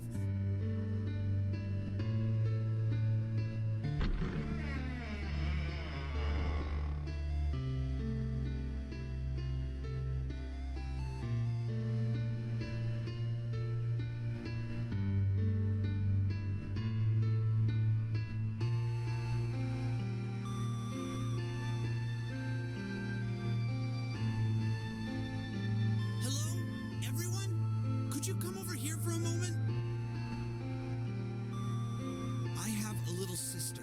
She is very important to me. Right now, she is over in Building Q. and is desperately trying to send information over to me. Her name is Clover, and today is her 9th birthday.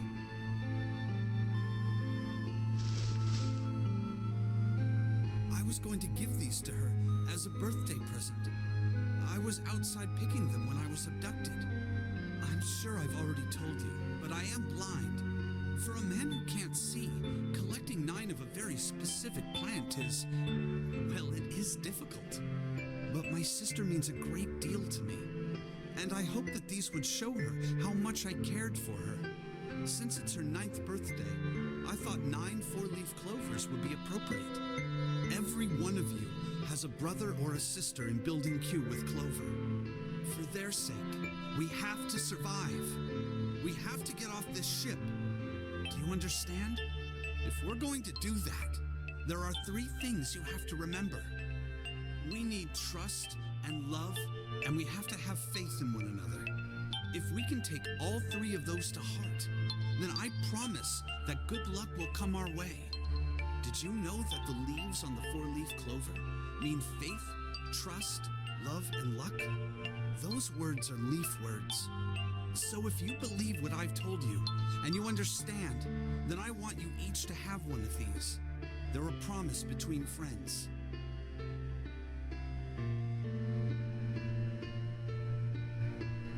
Now don't ever forget, so long as you have that, we will always be connected. Do you understand?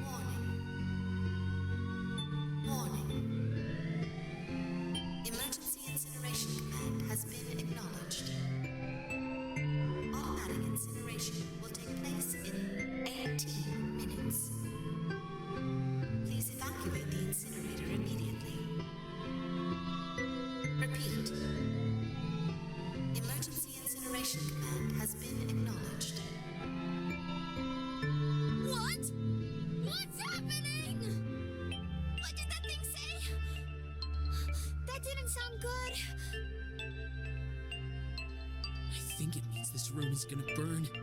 Burn! The plaque on the door says incinerator. And that voice said that the incineration is about to start.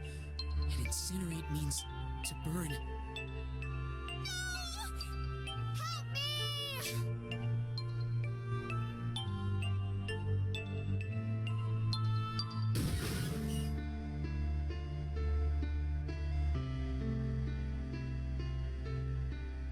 Don't worry, kids. I'm not your enemy. I'm one of the good guys. I'm a detective. I'm here to rescue you.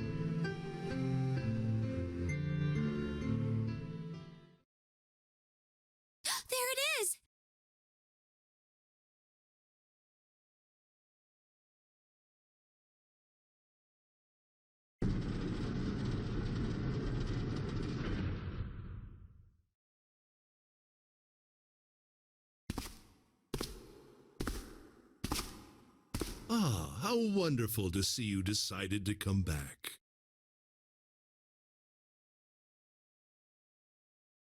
Come with me. We must continue the experiment.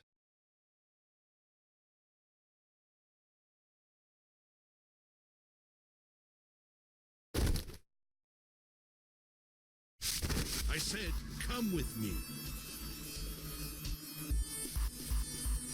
No! Stop! Let go of me! Let go!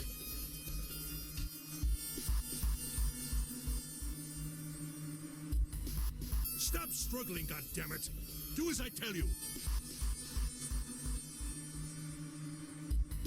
Help me! Somebody help me! Akane!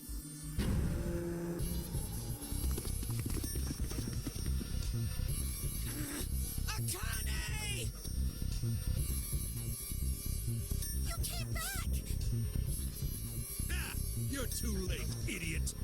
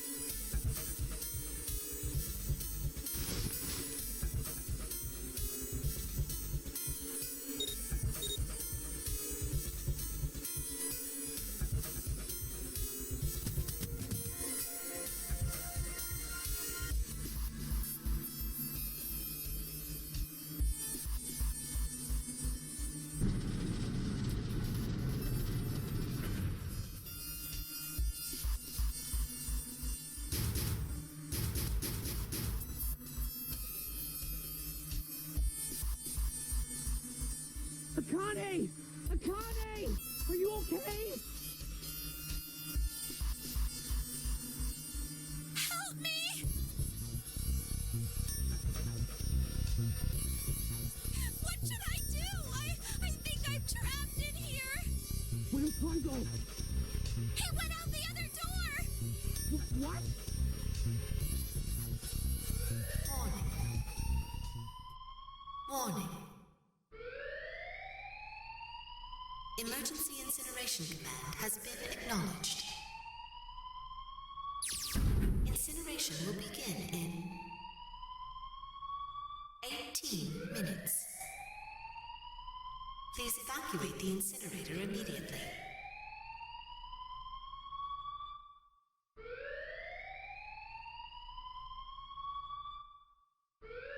I knew it!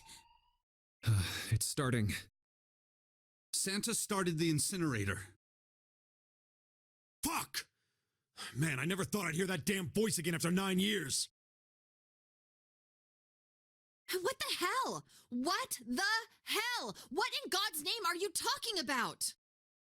It's 9 years this and 9 years that, and when it's not 9 years something, then you're talking about some sort of fucking experiments. You aren't making any sense.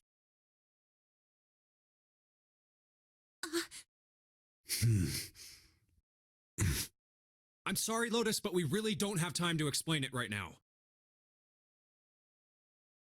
I promise, I'll tell you everything once we get out of here. But Incineration will begin in 17 minutes.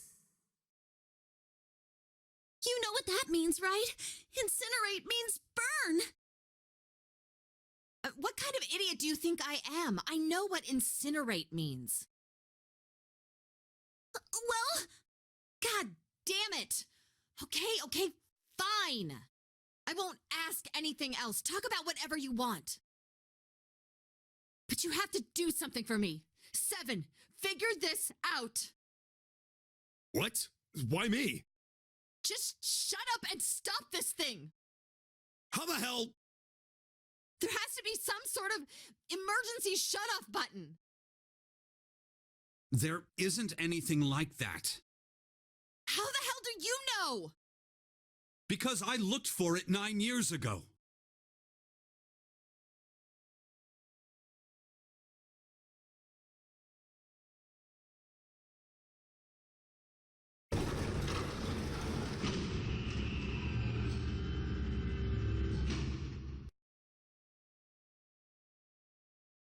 What the hell is that? What is that? What is that?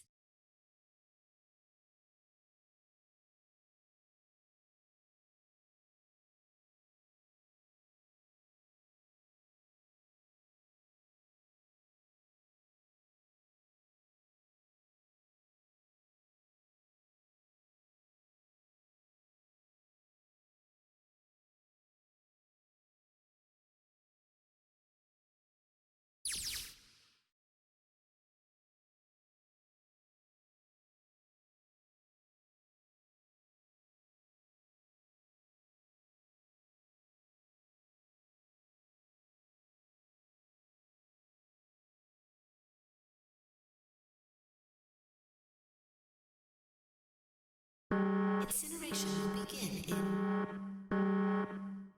15 minutes.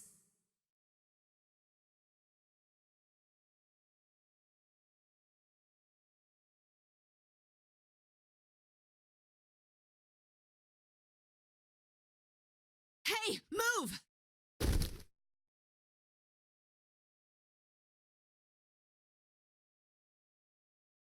Okay, it's turned on. There's nothing on the screen, though. Oh, this is bad. This is really bad. If there's nothing on here, how are we supposed to do anything with it?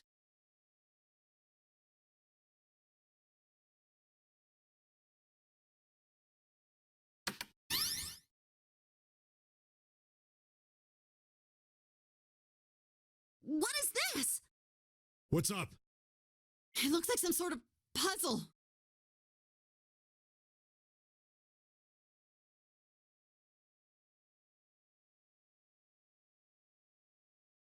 Do you think that if we solve this puzzle... The incinerator will stop? Yeah. Well, we can hope, right?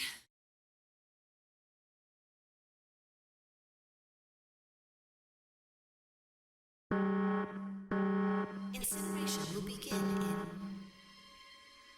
in 13 minutes.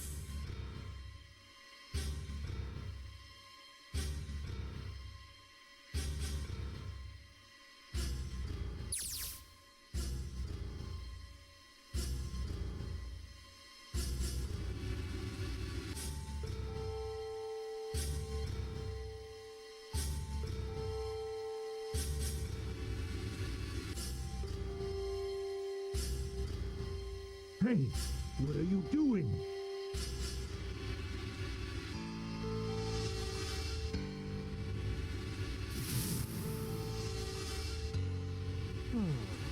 Don't know what to do?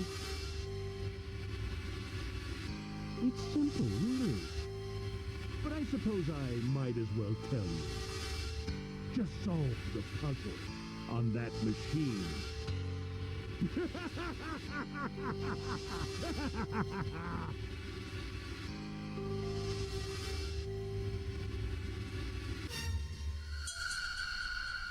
a terrible person!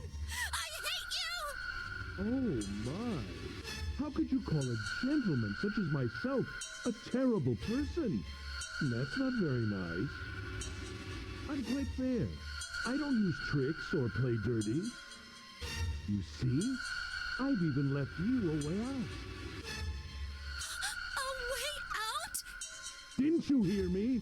All you have to do is solve that puzzle. Do that, and you can stop the incinerator. What's the point of stopping it? You'll only capture me and make me do this all again. I'm not going to listen to you. If you're just going to throw me back in here, I might as well just die now. My goodness, haven't you listened to anything I've said? I told you, I'm a fair man. Huh? If you solve the puzzle, the verification function of the red will in turn activate. If this experiment is to deliver valid results, there must be a chance of success. If you succeed, you will escape. The verification function of the red?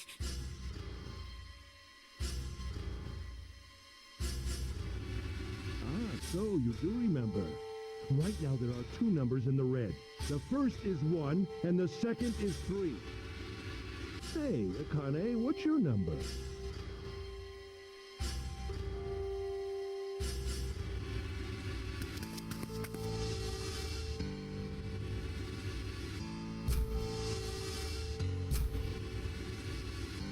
aren't one for listening, are you?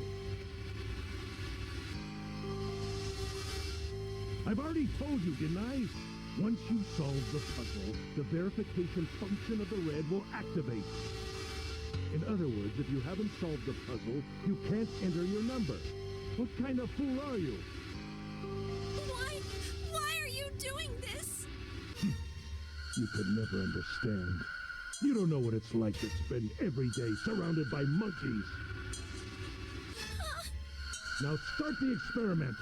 Solve the puzzle. I can't! I don't know how! Of course you don't. Isn't that the point? You understand, don't you? Access the morphogenetic field and find the solution. I can't! Then you'll die. You'll burn alive. It's gonna be quite hot in there in a few minutes.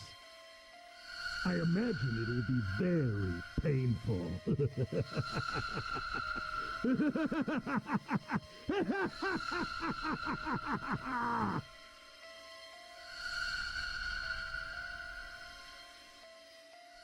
Incineration will begin in 10 minutes.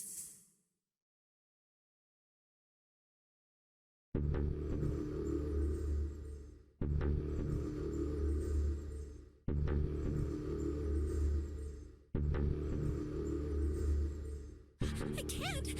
I just can't. There's no way. I can't figure this out.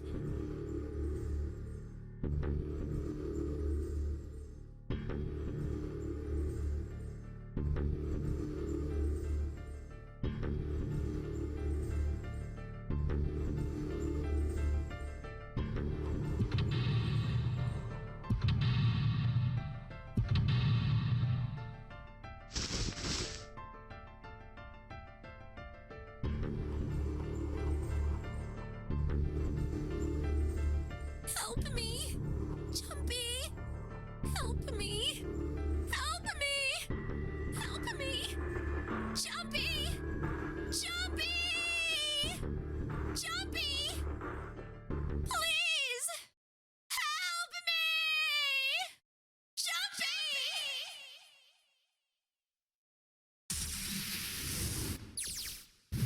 Akane? Akane? Who the hell is Akane? Shut up! Just shut the hell up!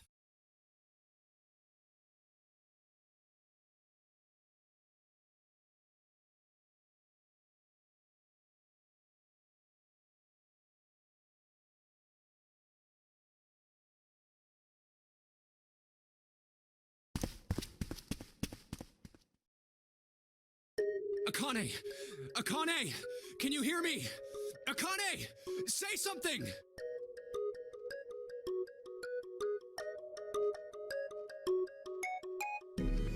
Akane! Answer me! Akane! Jumpy?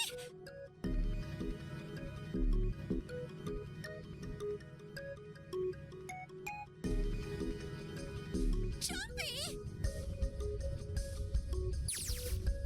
Akane! Jumpy?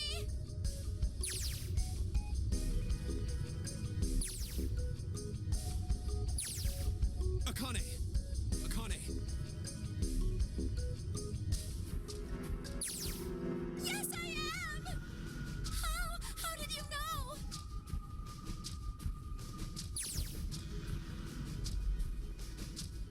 Right. There's only one way to help her. You're brought here to help my sister, to save Akane. Incineration will begin in 7 minutes. Jumpy, we don't have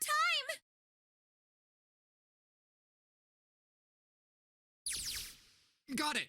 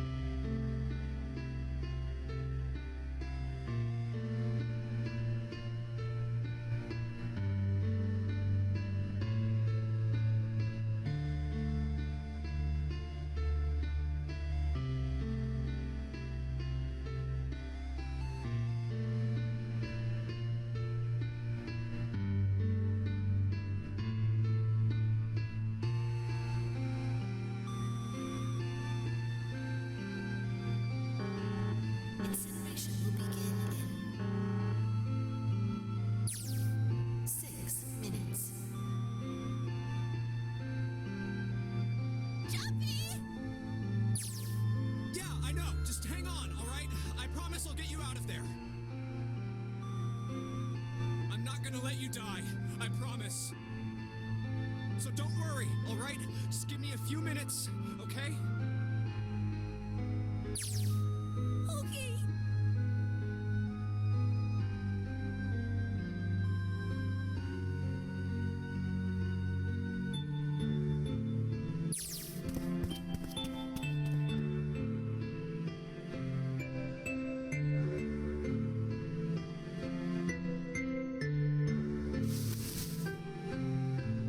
Hey, what are you... Just trust me, okay?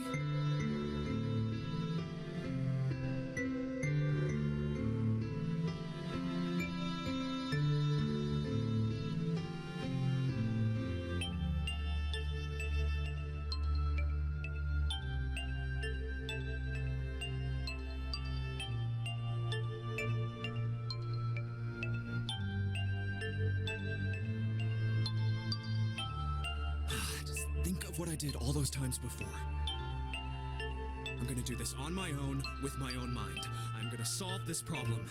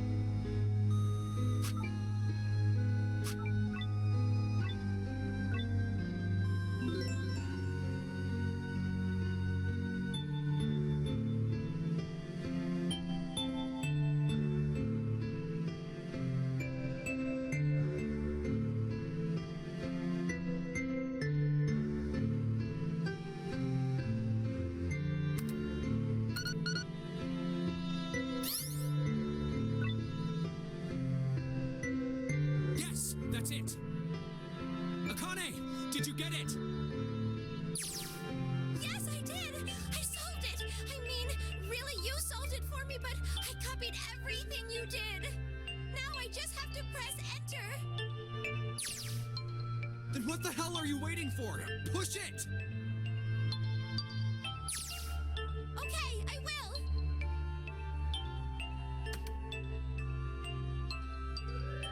Emergency shutdown command has been confirmed. Incineration system has been disabled.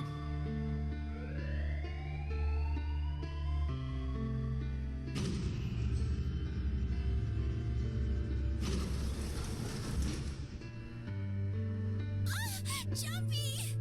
It worked! It worked! The incinerator shut down! It worked!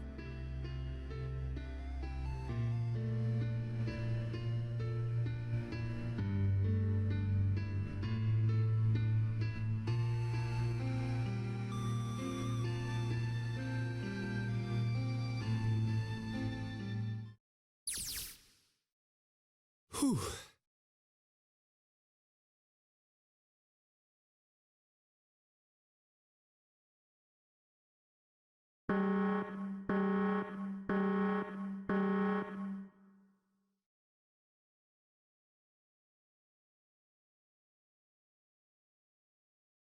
Akane, sorry, but things are kind of busy over here. I'm gonna have to hang up now, okay? Oh, of course, that's fine!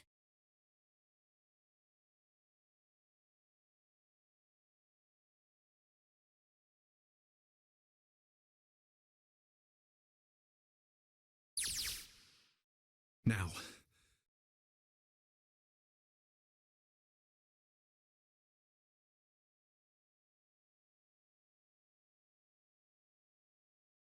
Junpei, are you... Okay? Ah, shut it.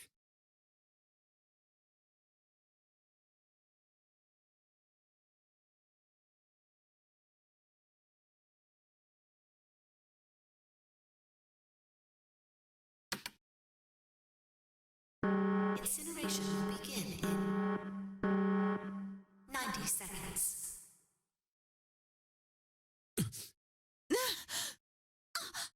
It doesn't sound like it's stopping.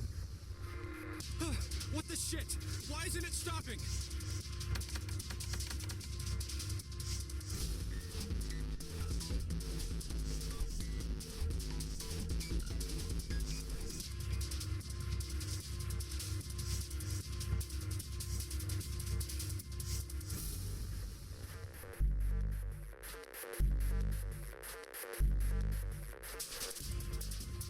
Incineration will begin in 60 seconds.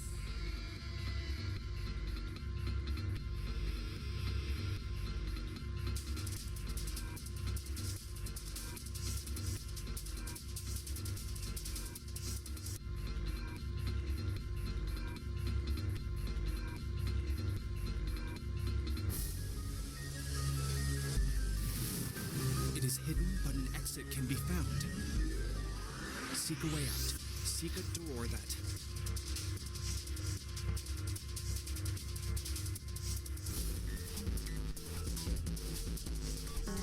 Incineration will begin in 30 seconds. Run, guys! Get to the door! Run!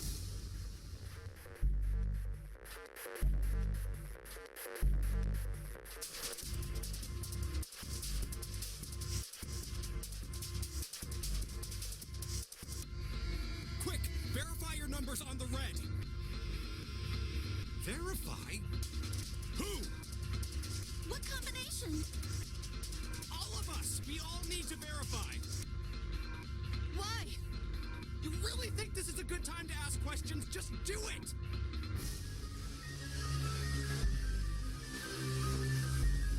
Incineration will begin in 10 seconds. 9, 8, 7, 6, 5, 4, 3, 2. Central gate has been opened. Incineration system has been disabled.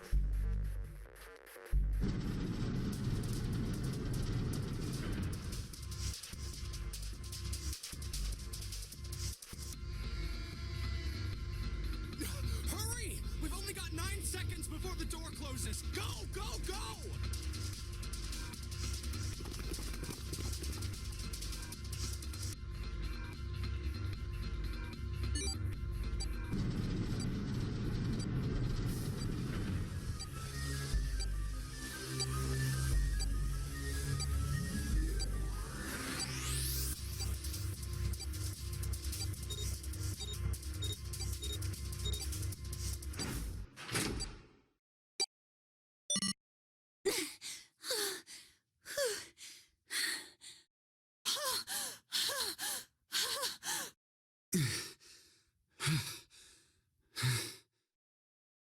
Shit.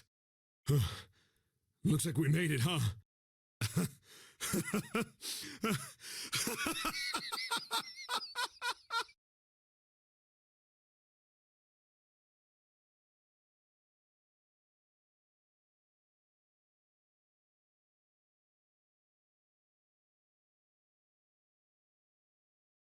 Akane?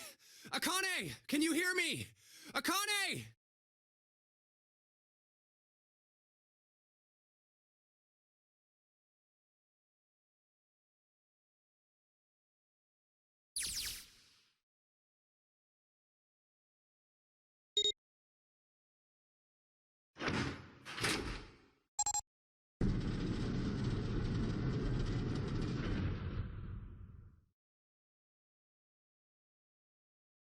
Akane!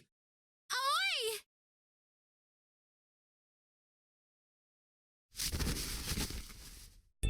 Oh, oi!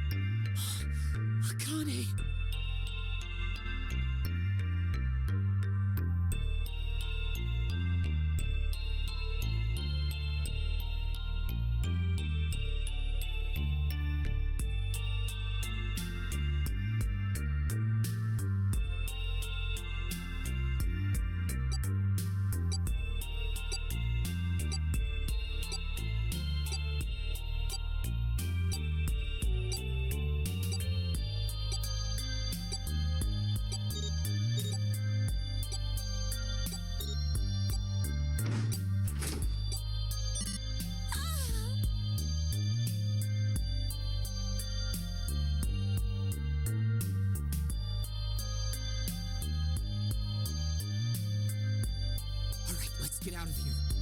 If we don't book it, we might run into Hongo again.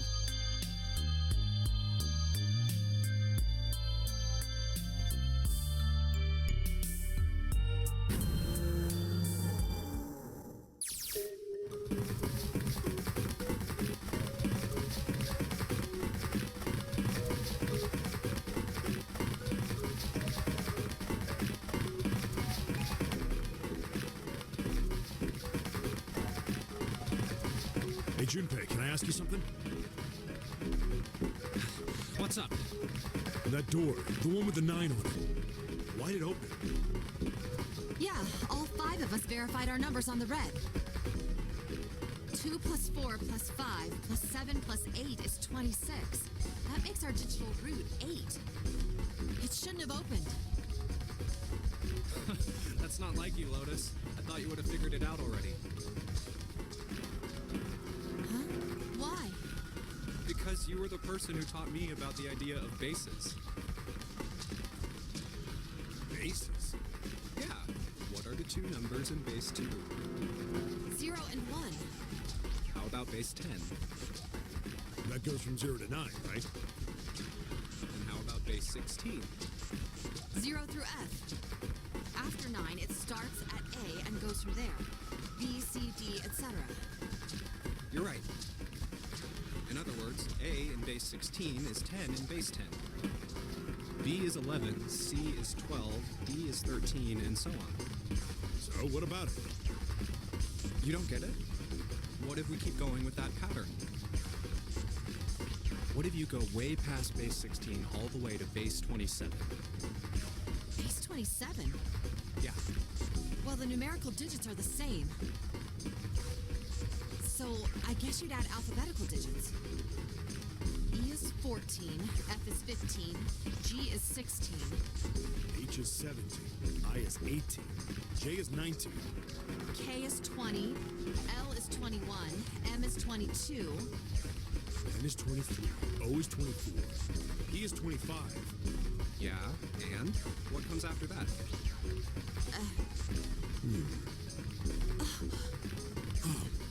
Q. 26. And what does that mean? Wasn't a 9 on the door. It was a Q. A fucking lowercase q. Yep, that's pretty much it. I guess to put it another way, you could say that it was a 9 in base 10, but a Q in base 27.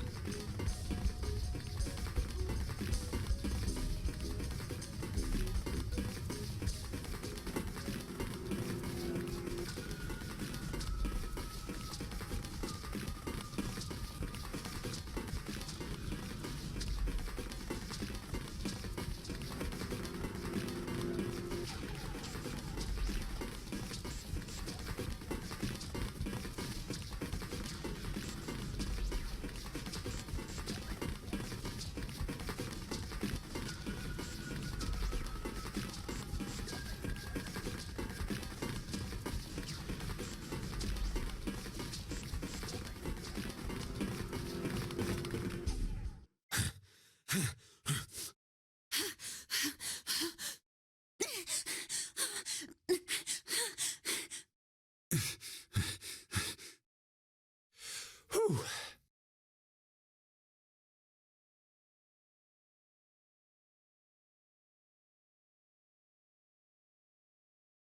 All right, I'm gonna open it. Yeah. Yes. We're finally here. Please do.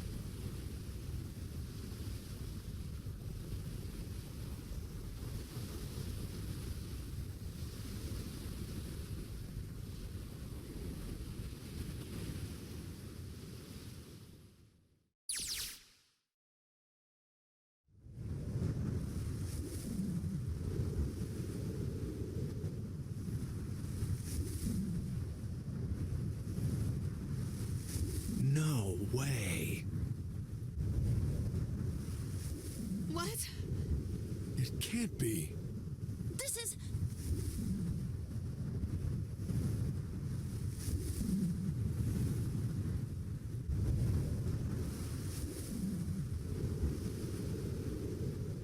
This is the building in the Nevada desert. the mock experiment building. Oh my god. This whole time we were in Building Q.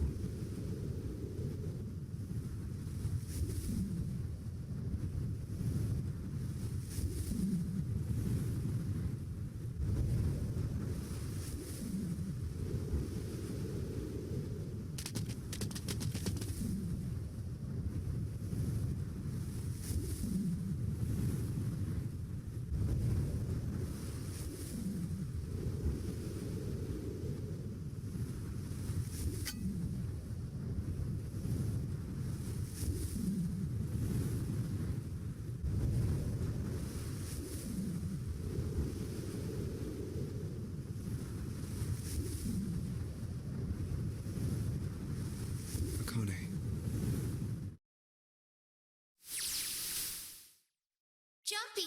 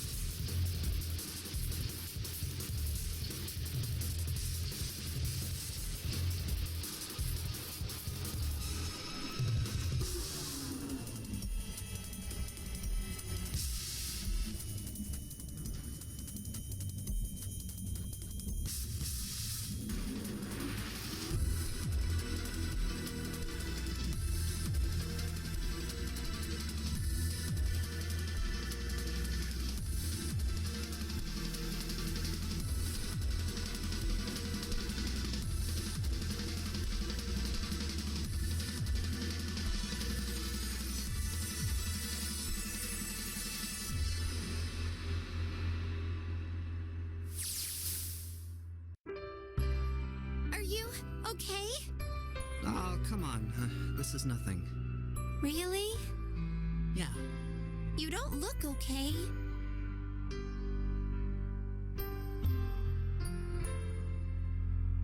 How does it look then?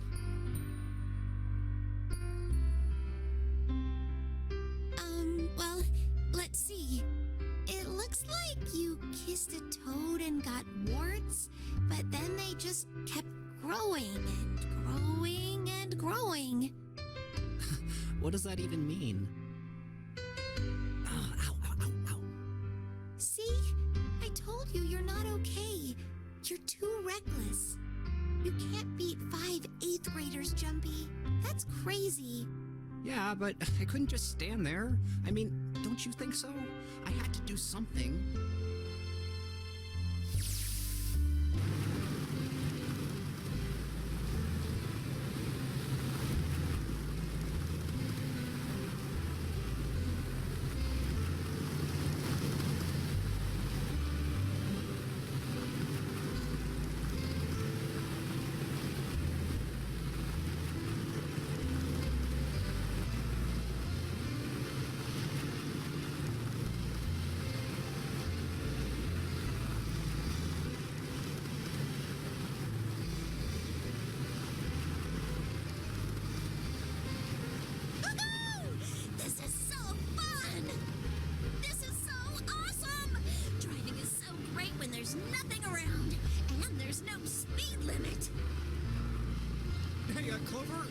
goosebumps, all right?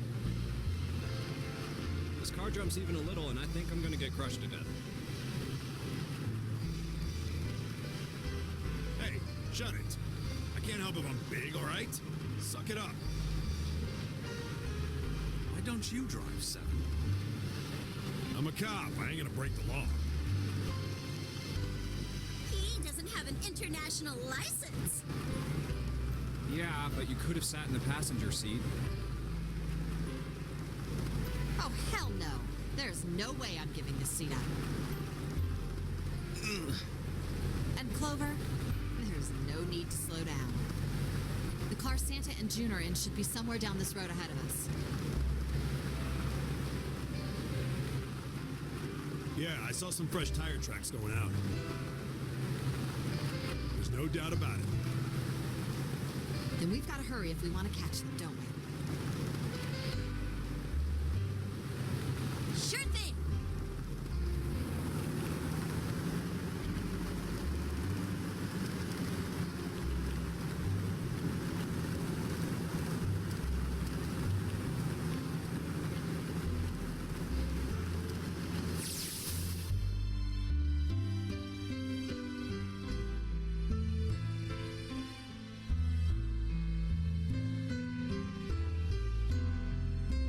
Hey, what the hell are you doing?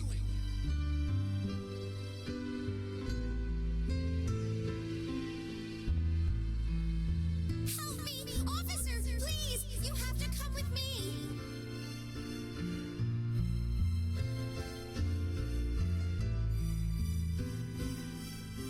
You couldn't run away after you threw the kitty to me? Yeah, I guess I could have. Then why didn't you? I didn't want to. I wanted to beat him up. Beat him up real good. Because of what they were doing to the kitty. Yeah, that too, but I think they were the ones behind those murders our first semester. Remember? Oh, you mean the bunnies. Yeah, the bunnies. They asked me what elementary school I was from, so I told them. And then they said they'd do the same thing to you that they did to the rabbits. I couldn't forgive them for that, so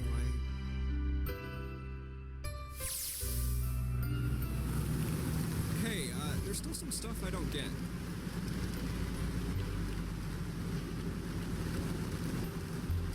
Like Ace.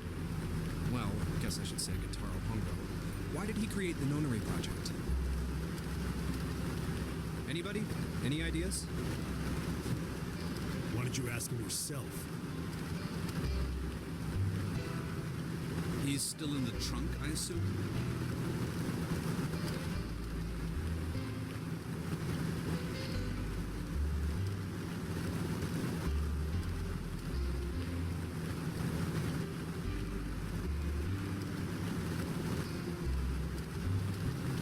Hey, were you listening to us?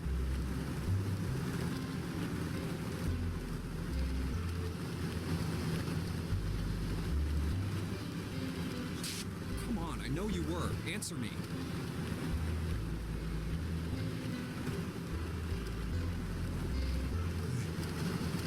I only wanted to see the faces. Human faces. I thought if I could gain the ability to access the morphic field center, then perhaps I could see faces. By peering into people's minds, you could understand how they were processing the expressions of others. That's it? Yes, if you want to put it simply. But if you are looking for a more philosophical answer, I can supply that as well. You see, the human collective consciousness.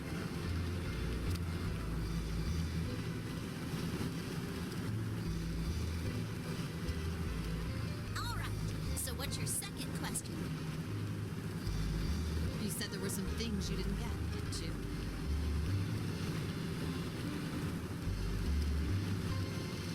Well, my next question doesn't really have anything to do with you two. This is for you, Seven. It's about the whole Alice thing. What's the deal with that? Well, see, 9 years ago, after I escaped from the Gigantic, I kept going after Hongo on my own. I'd catch him when he finally slipped up.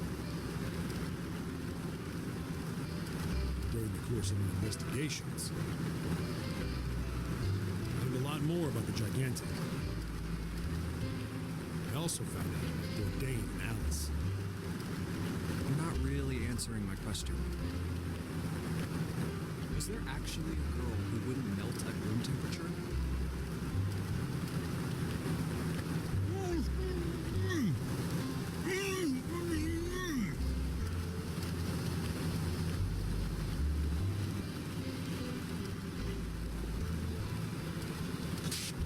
What? Alice doesn't exist. 9 years ago, I found Alice's coffin behind the library on the bottom deck. There was nothing in it but the root of a peculiar plant. My research determined that it was a member of the genus Madrigal of the family Solanaceae. I was able to extract a particular alkaloid from it. I used that extract to create Soapy. Its creation was a tremendous boon to my firm, and we grew rapidly.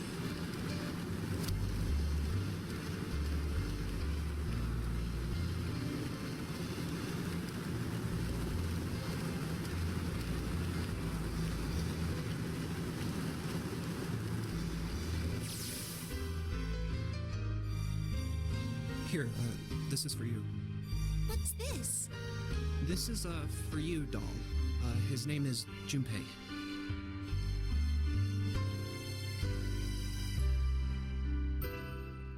Jumpy, are you sure it's, for you, doll? Huh?